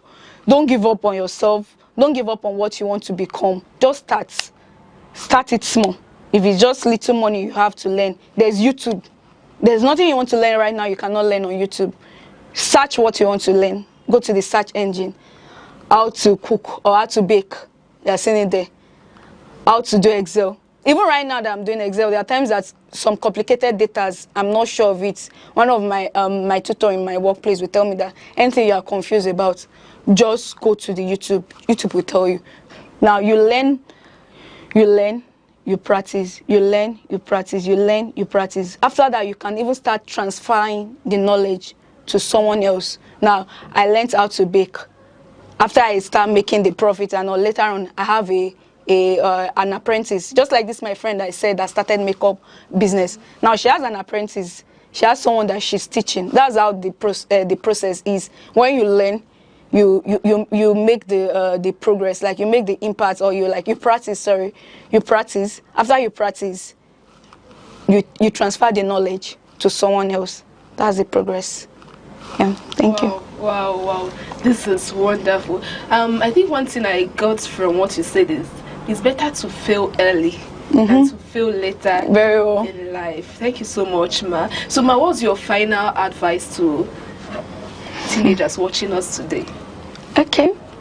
I said, do it scared, like my mentor said. Do it afraid. Start small. You'll make it. It's a progress. You are still going to make it. You will be scared right now, but you'll look back few years from now, you'll be happy. So just start now, so that in future they will not ask you what were you doing when you were small. That's painful, kind of. Very painful. So use this period to learn. Do it little, do it scared, do it afraid. Keep making that progress. Don't stop learning. Don't stop making impact. Don't stop dreaming. Look up to people that can motivate you. We have church members or church mentor. Look for a mentor too that could guide you on how to save. Your parents too are there to guide you. Mommy, I don't know how to do this, so I want to save. I will spend the money. So look for someone that can direct you too in that part, and also just make that little baby step. That baby step, when you look back, you say, so this is the little thing I did that brought me here. So it was 15 naira I started saving with. It was 100 naira I started saving with. And now I'm saving 500,000. Now I'm saving 50,000. So just start that little one. It might be so insignificant. It might look as if it does not make sense. Like it might look like you are not making progress. Just start. In future, you will look back and you'll be so proud of yourself. So thank you very much. Thank you so much, Ma. Thank you so much. This is so wonderful. This is so wonderful, and also it's very practical. So thank you, Ma. Thank you, teenagers watching out there. I am Kali, your host on Get to Meet. See you next time. Bye. Bye. I am so enlightened, and I know you are too. Your 10 naira, your 20 naira, it is going to build your house one day, but you have to learn how to be very disciplined. You have to learn how to invest. You are not too young for that. You can start now, and you can start little. Moving on to the next segment is our Achalugo and Odogu segment. I never knew that our Odogu is now turning to Odiego. Follow me, let me show you. Odogu. Odogu, I've come for the money. The money for the bag you collected last week. Odogu. Odogu, are you not the one I'm talking to? Are you not the one I'm talking to? What is this one now? Somebody will be thinking something that is important. Another. What is this? Because I'm here for my money, I beg. Which money? The bag you collected now is almost 2 months now. Which bag? I'm not seeing anything. Which bag? Do I used to wear female bag? Or same bag? Which bag? You said you wanted bag for your Achalugo or whatever you call her. Please. I'm telling you, wait, calm down first. If you now, that is a girl now, and you have boyfriend, will you follow another man and go eat catfish? It depends. Okay, it depends. It's now getting clear, but I will not lose that my Achalugo. I will not lose her. I'll go and work and I'll carry the money. You see, you are now coming here to collect money for bag that is not me, and she's going to eat catfish. What I'm telling you now is that you start come and be going. Don't come and disturb me about this bag again. What's good to a bag or waiting? This one I'm Somebody's talking about something that is. Nets here. Leave this one first. This cats that I brought. I want to use the net and go and catfish. I want to catch fish. Catch fish? Do you know that river that Peter caught fish that time? Peter in the Bible you want to catch fish. Yes, and then add it to the cart so that it will be catfish, so that my Achalugo will not eat that man own. You understand now? Mercy. So you don't even know that catfish is just a fish. Is this thing not cat? Hell! And I want to go and wait first. Is your husband at home? Let him carry me today. My money. Which money again? I'm talking about catfish that I want to give my Achalugo. The money for the bag that you collected, please. If you talk about that bag again now, me and you have problem. I'm talking about catfish that I'll give my Achalugo so that she will not leave me. And you are talking something. If she finish that, wait. If it's you now, that is me now. If that your girlfriend now, go and finish eating that catfish and follow that man and go, what will I do? No, my Achalugo will not follow that man. Be going first. Let me go and find fish first. I'm not saying about to bag. Which bag? I knew there was something wrong with this Odogu. I just knew it. How can a whole Odogu be owing somebody? Shebi, we're reasoning this matter says, this is not Odogu. This is all Diego. I'm sure you enjoyed yourself today because I really did enjoy myself. I learned how to actually help my life financially, because you see, this finance thing is very important. If you take and play, go take you play. Anybody where ignore signs go do what? Go see wonders in the future. So I want you to keep a date with us here on Teens Fun Hub at Aneke TV. We'll always be here for you, and we'll love for you to actually come and always join us. Let's have fun, let's interact, let's keep you entertained. Remember to follow us on our social media handles, on TikTok, on YouTube, on Facebook, on Instagram, on X, all at Aneke TV. And I remain your host, Auntie Ongi. Bye.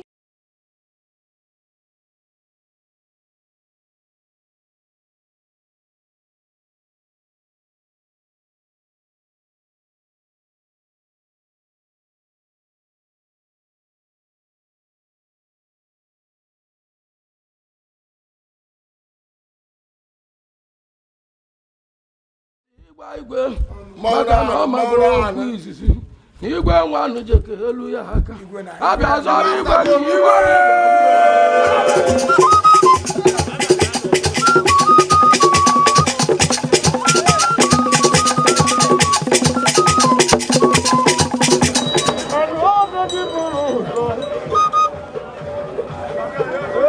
obodo ọlọkwa ebe nwa ya ji